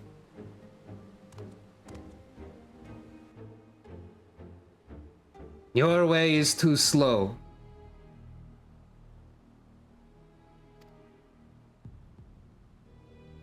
Easier to expand our territory and swallow Charlian whole. Zoralja is not reading the chat about why Charlian is not worth taking over.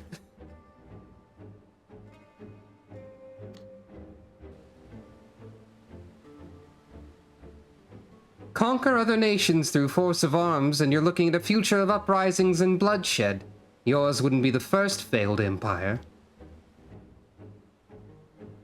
Then we keep fighting until the mounting costs convince them to lay down their weapons, until all have grown tired of loss.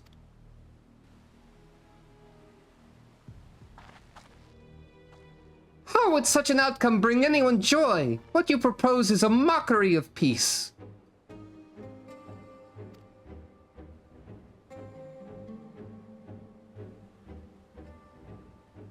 Edirock is reminded of days long ago. In the time before Tuliolo, there were no pot packs for the Potsworn. It was normal to grab snatch artisans and force them to work for mobbies. Until the day Gulul Jaja arrived. The families of the grab snatched pleaded with him, and so he came to Earthenshire.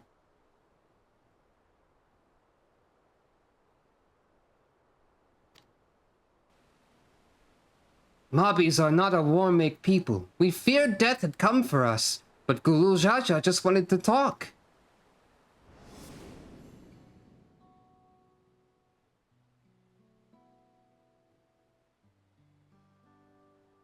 Okay, so the Vow of Reason does have lines, but not voice yet. Be at ease. We are here to trade words, not blows. So I have no idea what the voice sounds like.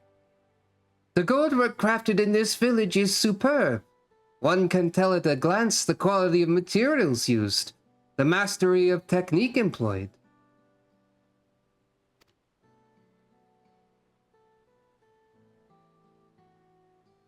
Is there gonna be a reveal that the Rugadin to the right is Galuf Baldessian at some point or something? Suddenly, they're gonna be like, by the way, that was Galuf the whole time. Don't worry about it. Yet it does not stir the heart. We know Galuf's race? Oh, that might be Kettenram? Yeah, that probably is Kettenram, actually. Kettenram, known for being the only person ever to wear blue in the entire universe. Don't look at Sucro's current outfit.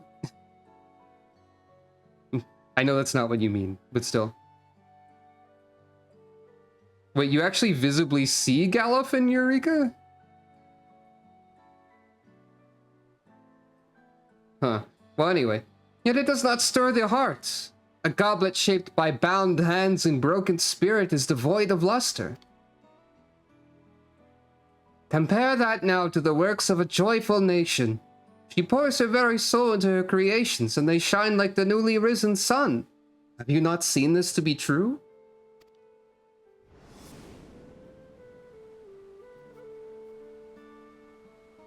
And so began the custom of good living. Happy Potsworn make good works, and good works make mobbies happy. Gulul Jaja's words were wise. Joy smiles did indeed bring fine craft and much jingly shine. So the head of reason was behind the forging of Pot Pact. Yes, reason and clever thing changed mobbies' way of life. I only like war. Goodbye. Time for me to be a jerk over here instead. The first promise tires of your talk of olden days. He would rather look to the future and the next feat. And also the war that he's going to do. evil grin, I guess. Questioning head tilt.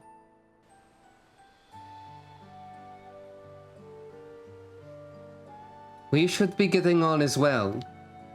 Nod, nod.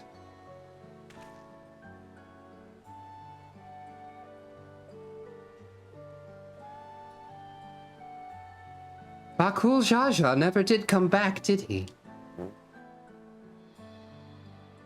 Do you have a moment, Third Promise? Makarok would repay you for hand helping with Kahe. He brings a tale of the Golden City. Gasp. Really? I'd love to hear it. Nod. Yeah.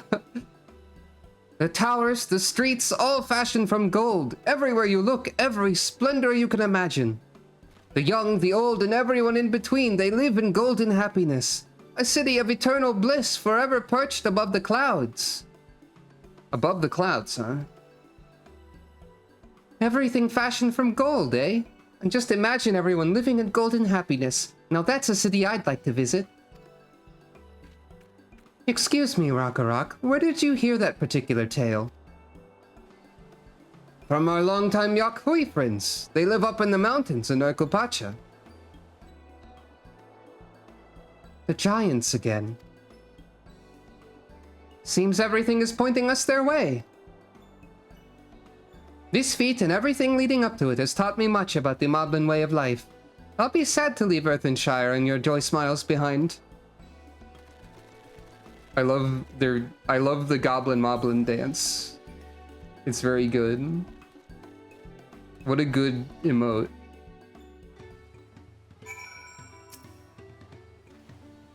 It unsettles me that Zoral Jah is even a claimant in the first place. Surely his father cannot condone his violent ambitions.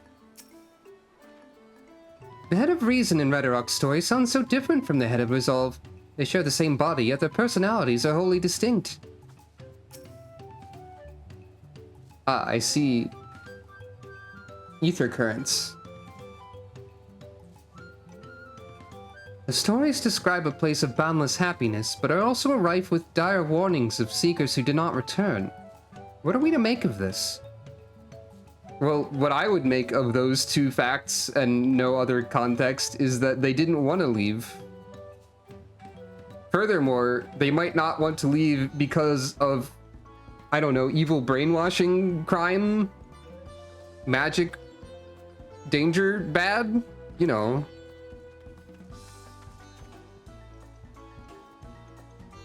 Something could be suspicious about this.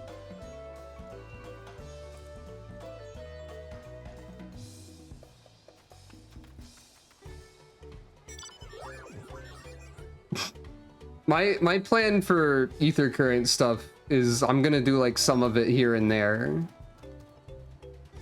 Just like I did some of it at the start of the stream. I'm just gonna be kind of all over the place. All that glitters is not city. Maybe. These tales raise many questions. Let us hope the giants have answers. Right, we should go and see the giants next. Agreed. Golden mysteries notwithstanding, their village is featured prominently in the saga and is not to be ignored. The Erkupacha Highlands should be easy enough to reach from here. If we leave Earthenshire from the west, there's a road which leads up into the mountains. Let's find that first.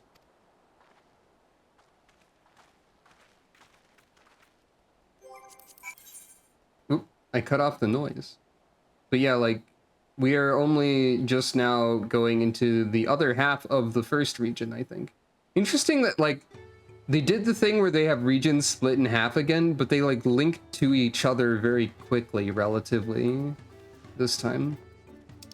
But yeah, the way I'm planning to do stuff is basically just arbitrarily.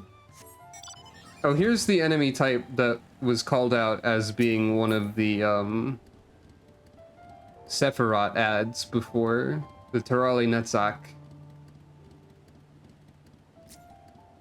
That was a while ago, but that was mentioned. I'm not sure, honestly.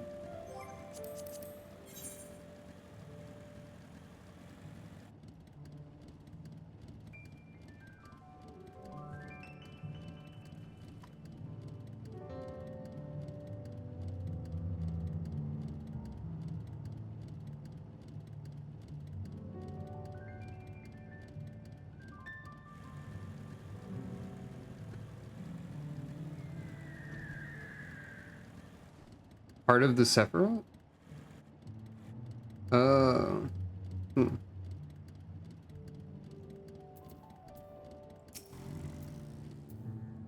Where to meet with the Yakui at last? This road will take us through the mountains to the Urkapacha Highlands. An exhausting route, perhaps, but a straightforward one. One day we're sailing up rivers, and the next we're hiking up mountains. The Highlands are where the Lay of Proof took place, that being Gulal Jaja's encounter with the Yakui. But 'tis also the stage for the Lay of Ice, where heroes fought the monstrous Valagar Manda. I'm most curious to know what the Rite will demand of us there. Well, I think I know the level of the first trial, and I think we're almost there, so... We're not gonna get there today, probably. I don't remember how I know this.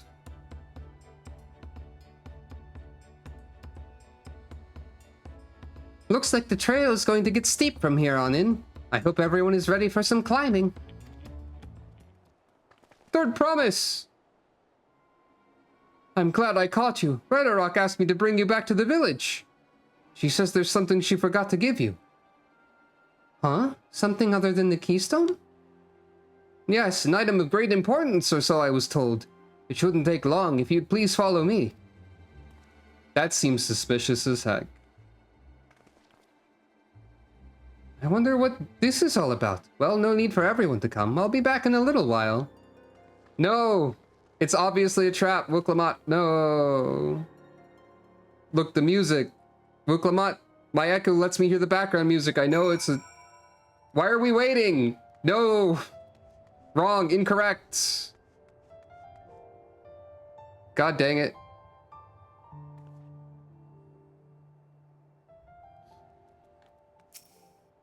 That man seemed familiar somehow, but I just can't place him. I'm eager to continue to the Highlands and meet a Yakui face to face. We've heard much about them, but I'm not same thing. Knowing Wuklamat, she was probably eating sweets behind our backs and forgot to pay the shopkeeper or something equally careless. He had rather interesting hair for a Hyur, or should I say, Tonawata. In any case, strange I never noticed him while we were in Earthenshire. Yeah, this is a very... That's like the most suspicious thing that's happened, and I have to wait here. Stupidity is the only option indeed. This is taking quite a while. Just keep waiting for now, I suppose. Why? I'm actively annoyed by this. This is the first part where I'm like, why? Perhaps there are complications. Well, let us wait a little while longer. Why? Why are we doing this? This is actively frustrating.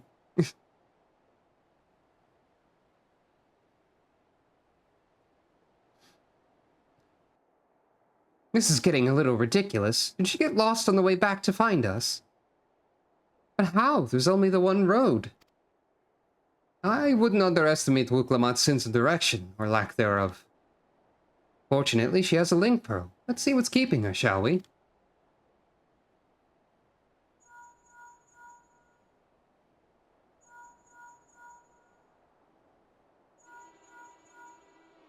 Guys, this was the most suspicious thing in the universe. We were just told to keep an... I was just told to keep an eye on her. She's not responding. Perhaps we should all return to Earthenshire. 'Twas Redderrock who had business with her, yes? Nod. Okay, we found the one bad part of the story, I guess. This is actively dumb.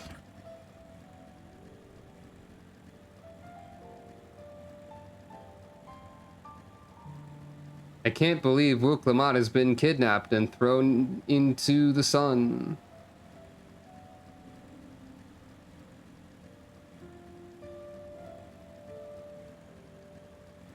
Also, like every other time Wuk-Lamat has sprinted off, we've been like, we should follow her. So this is also like out of character for a lot of people, I think. I thought Wuk-Lamat was just being her usual impulsive self, but now I'm not so certain. She doesn't seem to be here. Oops. Auto-target made me miss dialogue. That's fine. Back again so soon? We've come looking for Wuk-Lamat. Did you not send someone to fetch her? Ragnarok did not. Neither has she seen the third promise since you were last here. Then who was that man that came for her?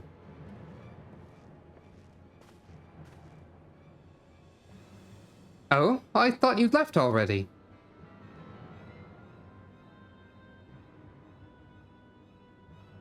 Where is Lamati? Is she not with you? We did something real dumb. Because the plot demanded it. You don't know where she is? How could you let this happen? Because we had to be real dumb for the story. That thou shouldst worry for thy sister is understandable.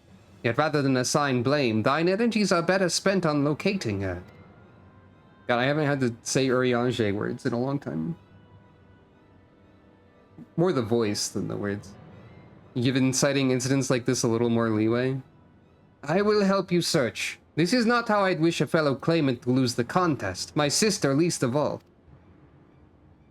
In that case, dividing our forces will allow us to cover more ground. This doesn't count as the Scions stop being divided yet, I don't think. Sucro and I should work together at least, the better to facilitate communication between our two groups. Nod. Also because we are cats. Then the rest of us will split up. Report in should you find anything.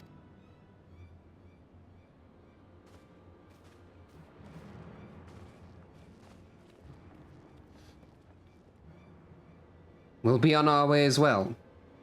Right, keep in touch. Nod. Yeah. Come, we should begin our search. Nod.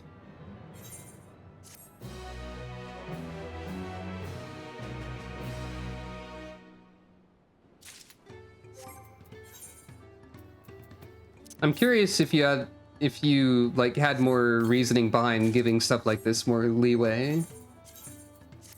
Or unless you mean like in other cases, oops, spoilers. Spoilers for future Sucro glamour, maybe. It's not final yet. But I'm curious if you had more to say about that, actually. This is most worrisome. If Red Rock hears anything, she will let you know.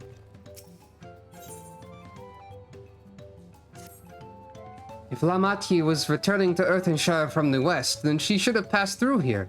Except Redderock swears she didn't see her. In which case, 'tis entirely possible that Lamachi never made it back to the village at all. The anthropic principle? I'm not sure. I don't think I know of that. The only way to be certain is to ask the sentry stationed at the opposite entrance.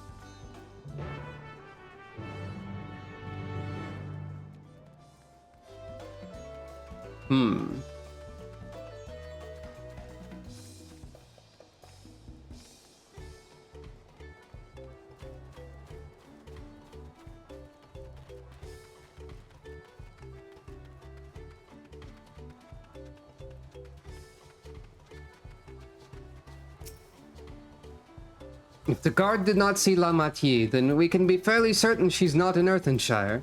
She's not one to pass without notice.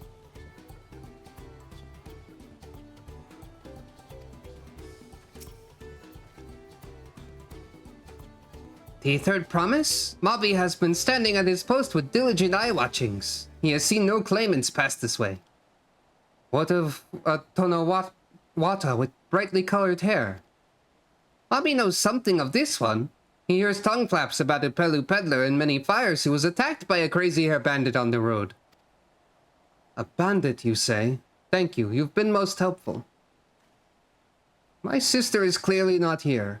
Though I wish it were otherwise, we must consider the possibility that the Tonawalton messenger and the brigand described by the sentry are one and the same, and that Lamachi is in very real danger.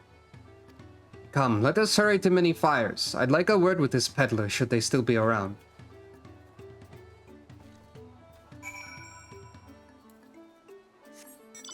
The setup isn't justified by itself, but the things that it leads into.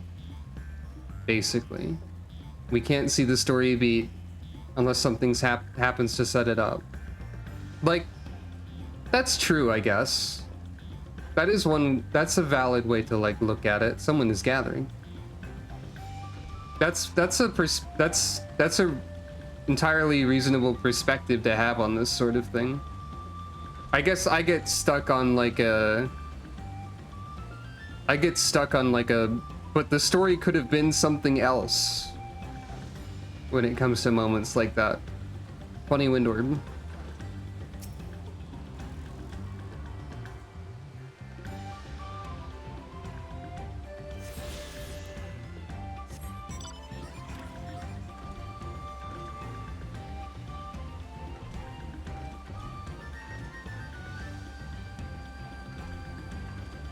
I'm still kind of bothered by Xenos destroying you at the start of Stormblood personally. But I also just really hate Xenos for several reasons. So like when there's something in a story that's like, this is specifically a story beat to establish something or lead to somewhere, my reaction is they could have written the story differently instead of this is justified as a way to lead to what happens next. I just think they could have written it differently instead. But like, I'm sure they had their reasons for writing it the way they did. And like, not everything is gonna be perfect. There's flaws in everything. So, like, I'm not endlessly angry about it forever. And yeah, I think that's probably my issue with the... I've talked about the Xenos thing before, and I think my issues with it are like, one of them is what you said, where it feels kind of arbitrary whether or not he's invincible there. And the other one is that they don't really establish reasons why he's so powerful until way later. I think that's my main problem with that particular plot element. Is like, he does have reasons for being that powerful, but they don't even really like allude to any of them at that point in the story. He just shows up and blows you up right after you like did a whole bunch of world saving and such. Like, Xenos just showing up and blowing you up with no foreshadowing or whatever as a plot element works more if you treat Stormblood as an individual story, and less if you treat it as a follow-up to Realm Reborn and Heavensward.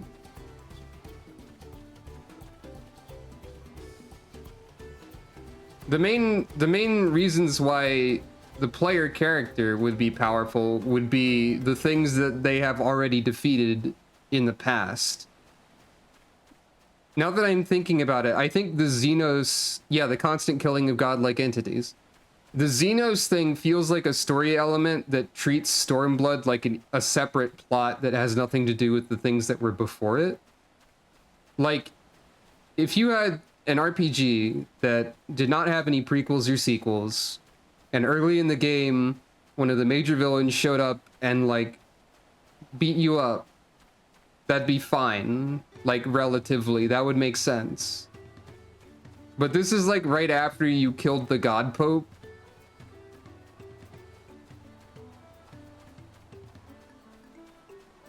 It's not just, like, you've beaten primals. It's like you've beaten the Ultima weapon, you've beaten the Knights of the Round, which is like, yes, primals, but also like not just primals, I guess. I don't know. It just doesn't feel right.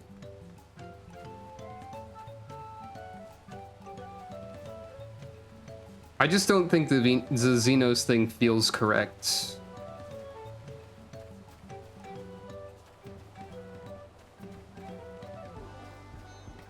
Like, I just think they should have hinted at why he is like he is earlier. And it also doesn't really feel like it makes a lot of sense. A warrior soloing something isn't a measure of its power. It's a measure of warrior's power. But it feels like they didn't really establish why you can suddenly defeat Xenos later. And they also took a really long time to establish like why Xenos is this powerful. And it only like sort of makes sense. And like, it doesn't feel to me like he has a major role in... I just don't like Xenos. We don't need to dwell on this forever. All of my respect for Xenos was lost forever the moment he possessed my very important to me character. So... Here, Sucro. This is the merchant who ran afoul of the bandit.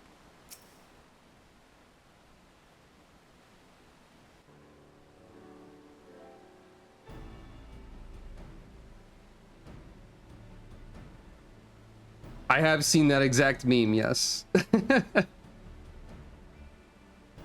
I saw literally that exact meme the other day.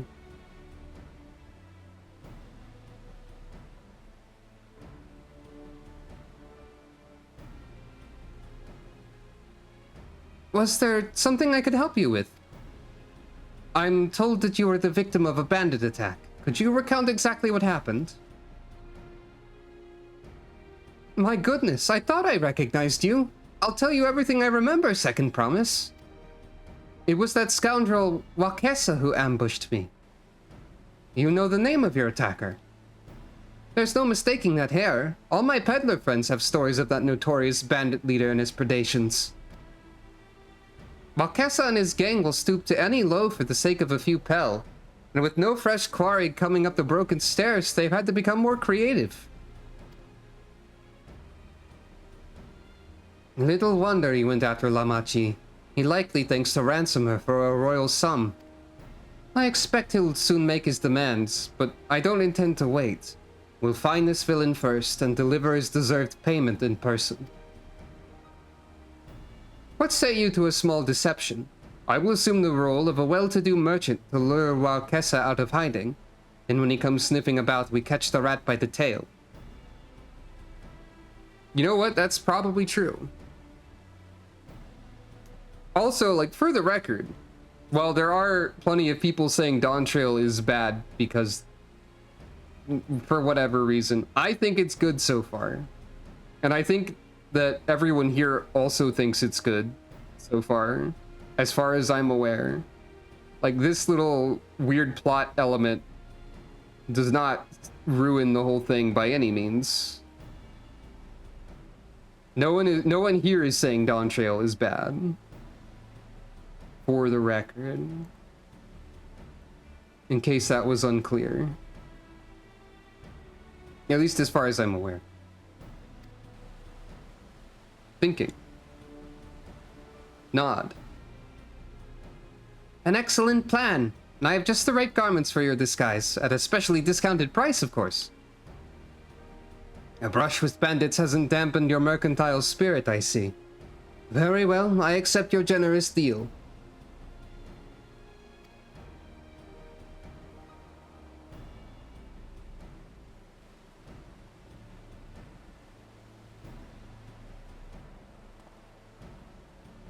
Now we lay the bait.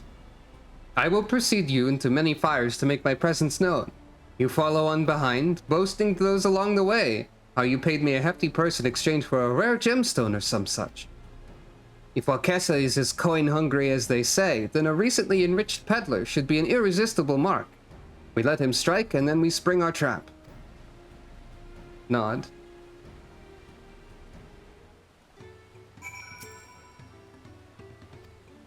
I pray that your scheme is successful. Time to play our parts. Follow Kona's lead and try not to fall behind. Follow me.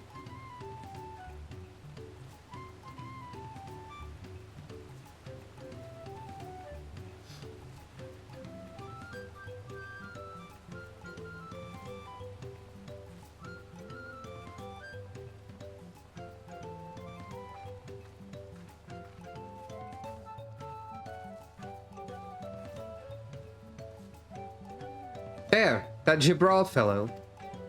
Share with him how happy your imaginary deal with me has made you. Once you put on an appropriate display, we can continue to our next performance.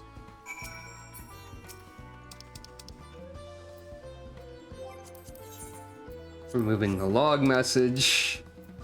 Doing Sucro's weird happy animation. That voice clip is so odd. A rare gemstone from that Hetsaro merchant, you say? I envy the profit he must have made from such a sale.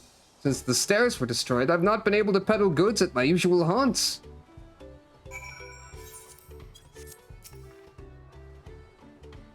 I would advise that peddler to keep an eye out for shady characters. Rumors of good fortune have a way of attracting bandits in these parts.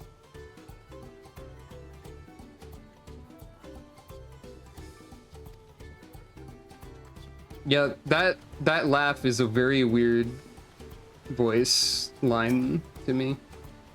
A good start, but I would make certain Wakesa is aware of me. Let's continue.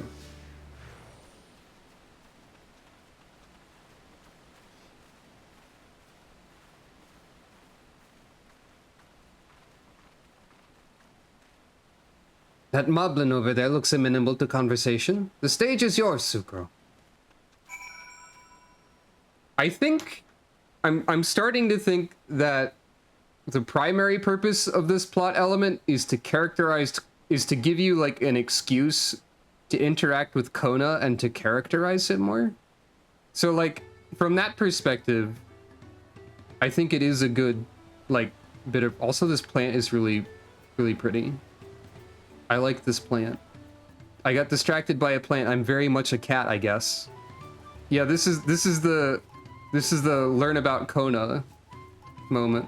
I can't believe I literally got distracted by a cool plant. Like, in the middle of a sentence. I'm also a cat, it turns out. Anyway. What can Mabi do for you? Oh right, I have to do the emote. Yeah, woo! The Hetsaro sold you a sparkle stone for your collection?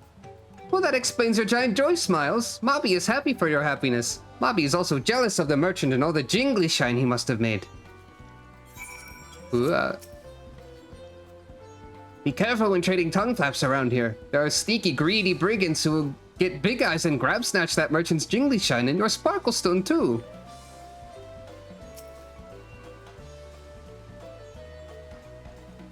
That should be enough, but perhaps one last act to drive it home.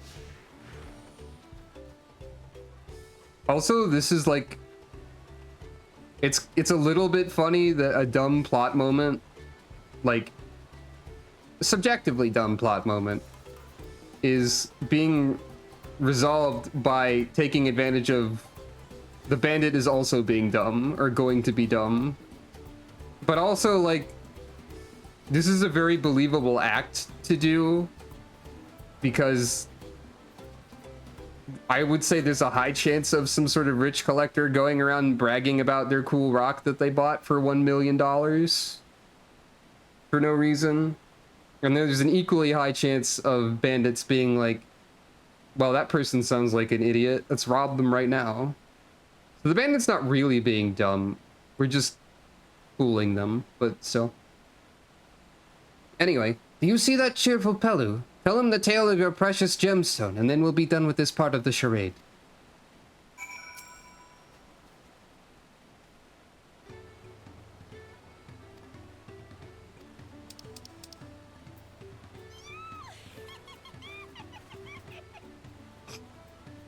A passing peddler of the very gemstone you sought for your collection? That is a stroke of luck.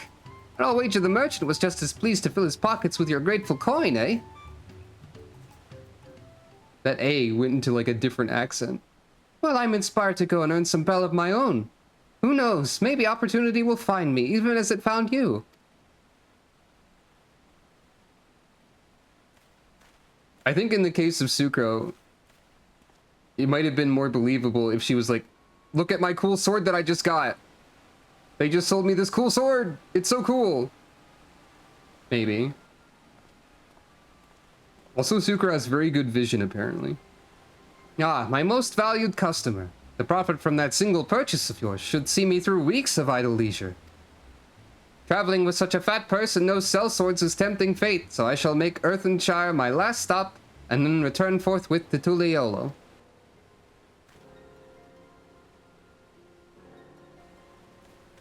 Smirk. God, he's so obvious, though. Did you see? The rat has come for a nibble. Nod.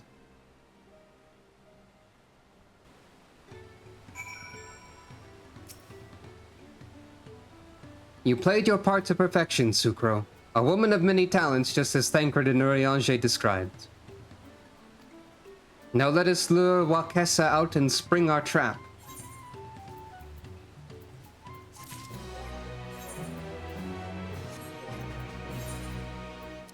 What's the Troyan fending helmet look like? It's a circlet.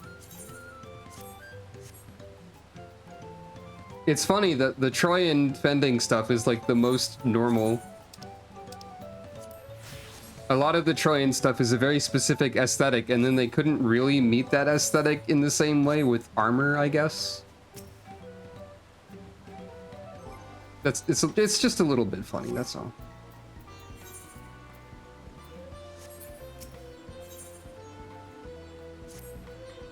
Let us execute the final stage of the plan. I will set out towards Earthenshire alone and unarmed, the better to sell the act of a defenseless merchant. Assuming Wakesa is watching, he will likely wait for some quiet stretch of the road before accosting me. I'll be relying on you to follow closely behind, remaining hidden until the time comes to spring the trap on our bandit king. Just remember, we need him alive. You know, I didn't think about that. Wakesa will tell us what he's done with Lamati. I did not think about ruthenium. Or Ihukanite, actually. I mean, I guess that makes sense, as it's like a mineral of the region.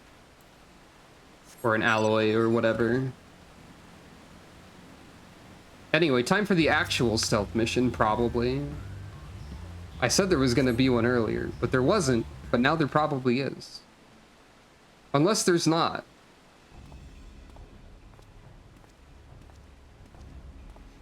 Nod.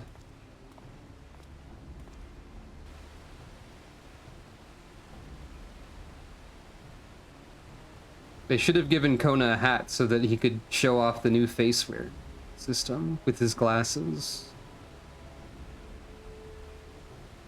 Every time I think there's going to be a stealth segment, they're not doing one, which is funny to me. Sucro has engaged the auto stealth.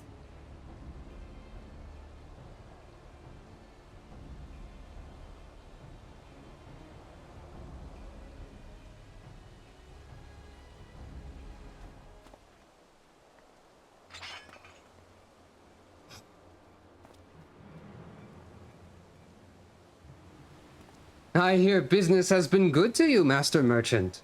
How about you share some of the profits? And by some, I mean every coin you have. I hope he takes out his gun at this time.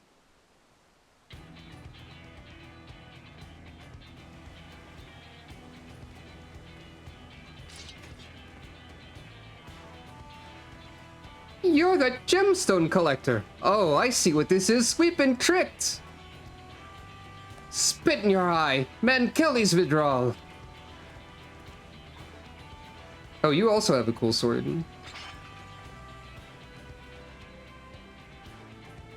Slippery vermin. We'll have to interrogate his underlings instead. If you would be so kind, Sucro, pray leave them capable of speech. Nod.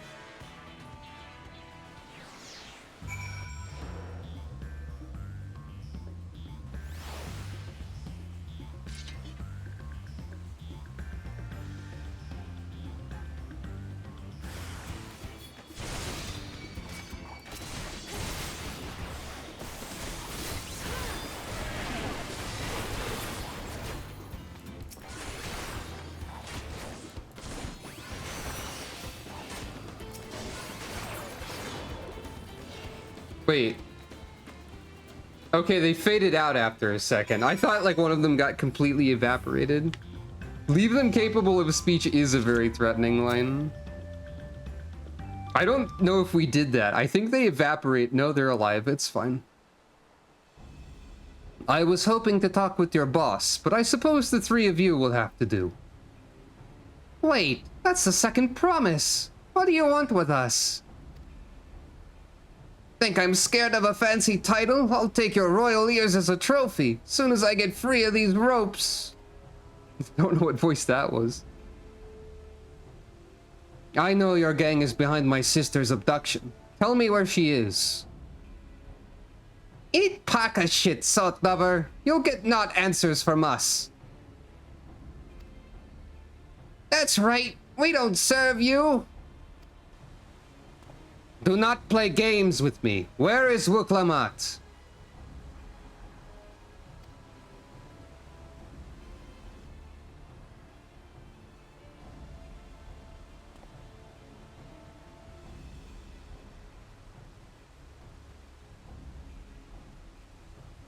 I am fast losing patience. Talk now or die. The choice is yours. We were hired to nab the third promise, that's all. We don't know where they took her. Nod. Hired? By whom? We weren't told that either. Only Walkessa knows. He's the one who took the job. Well, it seems we needed their leader after all. Once I've arranged for the Landsguard to take custody of these criminals, I'll call on Tancred and his tracking skills. But perhaps you could pursue Walkessa in the meantime. The bandit was running in an easterly direction. Should you locate him, I suggest you shadow him rather than force a confrontation. He might lead us to where Lamachi is being held. Nod. Now it's the stealth segment. I'll say it until it's real. Go after Walkessa. I'll watch these miscreants until they can be taken to Landsguard custody.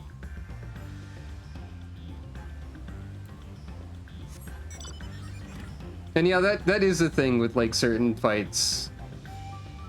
Like, there will be a lot of fights that end before your burst or whatever. In situations like, it's not a stealth segment yet, I'm just looking at things. I don't want it to be a stealth segment, I just keep dreading it.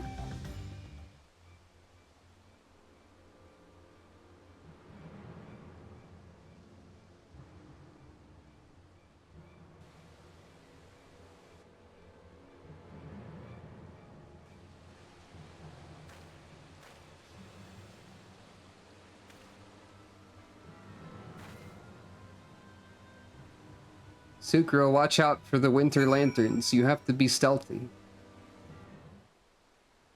Okay, now it is a stealth segment for real. Follow from a distance. The objective will end in failure if you're noticed or fall too far behind. Why is Ardbert the example stealth segment? Was there an Ardbert stealth segment? But yeah, they added indicators to these. You'll be discovered when he turns around. Make use of cover. Also, there's a giant indicator of what's too close. I'm glad for these indicators, because the stealth segments were a little bit wonky. Would you believe? You would believe, probably. There were people who reacted to this by saying, I can't believe they're making the game easy. Like there are for everything. They were saying like they finally mixed up the gameplay a little bit and now they're nerfing it for the casuals. Because people are like this and I wish they would just not.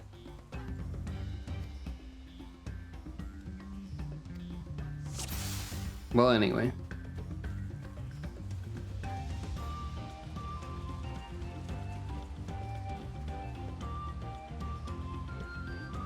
It's not as... Can't believe I didn't see it. I knew that woman looked familiar. The job's more trouble than it's worth. It's not really, like, as blatantly obvious as it looks.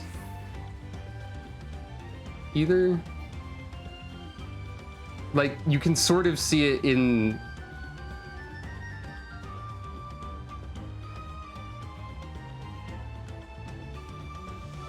They did usually have dialogue bubbles when they stopped to turn around, but... At the same time, I do appreciate the indicators and such.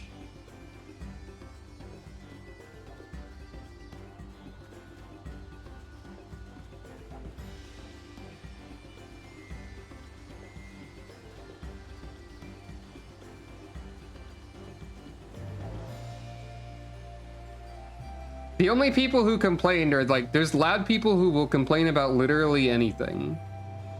I'm sure most people appreciate this change.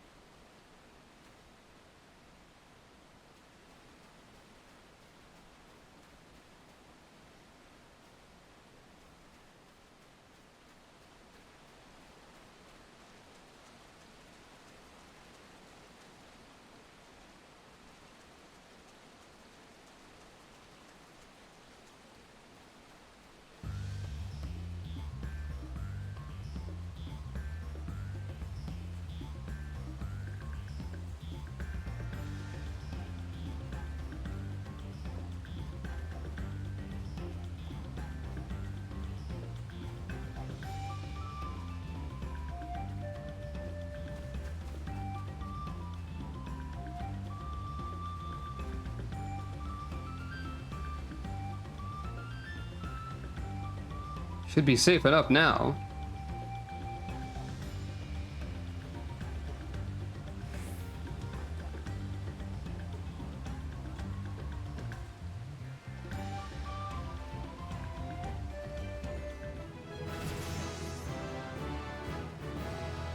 Cool level up.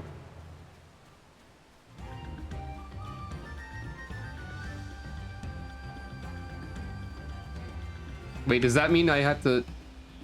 Oh. So, the indicator around them, previously not visible, began to flash.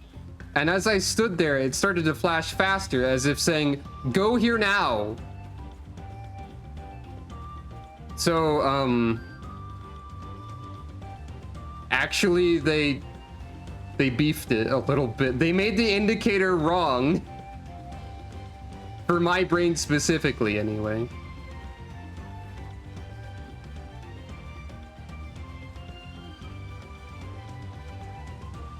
They didn't say there was a danger flash, did they? Did I just not read that part correctly? Also, wait, can you use a mount during this?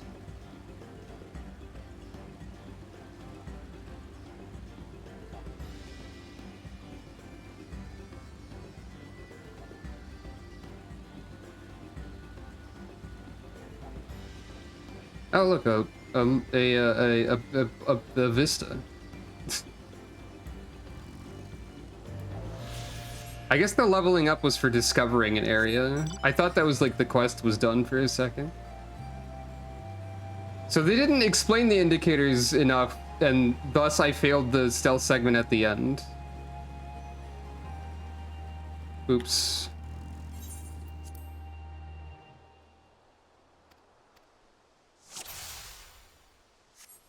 Wait, you can use a mount during this?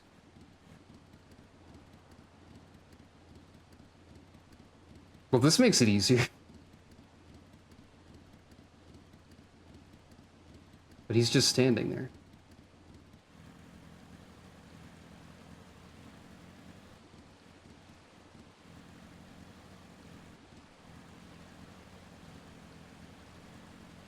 This makes it way funnier, actually.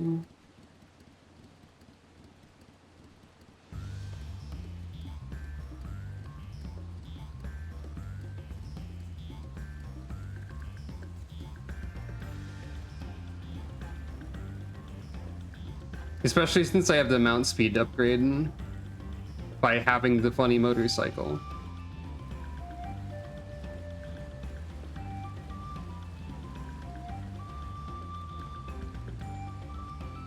But also I have it because I got the riding map, but it would be the same either way. So technically I could do this stealth segment on like the behemoth and have the same speed. And I'm not sure if that would be funnier than a motorcycle. Probably. See, without using the mount, I was worried about falling behind. Also, I think like the danger indicator of the flashing,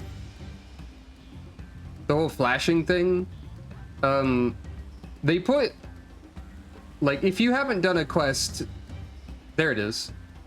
Like, if you hadn't done a quest with these new indicators yet, because you were already caught up in the story, for example, they made the indicators really hard to see at this part because the entire thing is growing through a lot of dense foliage.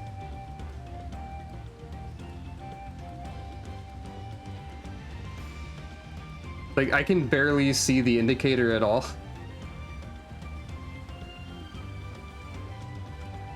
I can see the flashing now.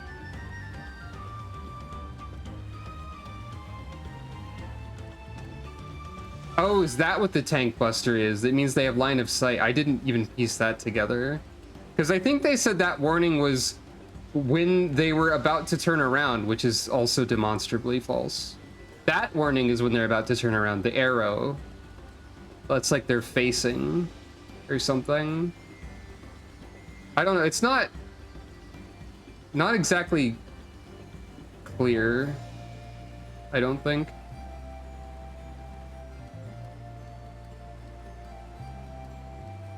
It's a weird indicator.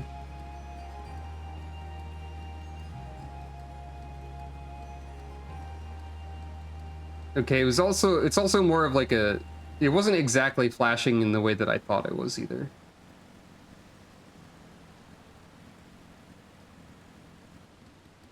No.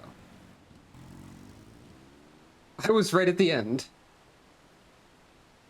Okay, now that I know how that works, that's a bit less of a problem.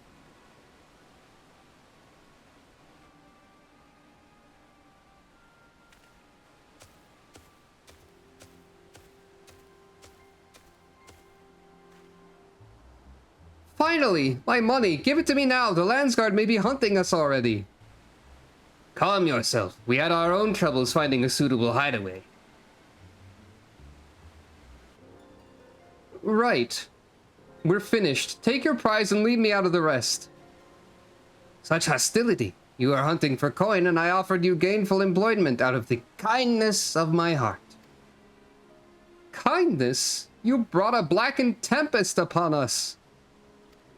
One look and I could tell that woman was a killer, a butcher, a salted devil in the flesh. Oh, spare me your fearful bleating. Go on, scamper away now before the scary mercenary comes to claim your head.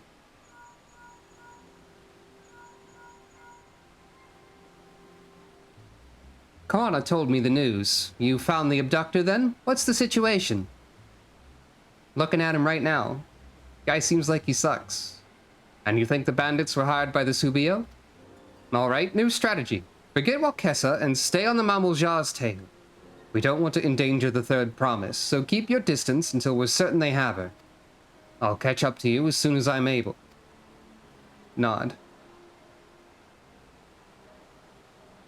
Yeah.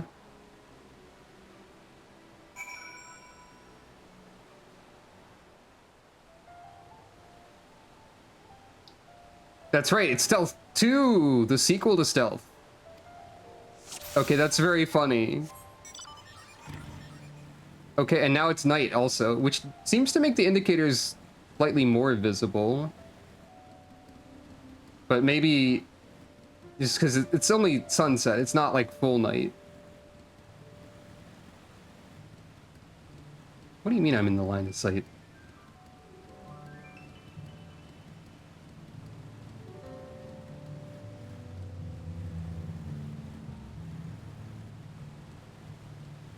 Can I not hide behind this very small tree?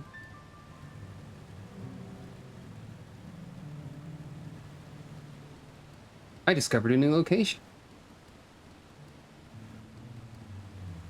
We might see... It was...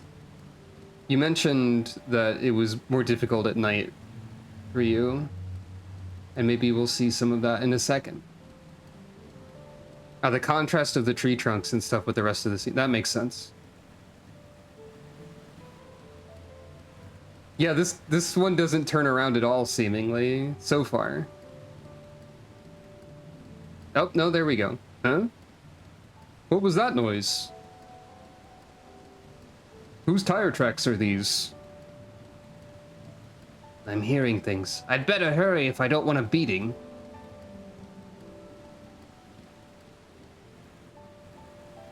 The fact that you can use a mount during this has actually made me dread stealth segment a lot less, like, by itself. And also made it way funnier.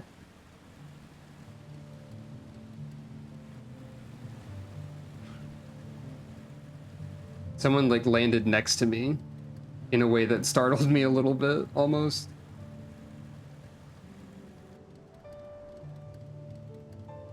Sucro put a silencer on her motorcycle like it was a gun. Because she's a machinist, she knows about these things. Oh no, you're going to escape on a boat. Wuklamat hates those.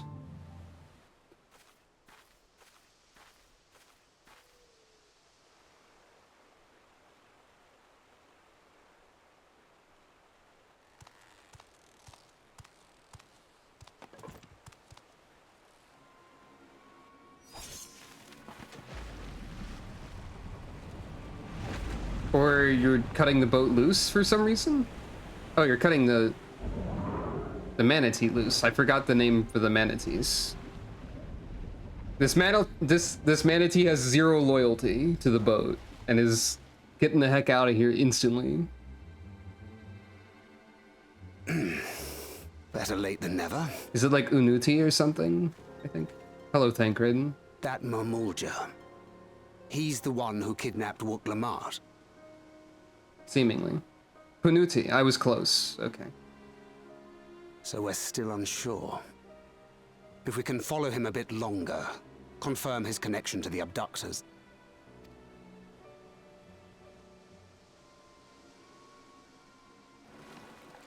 That will complicate matters. Surprised it was Bakul Jaja's squad. Oh.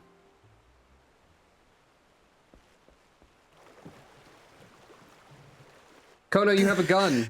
Kono, you have a gun. Guns have range. Confound it! If I set out now, I can trail them along the riverbank. Do it! Even if it costs you the contest. What worth is the throne if I lose my sister to win it? Smile. Very well then. I'll send word when I locate her. Till then, I suggest you save your strength. A rescue attempt could turn ugly. Okay, that's also true. He probably wouldn't be able to shoot straight. You have a good point. That Hubigo just now. I swear I've seen him with Bakul Jaja. Wait, did you just say Hubigo? I thought it was Hubiyo. I thought, like, did I remember it incorrectly? Or is it both? Whatever. Knowing the way that monster works, he probably hired bandits to kidnap her so he could steal her keystones. He just said it incorrectly. Okay.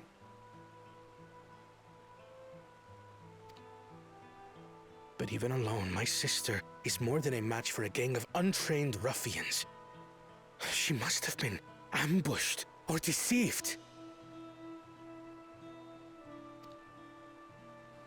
Gah! Those bastards have hurt her! Need to calm down. Be patient, trust in Thancred. Or I thought you were the cool-headed one. Sucro, now is not the time for this. It'll be alright. Thancred can do this. I do trust him, but... Forgive me. Snapping at you won't get my sister back. I'm afraid I've always been like this when it comes to Lamachi. The thought of her being in danger sends me into a panic. That's not... That's...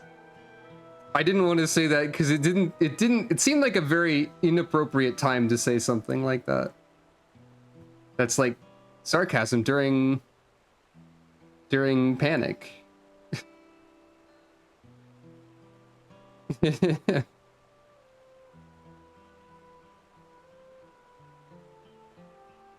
don't know if any of those responses were exactly the correct one. Because this is a bit of like, yeah. Like, you need to calm down is like... I know that you need to calm down is a bad thing to say to someone panicking as well. Which is... So between that, that's kind of why I went with the second one, I think. But isn't that how families should be? Questioning Hento? These days, Turali Mikote live however they please. But the clan into which I was born kept to the nomadic traditions of our ancestors. They herded their own neck across the plains, always moving with the seasons. During one such migration, my birth parents left me behind. Huh. A child. All alone. Without a single word of explanation. Kona, your voice acting is really good now. I mean, all the voice acting was good before, but like, the delivery of this is like, oh, this is good voice acting again, if that makes sense. Also, Sucro would know a little bit about this. The kind Pelu merchant was the only reason I survived. Taking pity on me, he taught me his trade that I might fend for myself. In Sucro lore, her father basically abandoned her before she was born, so like she might connect to this a little bit. And yeah, that also makes a lot of sense. Like, tradition is not always good, but it's also not always bad, so we can't just overwrite it completely.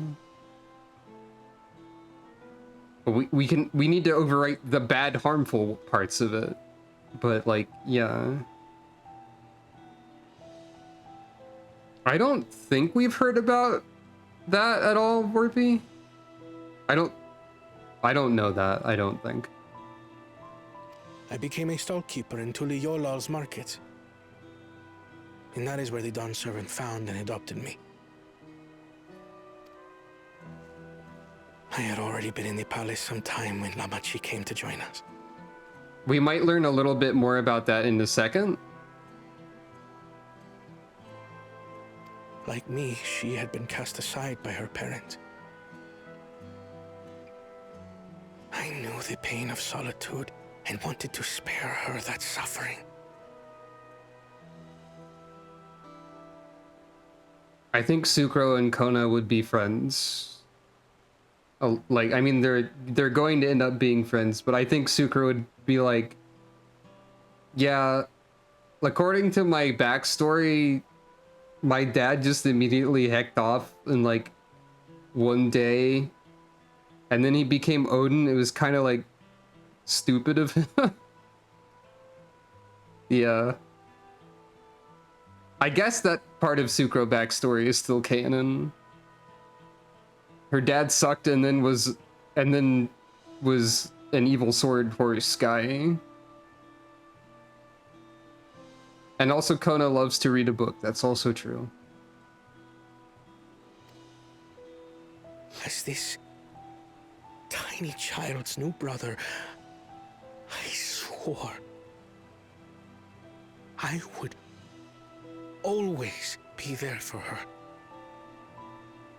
So Kona is definitely like older than Wuklamot by possibly a significant amount.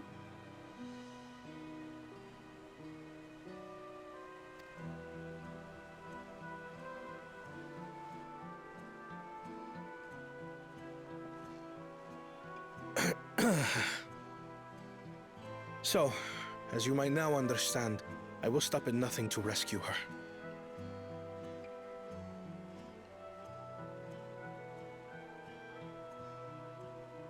While we await word from Tancred, I suggest we prepare ourselves to travel downriver. You have a boat, yes?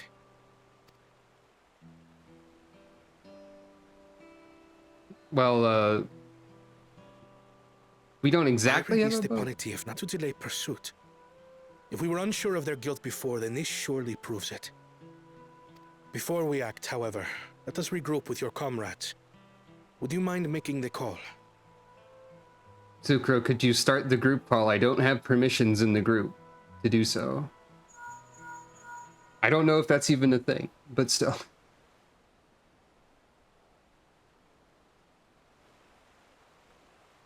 Understood. We'll meet you at many fires.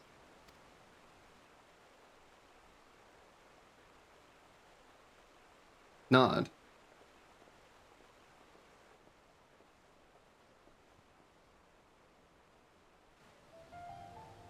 I feel like the phone call filter has happened before. But yeah, as far as like family parenting situations go, Tsukro's backstory as of right now is that her father was like Nun for like a day or two and then got bored and left, and like her mom went and lived elsewhere and raised Tsukro as a single mother in Cedarwood, Lenosha, specifically. That's a new detail that wasn't as specific before. It was a farm somewhere in Lenosha, but now it's Cedarwood specifically. Hooray.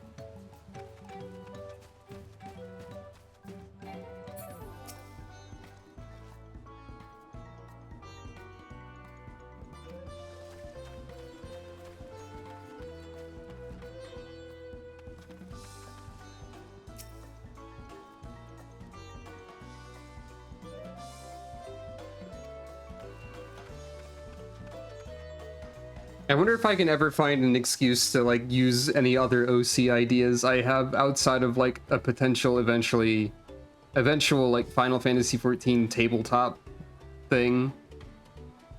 Because I do have other characters in like ideas a little bit.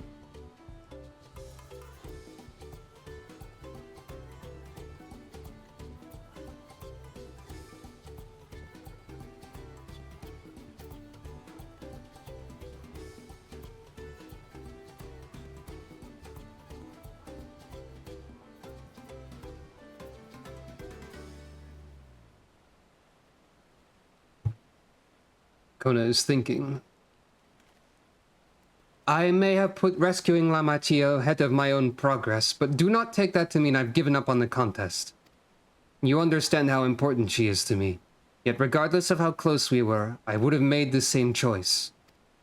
After all, if I am incapable of saving my sister while also winning the throne, then I am not fit to inherit our father's heavy mantle.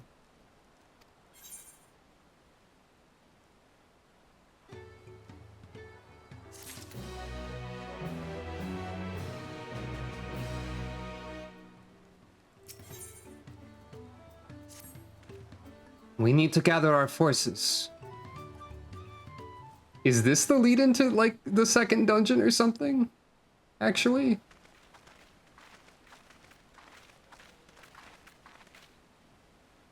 Firstly, allow me to brief everyone on our present situation. Don't answer that, man.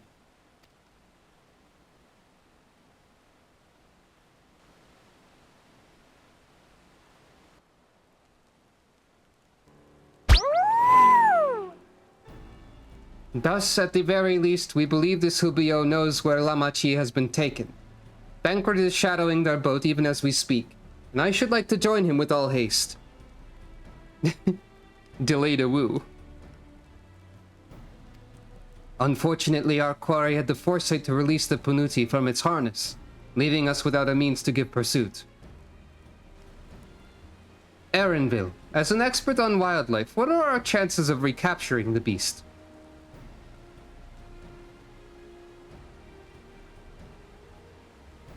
With the right mix of feed, it can be done. I should like an extra hand to help scatter it about, however. Would you accompany him, Sucro? Nod. Meanwhile, the rest of us should work on getting the harness repaired. It appears to have been damaged while the Panuti was let loose. Or when the Panuti was let loose. Nod. With all the peddlers here in camp, we should have little trouble purchasing replacement materials. As for any necessary metalwork, Earthenshire's artisans are but a short walk away. Then let us divide the tasks and have at it. I am also already considering in the future grinding for glamour, because I know vaguely that there is good dungeon glamour. That's all I know. I've seen some of it here and there on other players, but don't tell me anything. But there's a high chance that I will have to try and get that glamour. Some of it.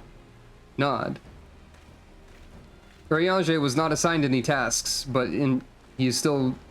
I guess he was in the group of everyone else. There was an unusually aggressive herd of wild Panutis downriver, so our girl fled in the opposite direction. Come, we'll try the waters upriver.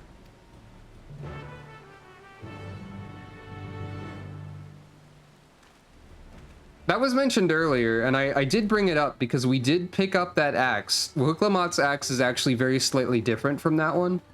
It has like an extra bit of ornamentation on it that the one in the dungeon doesn't have, I believe. It's like the golden piece on the axe is not there in the dungeon one. I don't think I have it right now because I think I turned in everything I wasn't equipped with. Cool motorcycle. I need that motorcycle eventually. I don't believe I have the axe on me since I turned in stuff. I do have the Mandervillius revolver though, and the replica of said revolver. My inventory is organized badly still.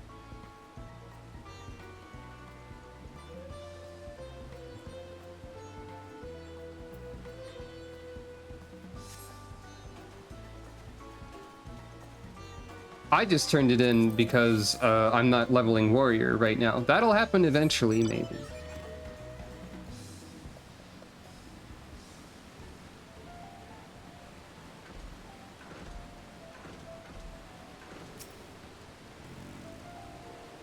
Assuming our Panuti has come this way, she'll be hiding in the depths of Marsh Ligaka.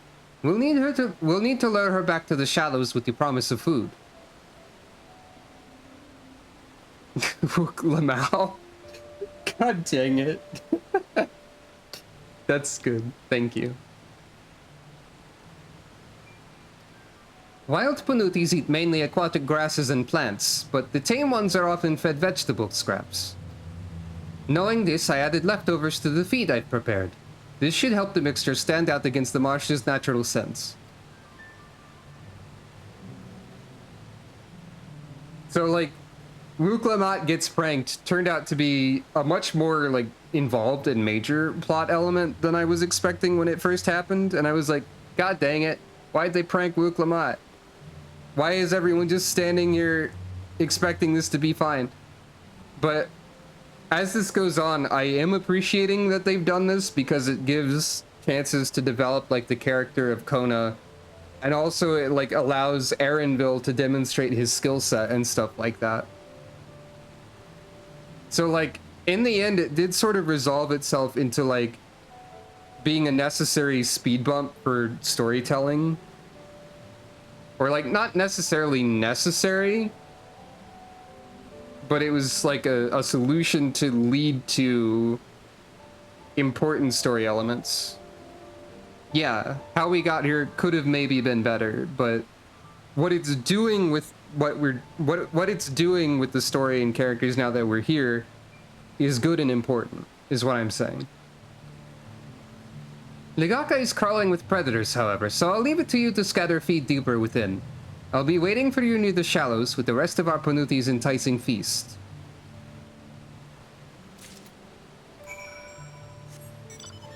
However, they should give Erenville a weapon. Introducing the new DPS, Erenville. It's a job exclusive to Erenville. It's called Erenville. Only Erenville can be an Erenville main. And he hits people with his backpack, I guess. I don't know. If they did add some sort of grenadier or saboteur, he could be like, oh yeah, I had grenades in my backpack this whole time. You know what? That's a good point. Erenville could actually have something to do with Beastmaster. I somehow hadn't considered that. Like, when I think of Beastmaster in this game, I think of, like, the guy in the Bosnia storyline.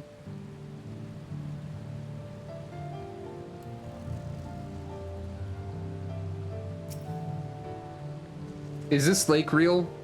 It is. Sucro, go for a swim? Sucro, go for a swim! Sorry, I got distracted by going for a swim. Oh. Sucro, go underwater. This is the first underwater area of the expansion that I've run into, so I had to look at it.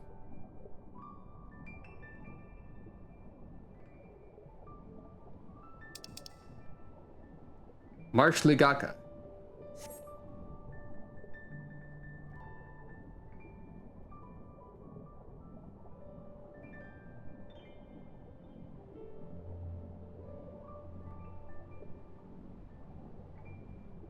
I don't know if I noticed like the bubbles coming out of the motorcycle when it was underwater before either. It's like a fairly subtle detail.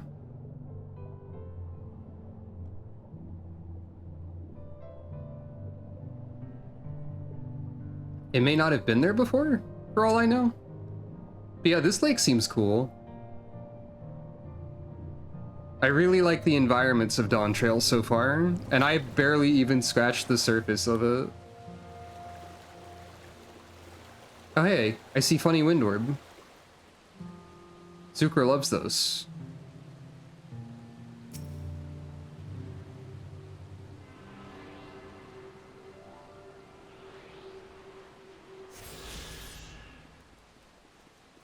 If they ever do another furniture design contest, someone should make like a desk fan that looks like an ether current somehow or something.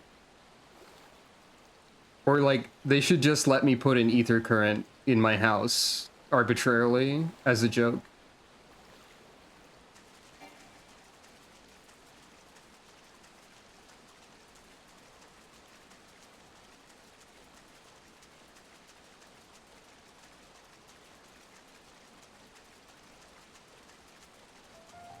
Oh yeah, I really like the flying car from Eden, like the sand car thing. I think the car is the one that you drive over the empty inn. I actually really like that thing. That'd be cool to have.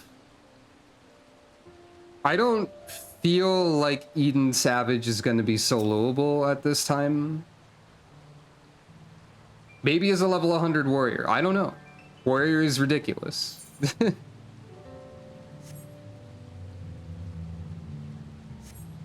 But probably not. I feel like that's still a little bit too much for one player.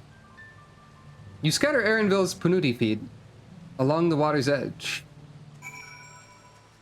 Oh yeah, also, we heard of swamp monk meat and stuff before. This is a swamp monk. This is what they are like. Do I have a home key? I do. I have a new keyboard, so I forgot. we hadn't really looked at this creature. It's a little bit of a plesioth.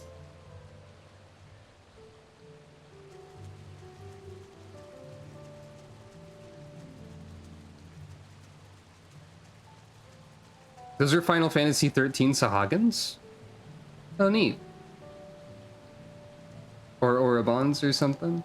I don't have a lot of knowledge of well, now we can see one up close. I don't have a lot of knowledge of 13.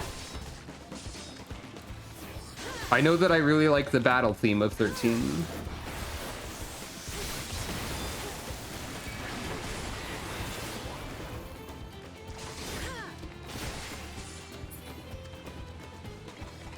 Hold on, I want to fight this other one because I want to show again that the new things added to this combo are cool looking. There's one of them, and there's another. Let's do the combo again. So Atonement was, before it was just 3 atonements. Now it's Atonement, Supplication, and Sepulcher. Atone, beg for forgiveness, and be buried. Great combo. The other major change to Paladin,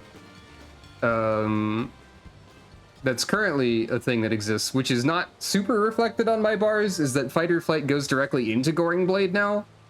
So you can't double weave them both. Like if you press Fight or Flight, then there's Goring Blade. But I think it does have, because I think Goring Blade is, well, you couldn't double weave them before. Goring Blade is GCT, so. But yeah, I still have it on my bar twice because I didn't have anything else to put there. But you can see that one of them turned into Goring Blade. The other thing I have that's new on Paladin so far is Guardian, because my unique thing got upgraded from Sentinel to Guardian, which I think added something to it, probably. Yeah, reduced damage taken also now gives me a magic barrier which nullifies damage equivalent to 1,000 heal potency. Okay. And then I also will get Requiescat will upgrade to Imperator at 96. And then there will be another hit in the Blades combo at level 100. So Paladin is like pretty similar to how it was after they changed it last time.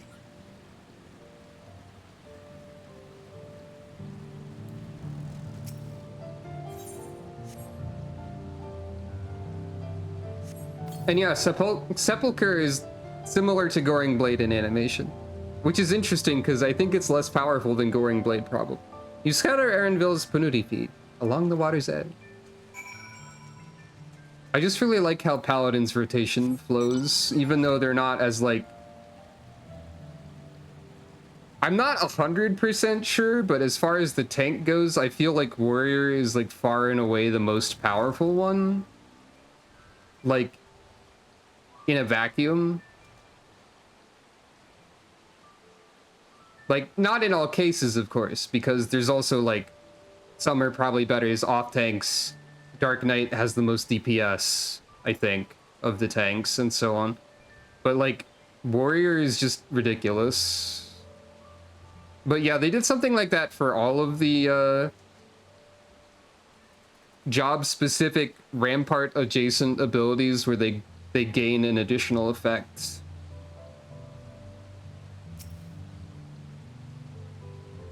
All set? I've just finished laying out the last of the bait. Step back out of sight and leave the rest to me.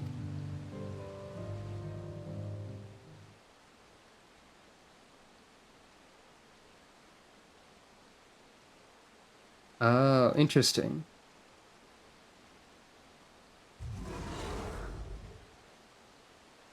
Here she is. But there's nothing to be afraid of. We just need your help one last time. This music for recruiting the manatee is pretty good. You're hungry, I wager. Come on, come with me. Also, this really shows you the size of this creature. Yes, there's a good girl. I did not realize the size of this creature. Well, I mean, we fought the boss one, but I thought the boss one was especially large. We'll be fine here, I think. I'll give her a few more treats and then lead her over to the boat. You can let Kona know we have our Panuti back. Nod. We should have given Kona a link pearl. Maybe we just don't have a bunch of spare ones.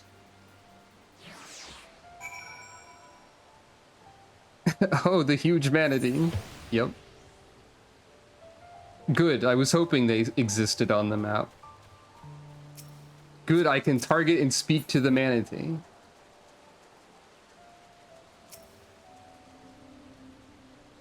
Everything's alright now. Being alone in a strange river must have been frightening for you.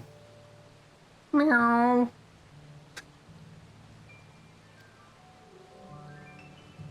The Panuti seems comforted by Erenville's scent. It just meowed like a cat. Or mewed like a manatee, I guess.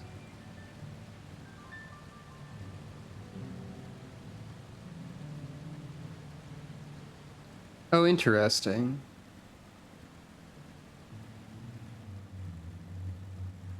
I can kind of see that, I think. I have some experience as both warrior and reaper, but...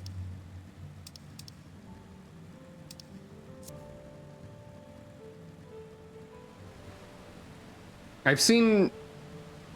Granted, this statement doesn't really mean a lot, given that people will complain about literally everything and anything. But I have seen a number of people say warrior is probably too strong. And it certainly feels that way. But I'm not sure. I'm also sure that if it got nerfed, a lot of people would be very upset about that too. Erenville has the Panuti in hand, then? Good. I expected nothing less from a certified gleaner. As for the harness, we were able to purchase all the parts we need. The Leveilleur twins are over in Earthenshire right now, having the Potsworn make the repairs. I'm told it shouldn't take long. We'll be ready to embark on our rescue mission as soon as we hear from Thancred. I expected a phone call from Thancred exactly at this moment. If not, maybe this one, though. Sibling rescue. Thancred must know something by now. Yep, there it is. You found her? Understood, thank you. I had but to invoke his name. Thancred followed the Hubio's boat to its destination, and confirmed that they are indeed holding my sister captive. They, of course, being Bakul Jaja and his minions. I swear I will make them regret this. Lamachi is in Richleaf Tunnels. The moment the harness is repaired, we strap in the Panuti and make our way back down Ihuikatumu.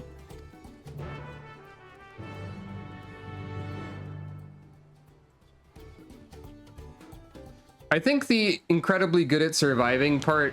Oh, okay, we're here. Is considered the problem. Like, there's of course a number of people saying healers are completely unnecessary in most content, etc. That's a big point of discussion and so on. And like, warrior is... Thancred.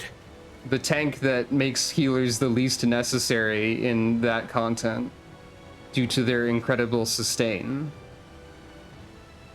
But also, like, that sort of thing is only really the case if nobody makes any mistakes at all.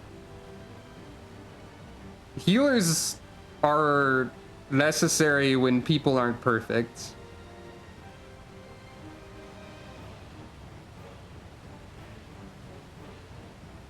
And it's not easy to be perfect. Not everyone is as perfect as the average random loud complaining person claims that they are, but probably isn't. Thancred. The third promise is up ahead. She's unharmed, but we best not dally. I expected this to lead into another dungeon or something, but it leads into the first dungeon again, instead. They do have hands. That is true. Sometimes they have your hands because they've become you.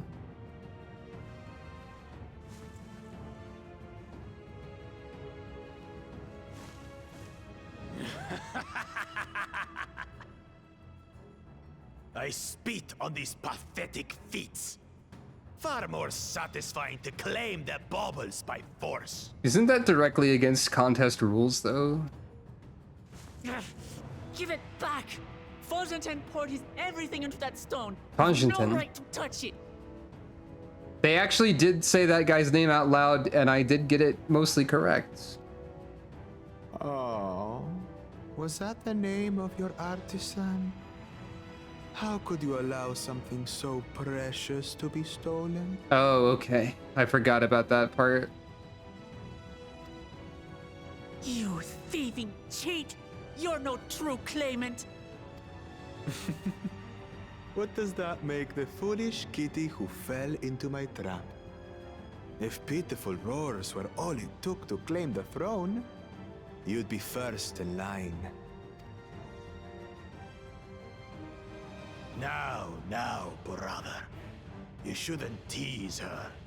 Look, the poor thing's on the verge of tears.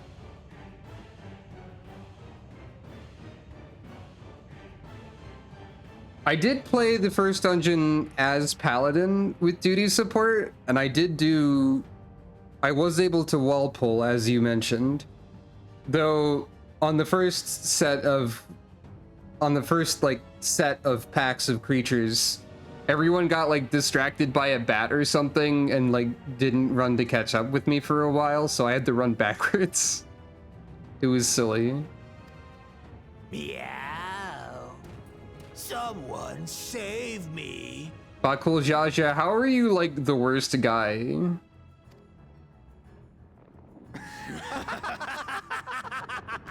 You're like scientifically... Who did that? Finally, someone just shoots somebody. His scales are as thick as his skulls. Good. Thank you, Kona.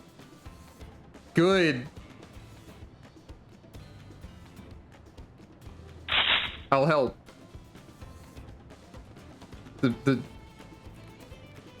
I forgot that shootgun.wave needs to be on my soundboard.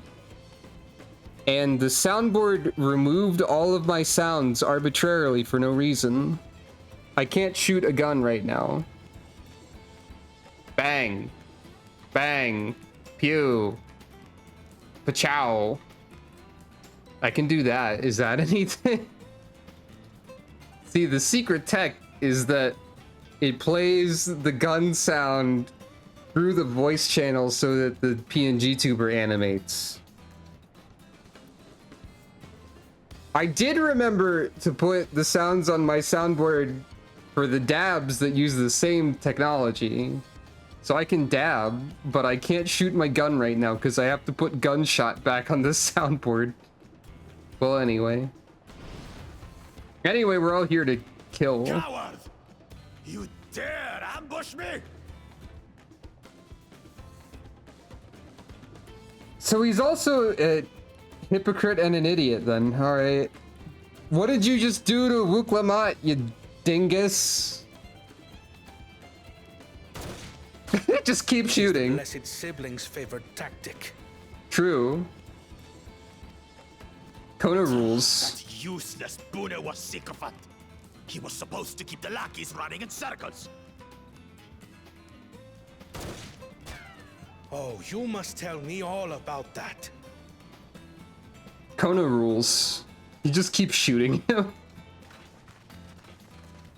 Careful now. You wouldn't want to hit her hostage.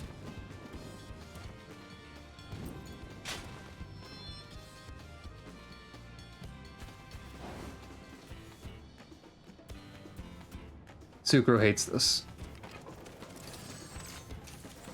God, okay, like, I know that they don't let the Warrior of Light do a lot of special fight stuff in the cutscenes and all that. Not to be underestimated. But Sucro just like casually and very slowly strolling forward. They can do nothing while we have. Thancred! Sucro smirk. This is Thancred, idiot.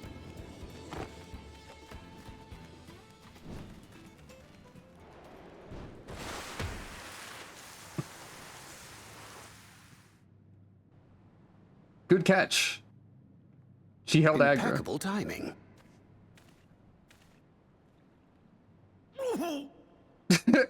Amachi, are you all right? Aye, thanks to you.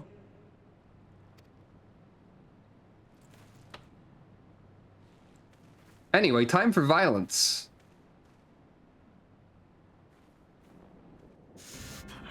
These weaklings think they can defy us? We'll slaughter the lot of them! Hold on. Why do you have this music, Bakul Jaja?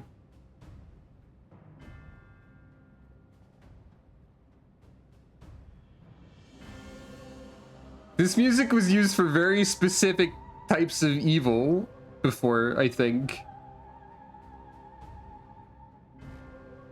Like, when did this come up before? When did this...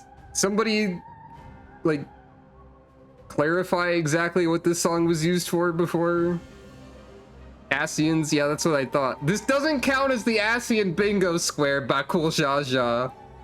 You're trying to cheat at bingo too. I see what you're doing. I'm pointing aggressively at you with both of my hands. You'll just have to trust me on how much I gesticulate when I don't have hand capture or anything. Yeah.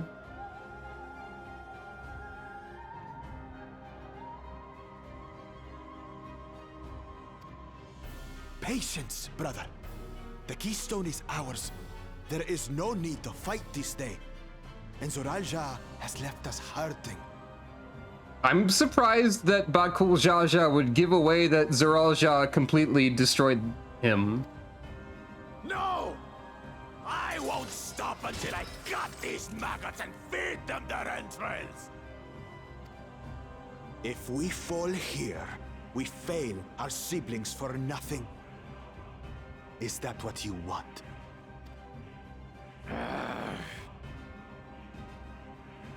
No, brother. Break off! We retreat! Wait! Damn you, Bakul Jaja! He cast return. But like, group return. Do we give chase? Shake head. We head back. Hamachi is safe. And that is what matters. Kona's gonna like give away his keystones to Wuklamot or something. Nod. Maybe.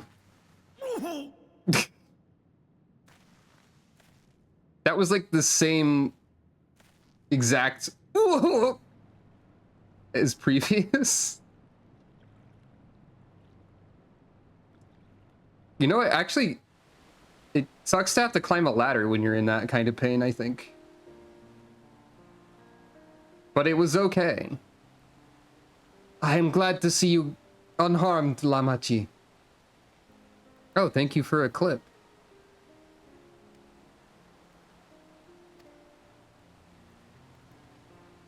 Thanks again for coming to my rescue, Kona.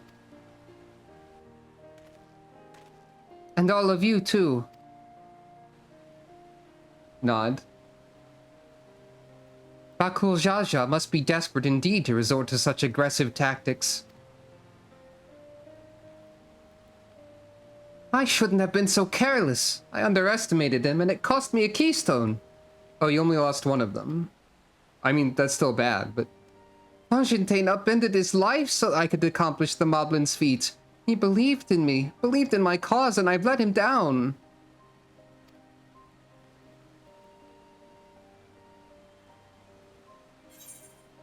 Contest isn't over yet, so we take back what was stolen, or we won't let Bakul Jaja get away with this. We won't let him get away with this. I'm gonna punch him in the face with my sword. You're goddamn right about that! Here I be leveling monk so I can punch Bakul Jaja in the face. The next time I meet that brute, I'll knock him straight on his scaly behind and take back my keystone. Speaking of vengeance, didn't Bakul Jaja curse some useless Bunewa sycophant when he caught sight of us?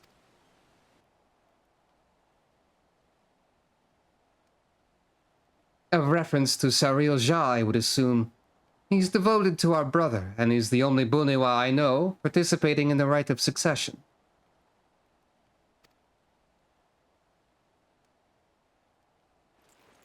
If Zoral Jah was somehow involved in this, I will never forgive him for putting our sister in danger. He will have forfeited his right to be called brother.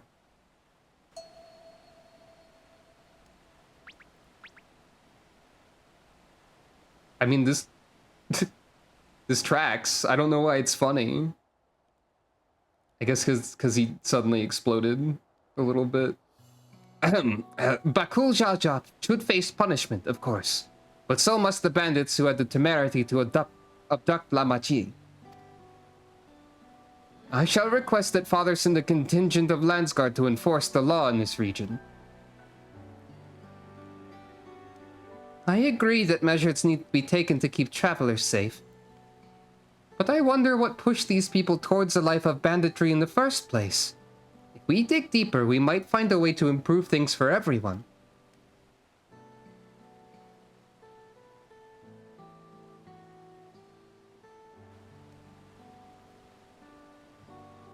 Nod. Tis something to think about. For now, however, the rite continues. But yeah, you're right. That is true. I thank you for all your help. I didn't even think about that when you said that earlier. I wasn't thinking about bandits are usually bandits for a reason. I was just thinking about in video games, bandits are just bandits for no reason. But you're right. I'm just so used to video games being like, bandit appears, command.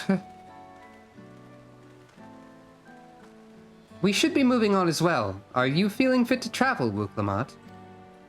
Nod. You bet I am. Zoralsha's gained a good head start, and it's time we clawed back some lost ground.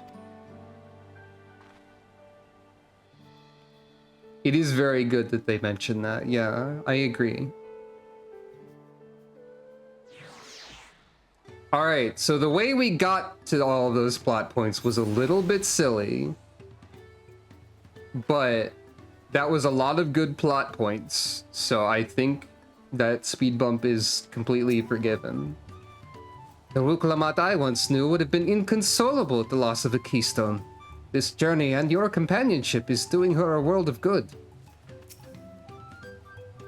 Kona is the picture of composure and rationality, except when it comes to matters concerning Wuklamat's safety. Far be it from me to fault a brother for being protective, but still.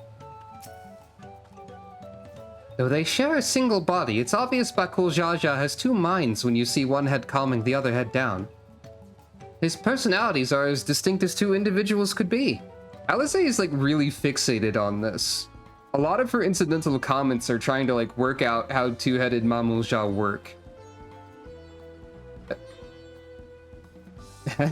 Hashtag plural gang, yeah.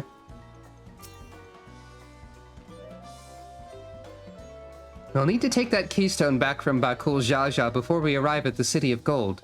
He will not relinquish it without a fight, though. Yeah, that's probably it.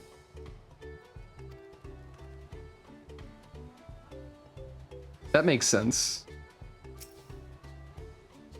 I really am sorry this happened. From now on, I won't let my guard down around suspicious strangers. And again, I do appreciate you all coming to save me.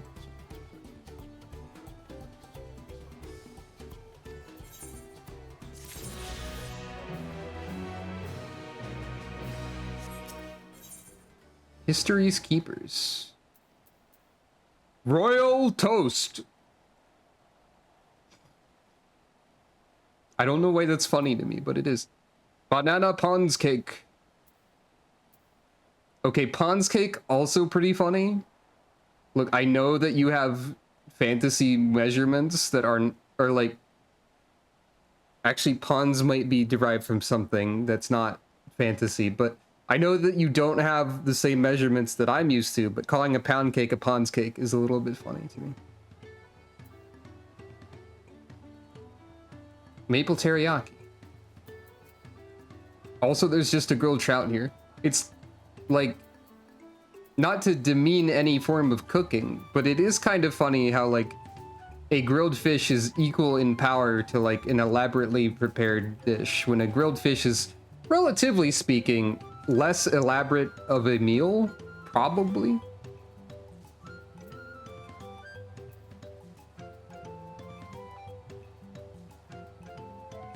Pond's cake is the tank food here, apparently.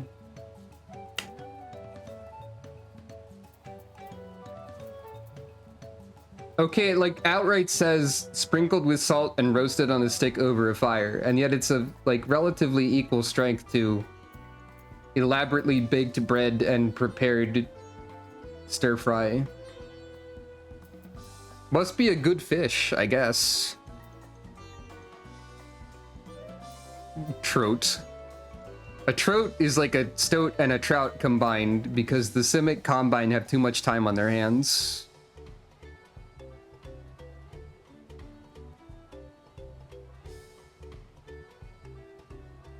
And they have too many hands as well while they're at it. Probably. Though like half of them are claws. The road beckons, friends. Let's be on our way to the Yakui. And then it's back to where the path through the mountains begins. You remember the spot where you were tricked into walking off with Wakesa? Aaronville just going to rub my face in it like that, eh? I wonder if he's raising my hackles on purpose, though. You know, trying to keep my anger directed at him instead of myself. Either way, we can't be standing around here all day. We have a lot of lost time to make up for. Also, like... That incidental line of, I wonder if he's trying to make me mad at him instead of being mad at myself. It's a very incidental line, but it's extremely, like, Wuklamat is very good at people. She knows how people work. She can intuit emotions and intent very easily. Like, that's not just something you casually throw out there, I don't think. I don't think you just casually go, is my best friend trying to make me mad at them instead of being mad at myself?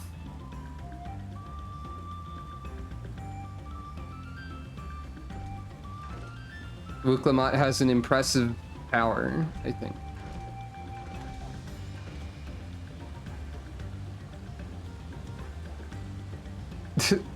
They had to do a campaign for the... a timeline where they had to do a math goat campaign. That's a fascinating concept. Also, I appreciate the use of the phrase dig down in the context of a Shovel Knight theoretical.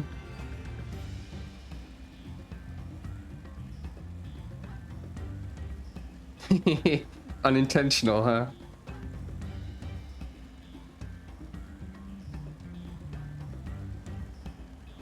I think they should make a Shovel Knight game that's really, really bad and like trashy on purpose, and then call it Shovelware as a bit. Also, oh yeah, you're a mark.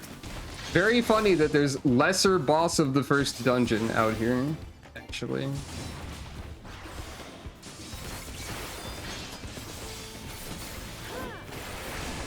Oh no, Shovel Knight Dig wasn't bad on purpose. Also, I have no personal opinion on Shovel Knight Dig, nor have I seen any opinions on it aside from yours. But I assume it was intended to be a good game. Or at least not a bad one.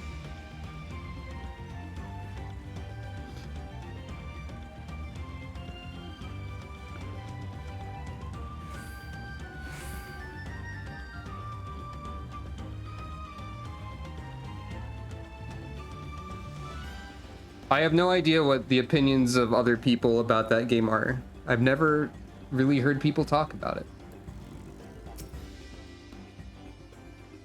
Zarul Shah Zaral Shah will not have been wasting time while we were busy tussling with Bakul Jaja. We need to hurry. Erenville said this path will take us all the way up to the Urkapacha Highlands, didn't he? Hey, you know, where's Justinian been? What's Justinian up to? Justinian's not on screen, so I'm asking where's Justinian? This is just a thought I suddenly had. See, the thing is, it might be a Shovel Knight game nobody talks about, but also I haven't really looked for anyone talking about it.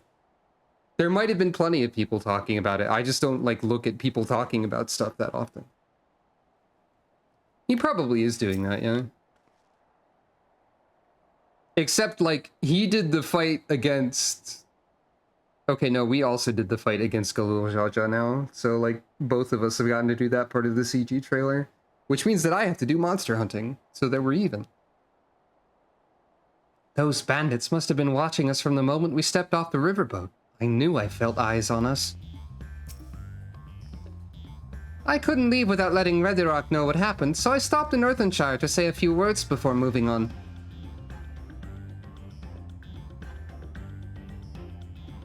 And now Erenville's nowhere to be seen. Couldn't he wait a few more moments?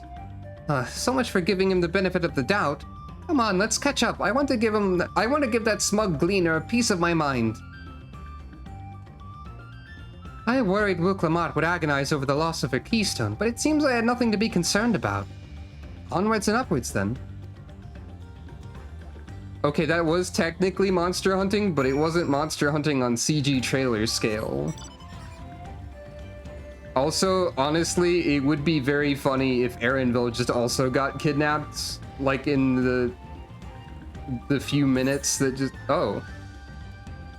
To reduce congestion, there are 1 million variants of the timeline.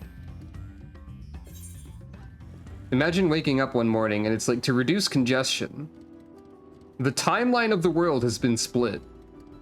You must choose.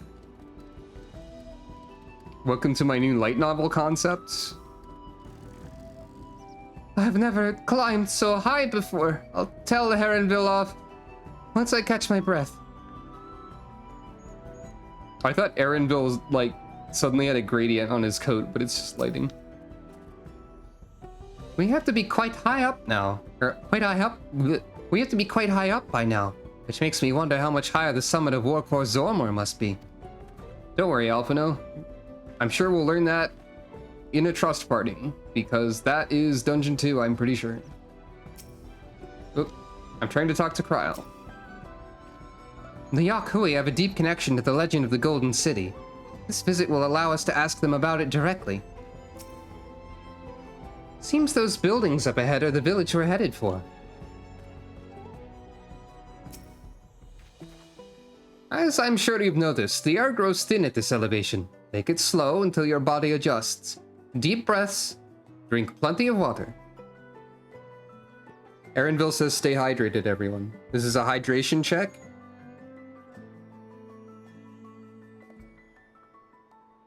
I have not had a drink of water in a bit, so I followed his advice. A few more steps and we'll be in Warlar's Echo. Also a posture check while we're at it. Everyone check your posture. Everyone say hello to the local bloodsucker. Normal creature to encounter here. What? Hold on. Hello, local creature bloodsucker. Yeah, I figured it was a lamprey face. Yep, it sure is.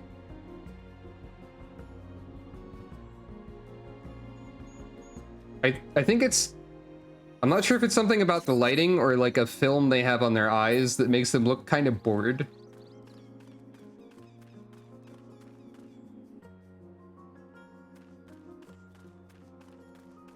I'm sorry if I was meant to like avoid the lamprey face for someone's sake. It's like I don't know if you were telling me that because I didn't want to see it or because you didn't want to see it. Oh, I mean, in this context, it's not terribly bothersome because this is a goofy creature. Rotten blood. All right, so you spit purple blood pools also. All right. You know, I was thinking these seemed kind of like some sort of chupacabra.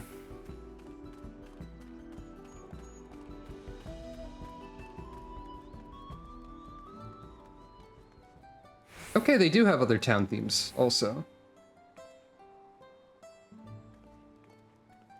Also, hooray for wheelchair accessibility. Thank you, the Yakui.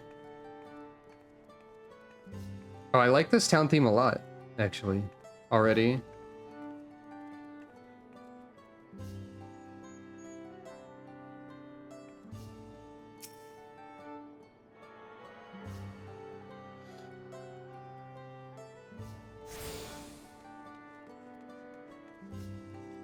Hello.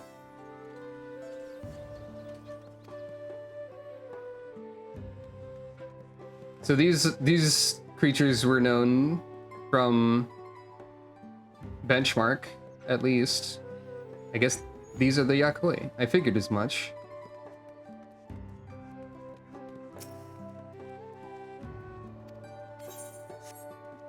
Yeah, this music is really good. Time to immediately heck off and look around.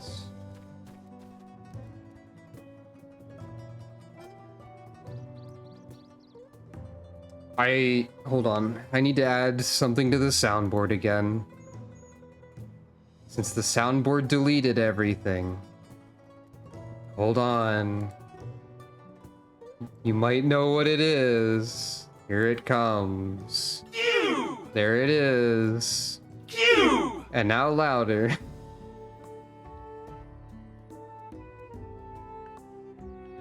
They have a Zelda feeling about them? You know, Cube. I think this music also feels like a Twilight Princess Zelda song, kind of.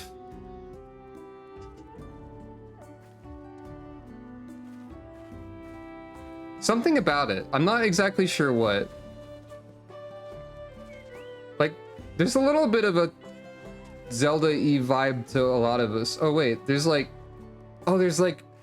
hieroglyphic type stuff on the stones. Sucro, no. Sucro, no, stop it. Sucro, don't. Don't destroy the world, please.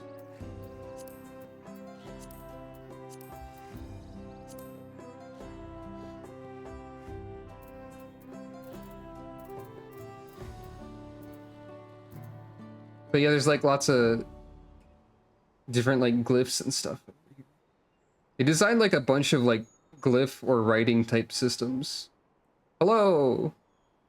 Hello, friend. I'm waving at you with my mouse cursor.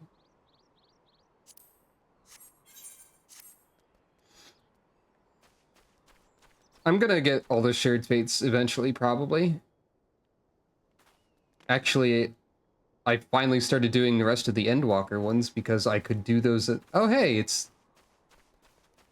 aforementioned Edenkar. A little bit.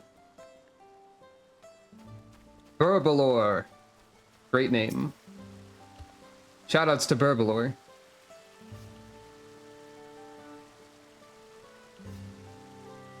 Sorry, Burbalor, I'm not in need of succor because that gets upgraded to consultation in this expansion, actually. Which is a funny thing to upgrade. Something I forgot to mention when I was talking about Scholar way earlier is that one of their arbitrary upgrades is their AoE GCD heal? Which, like, common wisdom amongst Final Fantasy XIV is that GCD heals are your last resort.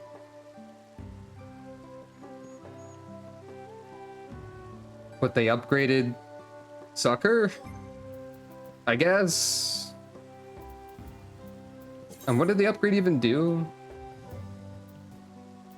The barrier is 180% instead of 160%. Scholar is so weird. Wait, they did that for Ukrainian prognosis? I forgot about that part. Yeah, the icon is slightly different. Oh, on a positive note, I do like this new model of book a lot, which also exists for Summoner in different colors.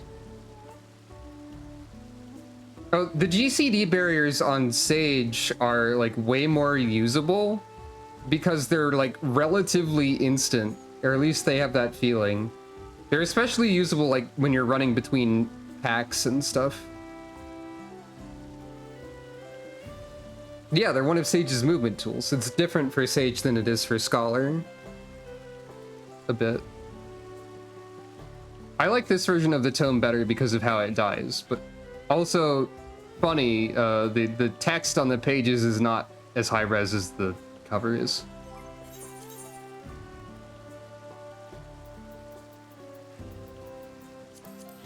I only have Sage at 92. I did play it a little bit. Sage has like my favorite addition to any of the healers, which is Ukrainian Dyscrasia. I get an AoE dot, so I don't have to go like Eucrasia, doses, target enemy, Eucrasia, doses, target enemy forever. Naturally, in the Mediator, I think I mentioned this before, but in the Mediator build, Ukrainian Dyscrasia stacked with Ukrainian doses. And there were, of course, many people screaming about how they took that away after the Mediator. Because they were making healers less interesting. They weren't making healers are bad, blah blah blah. I feel like a lot of people confuse tedium with difficulty or engaging mechanics. Because Sage using Ukrainian doses on multiple enemies is... it doesn't feel good to me. Oh yeah, they did give Sage that 60-second cooldown full range attack. I think I unlocked that, actually. Yeah, there it is. Psyche. What do you resent about it? I'm curious. I haven't even tried using it. I want to see what it looks like. It feels very arbitrary. Some of the additions feel very arbitrary, like that. It's just another button to push, I guess, but what's it look like? Yep, that's a Sage attack, for sure. But yeah, Ukrainian Dyscrasia does not stack with doses.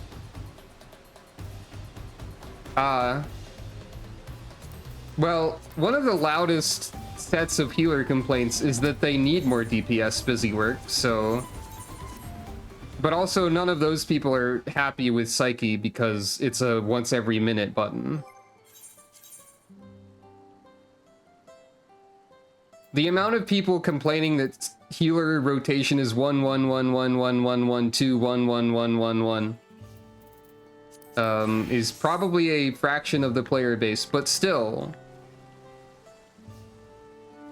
They gave healers extra damage buttons, but they weren't the kind of damage buttons you have to be pushing all the time, so nobody who was yelling about healers is happy with them, basically.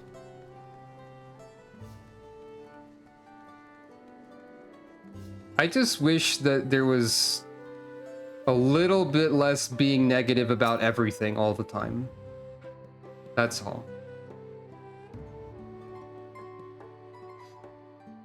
People are already saying that the dungeons and stuff are too easy and healers are still unnecessary, of course. Because people are like this. But they do seem more difficult so far to me. I just hope that what they vaguely alluded to with 8.0 is well executed. because we don't have any details with how they're going to try and make all the classes more distinct, which is something they said they would do.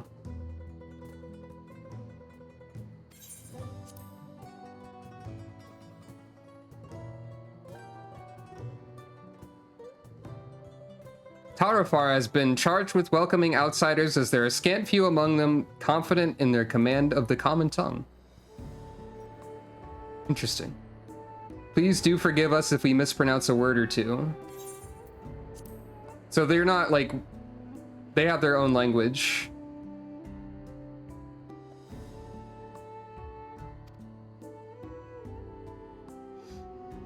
We seek only to live in peace with our ancestors and maintain the ancient stonework that's been entrusted to us. Okay. It's interesting that these people evidently were once conquered the whole continent, but the ones that we see here are very chill, seemingly. This one likes mezcal.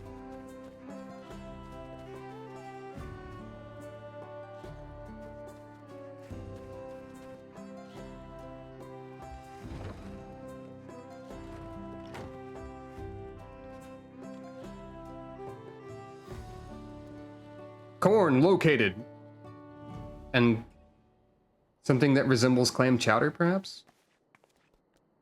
Also mugs that are like the size of half of Sucro.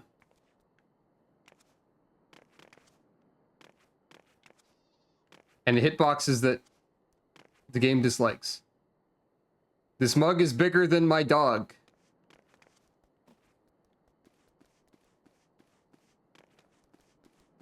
I could carry my dog in this mug.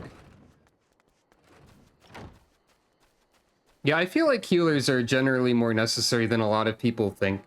Except those people always say that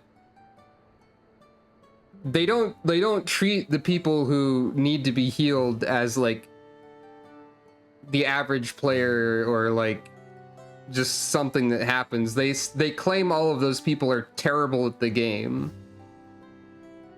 It's just, they're just very loud, toxic people on like the official forums and the Reddit all the time. It's very tiring. I am one well versed in matters of the spiritual and inconceivable.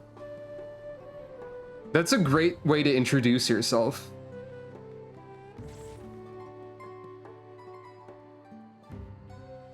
Now, what I've actually heard on that point, someone in one of those threads about the Vipers and the Viper changes that had like 1,500 comments or whatever, said that a lot of the people who complain are like in a bell curve situation. A lot of the complainers are like in the center of the curve,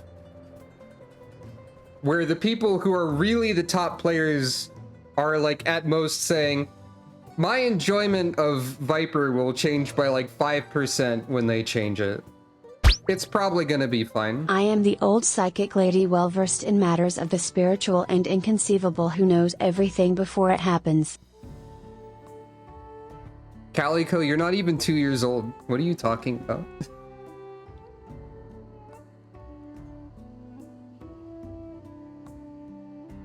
Saying that you're well versed in matters spiritual and inconceivable sounds like a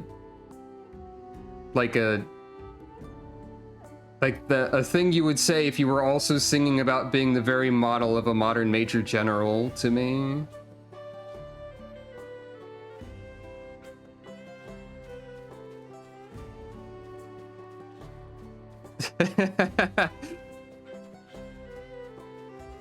Yeah, exactly.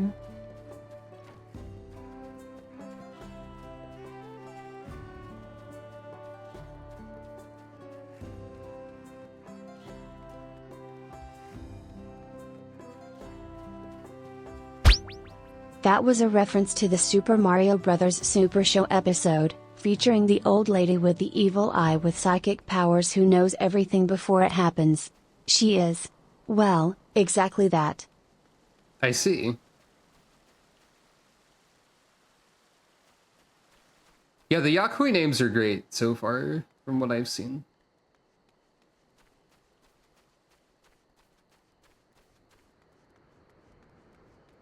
Jorgerwer. Farlarder. Is that a name or a job title, actually? I fear the doors may be rather too heavy to open for anyone besides us.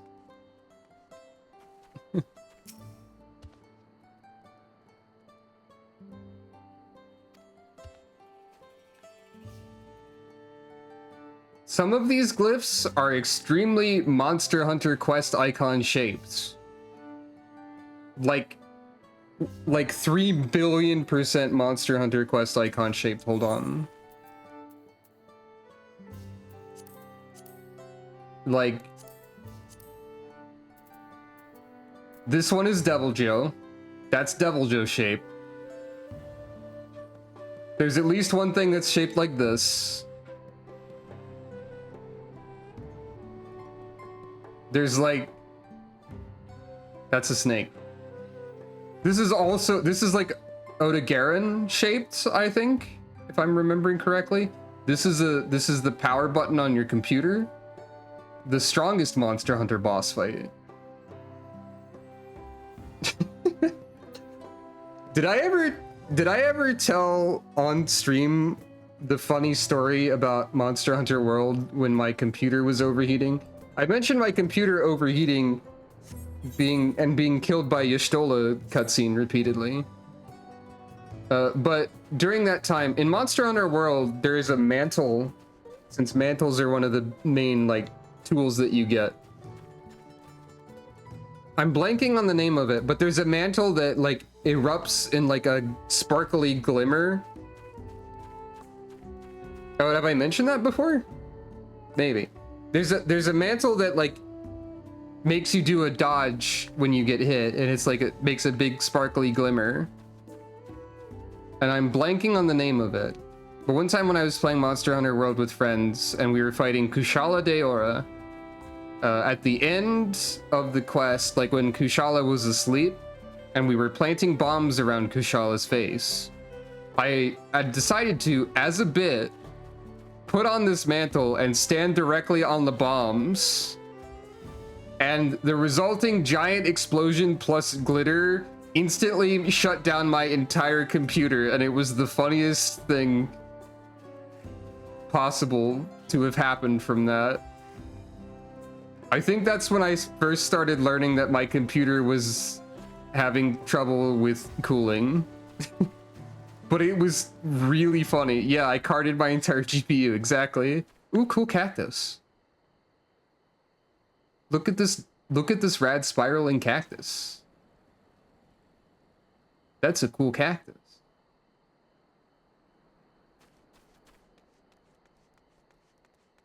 That's it. That's the second time in this stream alone I've been distracted by a cool plant.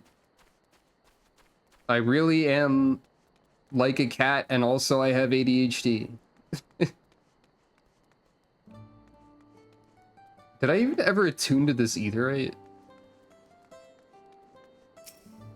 I did, okay.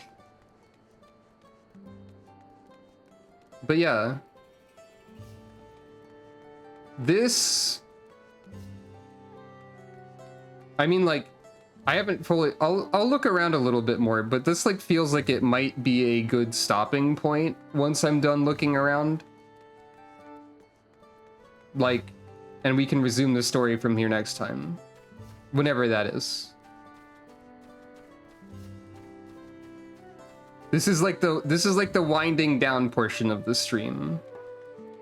Where I'm just looking around and looking at stuff and seeing what stuff is about. There's a little Lalafell artist named Pippi Navarre. That's a great name. Shoutouts to Pippi Navarre. Cool name. Carriers are the gracious. Also, cool axe. That is a cool axe design. I bet you can get that as a warrior. Okay, and maybe a sword like this as a gladiator or something. Maybe from the next dungeon. Probably. Am I allowed through the double doors? No, of course not. Any other cool symbols on the walls? Similar ones. Same ones.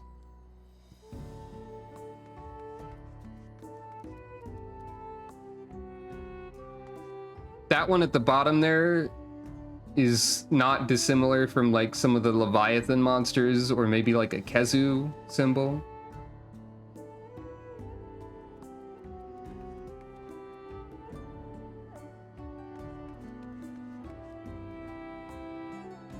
This place is great. I like this place. Maybe I'll try to stream this game like a little more often than normal so that I can like, you know, just play the game more because it's good and I like it.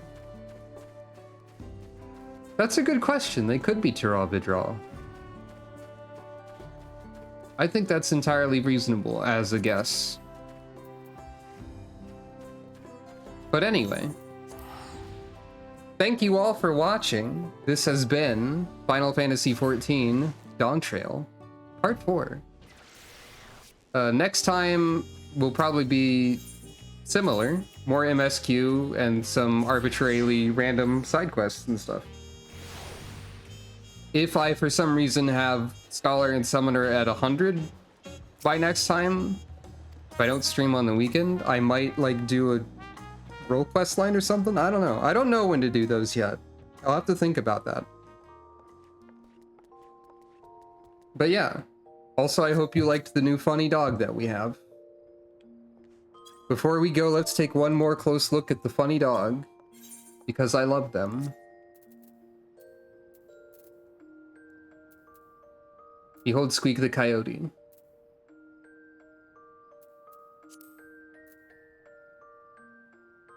Aren't they great?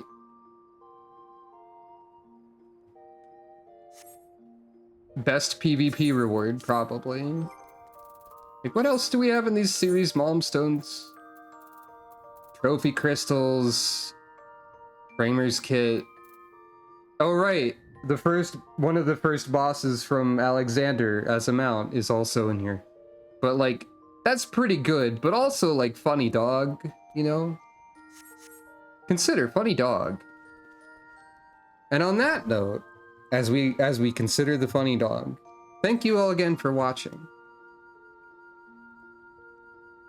As usual, I can only ask that you, if you know of anyone who might be interested or whatever, spread the word, that sort of thing. But of course you don't have to. The funny dog ran onto the bed that Sucre was sleeping on and howled. Pretty accurate. But yeah, I hope you have a good rest of your day and or night, and I will see you again. Okay, this is 93, so this is like 92 to 93 MSQ, basically. And I will see you again next time, before I get distracted by more things. Good night, everyone.